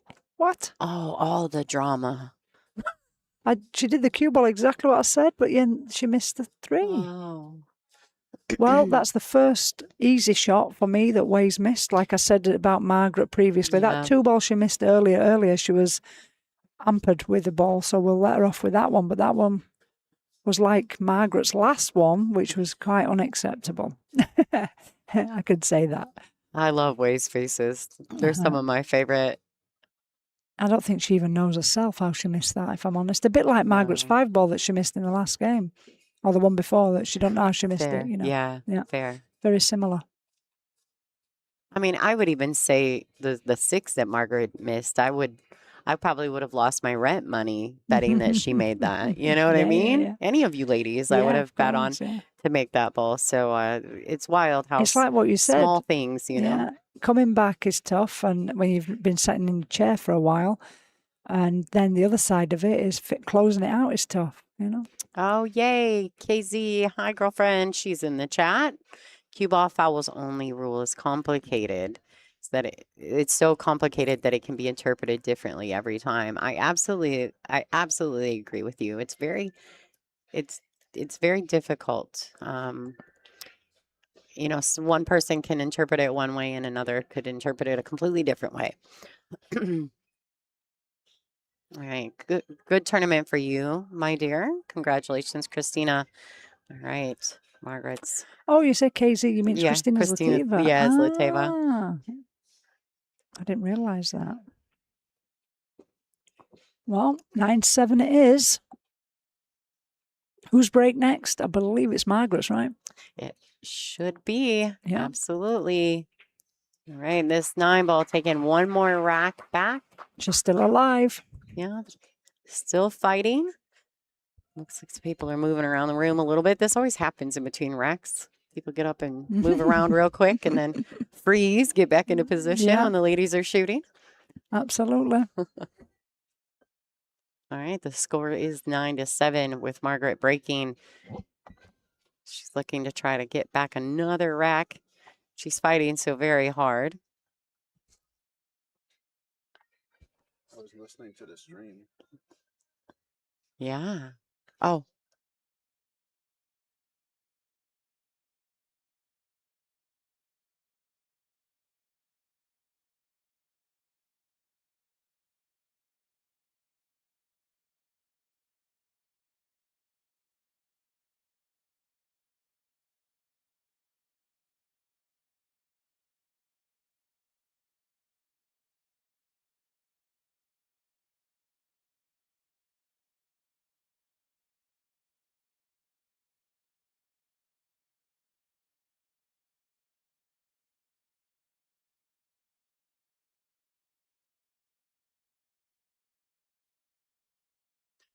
All right, guys. Dean Raisler, the president here at the WPBA, wanted me to let you guys know that he'll be anyone who purchased ball sets from us, the Aramith Pro Cup ball sets, he'll be shipping them out on Tuesday. So make sure you pay attention to your emails or whatever contact information you guys gave us, because he'll be reaching out to make sure he's got all the information correct. All right, and here we are. Oh my gosh, all the drama. Thanks. Always. Yeah, thanks so much for everyone tuning in. We appreciate everyone that's purchased the ball sets. It really does make a difference for us here. And shout out to Aramith for allowing us that opportunity after every event. We do appreciate it. It helps pay for our production costs. And, you know, it'd be horrible to have an event and not have a tournament director. That would be just terrible. What would we do? What would we do? Well, you know what? One of us would pick it up because I'm sure we could make it work. I'm sure. All right, here we go. Margaret Fefilova-Styer to break. The score is 9-7 in favor of Wei Su Chen. Oh, my. Do you know what I was just going to say? I was just going to say that was a perfect break. And look at that. The 1 ball, the 6 ball is going to cover her. That's what I was going to say. And at first I was going to say the 1 ball's perfect. This could be a potential break and run. I saw the 6 ball coming toward it and I'm like, the 6 ball is going to cover her. But I did not expect it to kick the cue ball in. That's unlucky. That's unlucky. Very unlucky. Because it wasn't a bad break. She did everything she set out to do, you know. Yeah, guys, the title on the live stream is off, and we decided just to leave it rolling because these ladies chose not to take the big major break between matches. So we just left this live stream going. I will edit that title after the match is complete. This is not the semifinal. This is absolutely the finals of the 2026 Soaring Eagle Masters. And Wei Su Chen is currently on the hill and got a real nice table. Yes, yes. And what's the problem ball here, Kelly? Well, I don't really, the 6th, no, nothing. Because the thing is, the only 5 to 6 is easy, you know, as long as 4 to 5 is the right side, I don't see a problem. Of course, that's easy to say. 3 to 4 maybe, because ideally she just needs to come exactly where the stick is pointing there. But that's not, you know, it's not difficult. Obviously, I'm not on the hill right now. So I don't like to say these things because we can all mess up at any point. Absolutely. But really, I mean, realistically, there's still a pattern for us to discuss. Correct. So this is all cue ball control. It's just floating the 3 in, coming down between the 6 and 7, making sure she passes the 7 and not goes far enough down to the 5. A big area to land, she'll be fine. Oh, played it totally different than I would. She moves that ball, boy. Totally different than I. But does. I know the reason for it. She played it to avoid what I just said. Sure. That she didn't come down too straight and the 7 be a problem, and she didn't come the rail, not ping, but it come off the rail fast, and she didn't overdo it and float down toward the 9 and 5. Yeah, she was always going right into the line of the shot instead of crossing it. Correct, correct. So I get it, but I purely just because of the difficulty or the extra difficulty it puts on the pot, the spin, it creates more of a difficult factor on the making the 3 ball. I just wouldn't have risked it at that moment, personally. I don't think. But now she got on the right side of the 4, which is exactly what she intended. Now she's on the right side of the 5, a bit of angle there that she wanted, maybe a bit straighter. All she needs to now is get anywhere with not too much angle on this 6, anywhere straight or left or right side of it a little bit. See that she's trying to think of how to hold this 5. She just took a look at the shot clock. I'll tell you what, though, she's one of the best at managing the shot clock. She'll get down on that shot. She knows that we just stop it, right? And she'll stay there. She's not coming up off that ball. It's great. I'm laughing. Somebody just said Kelly just learned something. Mm-hmm. I didn't really learn something, but I wouldn't. It's not my way of playing, but it's a great shot. So she's played a little bit of a drag there to try and hold it. And I said it was too much angle. She couldn't hold it any straighter. So now what do? Do you try and hold it for the 7 in the left side, or do you float it across for the 7 in the right side? No right or wrong, I don't think. Probably should rather let her stroke out. Maybe I would, but I don't know what she's going to play. Which one? Wow. Yeah, she's let her stroke out. But the thing is now is she didn't play it like that. She played it to come straight across for the 7 straightforwardly into the side pocket, the right side pocket. And she went too high on the cue ball. That's the reason why. Or she didn't quite punch it enough, one or the other. I think normally Way would play that with a touch of right to hold it as well on the line. So this is just the key pot.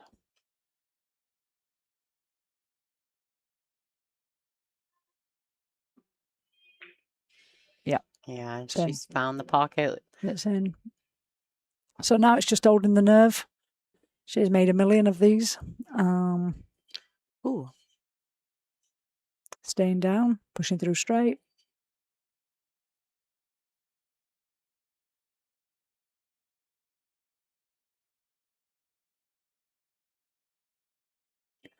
Well, I must say, what a great run out, under pressure, and yeah, fantastic. Very solid, great match. Great match from both of these ladies. A little bit of drama, a little bit of this, a little bit of that.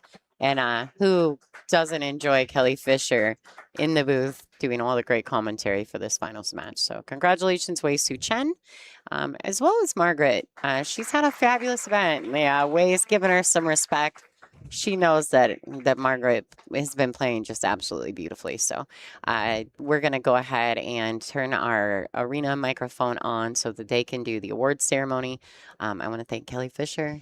Thanks so much. Thank you very much. Yeah. Thank you, everybody, for listening. And what a great final we had the pleasure of watching. Yeah. They're just going over that one shot that we talked. That was the key shot. It was. Right, there we go. Yeah. Margaret definitely feels that was the moment, right, where it all kind of shifted momentum. All right. So, guys, thank you. Stay tuned. I'm going to do some back end work while they do the award ceremony. Kelly's going to go congratulate her roadie and roomie. Yep. And we're going to take care of the swag. Thank you guys so much. All the donations are in. I want to say thank you to Ralph, Bob, and Dustin. I did get those. Thank you so much for your donations. I will add you to the Sunday swag. It will be done after we do some photos and some announcements from the tournament direction and the president here at the WPBA. So enjoy the rest, guys. Thank you so much, and I'll be back.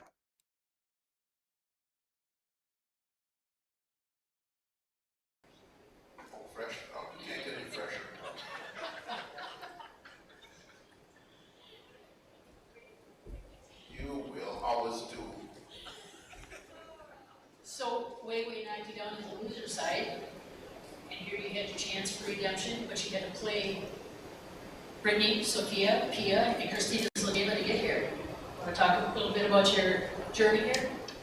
Sure. I feel like Saturday is always a grind, especially when you get knocked out to the loser side. So I always say that usually if you want to win this tournament, you want to stay on the winner's side because it's just so much easier.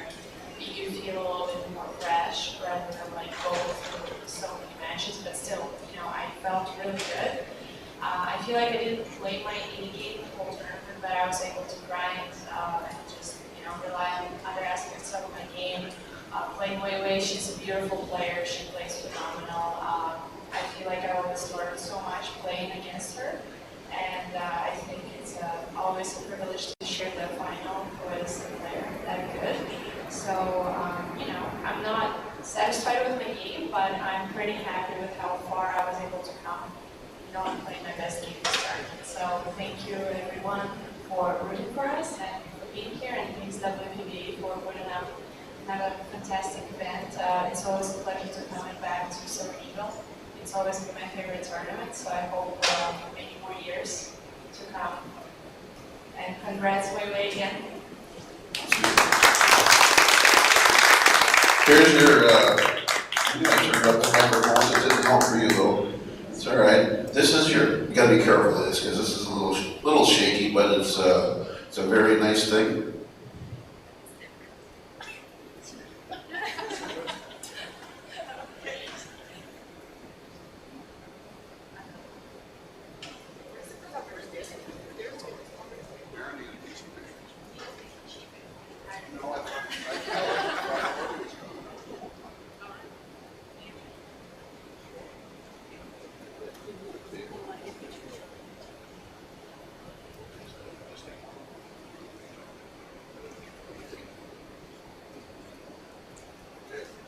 We're going to take some more pictures later. If you're going to hang around and get some more photo shots, we'll let you. Okay, take it away. You made it through the winner's side the whole time here. You did great. Nice job. Congratulations on the 15,000. Give us a few words. I'm rich. Good job. Well, you know I can't say that much like her, right? It's not my first language, but I really appreciate that also score that I actually didn't see it, and then she said to me she touched it on the keyboard, and that's a huge drag. I want to say thank you and then for respect of my girl. And even though you got ball in hand and didn't win that game, that's what I was told. I didn't see it, but Wei wants me to tell you this is back to back. She won last year and she won again this year. And if I don't have her name and picture up in lights next year, she's never coming again. Yeah. So we're going to take care of that right off. Her arm manager there, former pro wrestler, the way it looks. Yeah. Well, to be honest, I didn't expect. I just thought I don't want to drop to the loser side because that's gonna be a whole day. So somehow.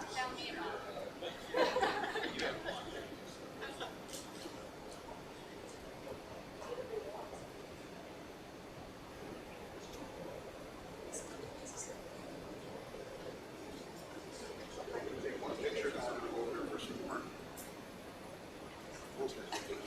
Try to tell her. She doesn't speak English.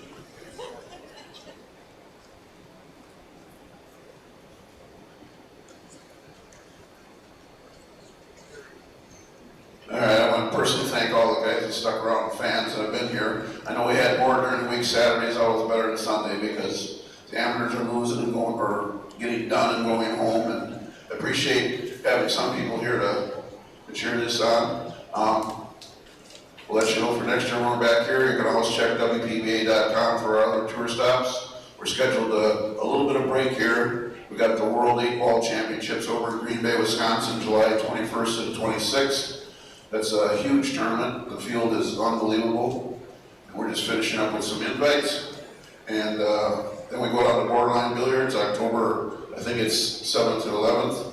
And then Wisconsin, my Dr. Pool Tour Championship, December 7th to the 13th, right in that general area. So thank you again. And we're going to take some pictures. If you want to come down and snap some pictures after we get them, you're welcome to do that. Personally, I would like to thank all the fans that were here. I'd like to thank Walter Harper for all the help he was crucial this weekend. Let's give a round of applause for Walter here, he organized.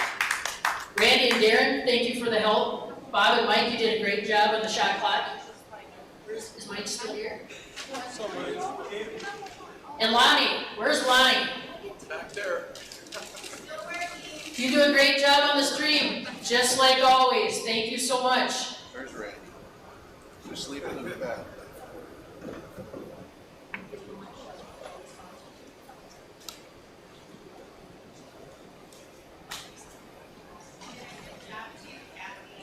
And of course, our sponsor, main sponsor, Soaring Eagle Casino Resort, Diamond Pool Tables, Simonis Cloth, Aramith Balls, Perimeter Lights, Game On Gear, Super Shots Billiards, Dr. Pool Promotions Incorporated, Hollow Tips and Shafts, Castile Leather Goods, Kamui, Illuminated Cute Arts, Digital Pool, and Perfect Rack.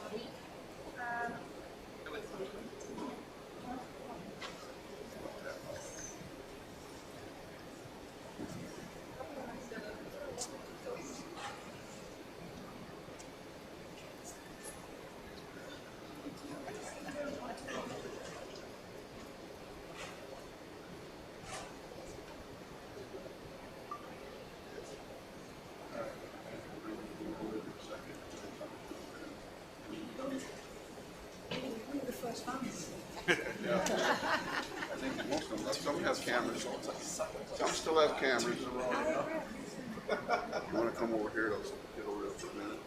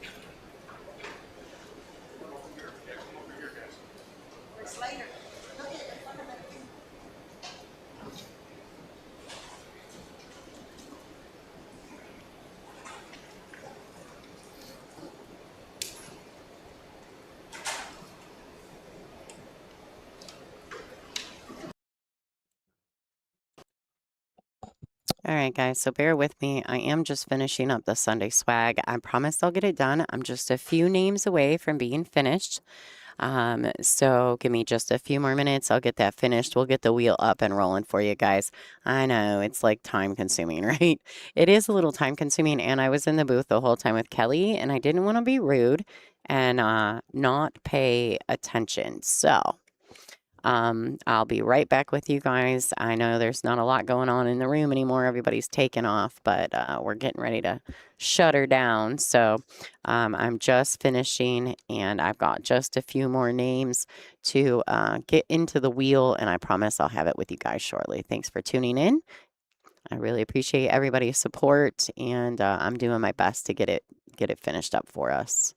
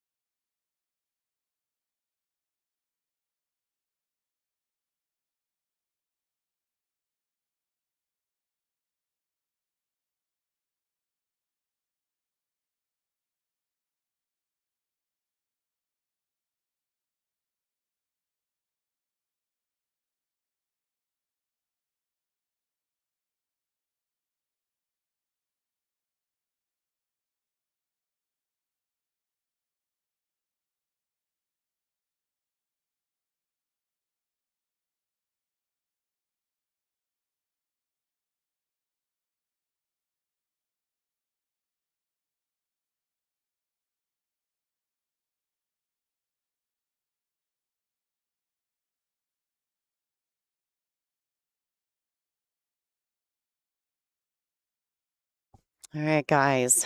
So I think I got it. There were 84 entries into the swag. Let me, let's see. Let me window capture what I'm after, guys. This may blow something up, so be prepared. All right, there it is. Let me see what I can come up with.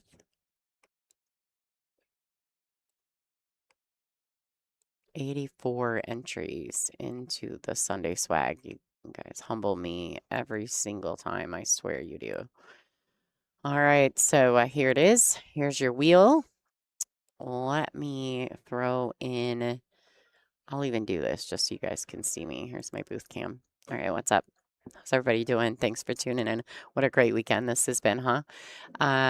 Congratulations to Wei Su Chen on a second WPBA Soaring Eagle Masters. This is a major for us, and it's a fantastic event, right? And then we've got Kelly Fisher coming into the booth to do the commentary. I mean, you can't beat it. Last year, I think Jasmine and Kelly and I did it. It was so much fun.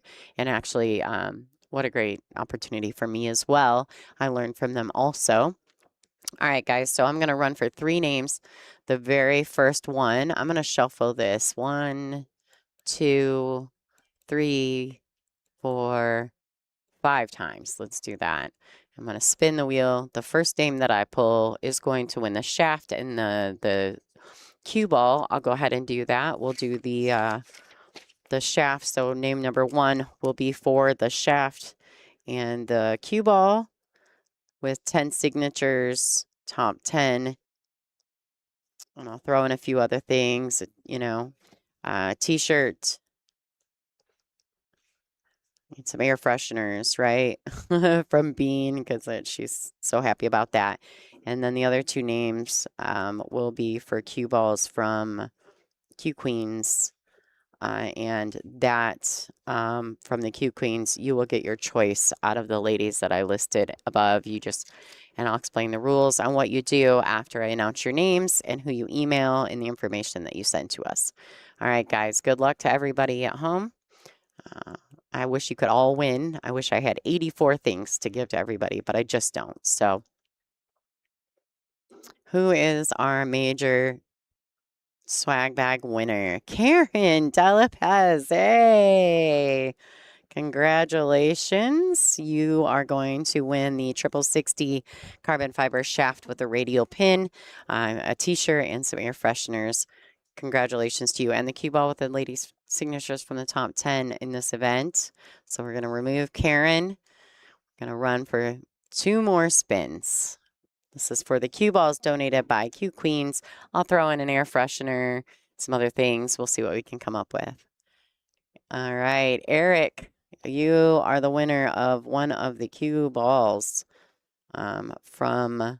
so you're going to have to let me know which of those ladies you would like the cue ball from. All right, we're going to remove Eric 1 time. He still has multiple entries in there.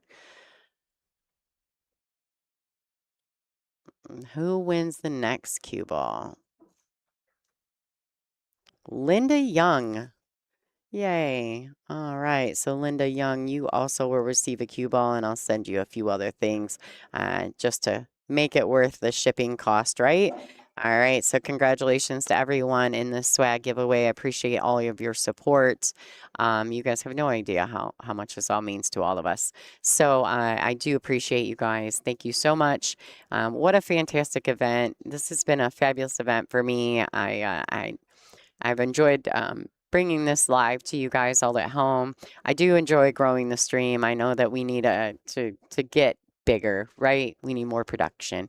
We're working on it, folks. Right now, we're just trying to figure out how to cover expenses and maybe add a camera or 2. So once again, congratulations, Wei Su Chen and Margaret FINALS-Styer, as well as Christina Zlateva. She had a fabulous event also. Congrats to all the ladies that competed and made it to Saturday, because those were the money rounds.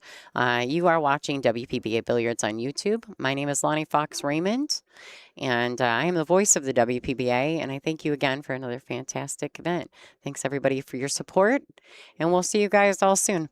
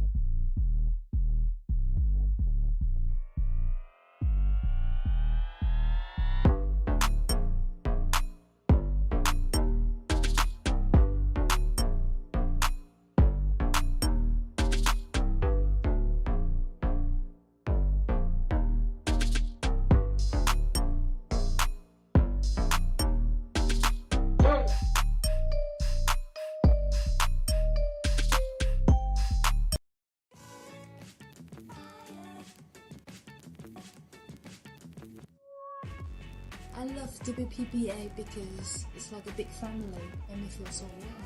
The sisterhood amongst the women. One of the greatest gifts I've ever gotten out of pool were the friendships that I've built from them.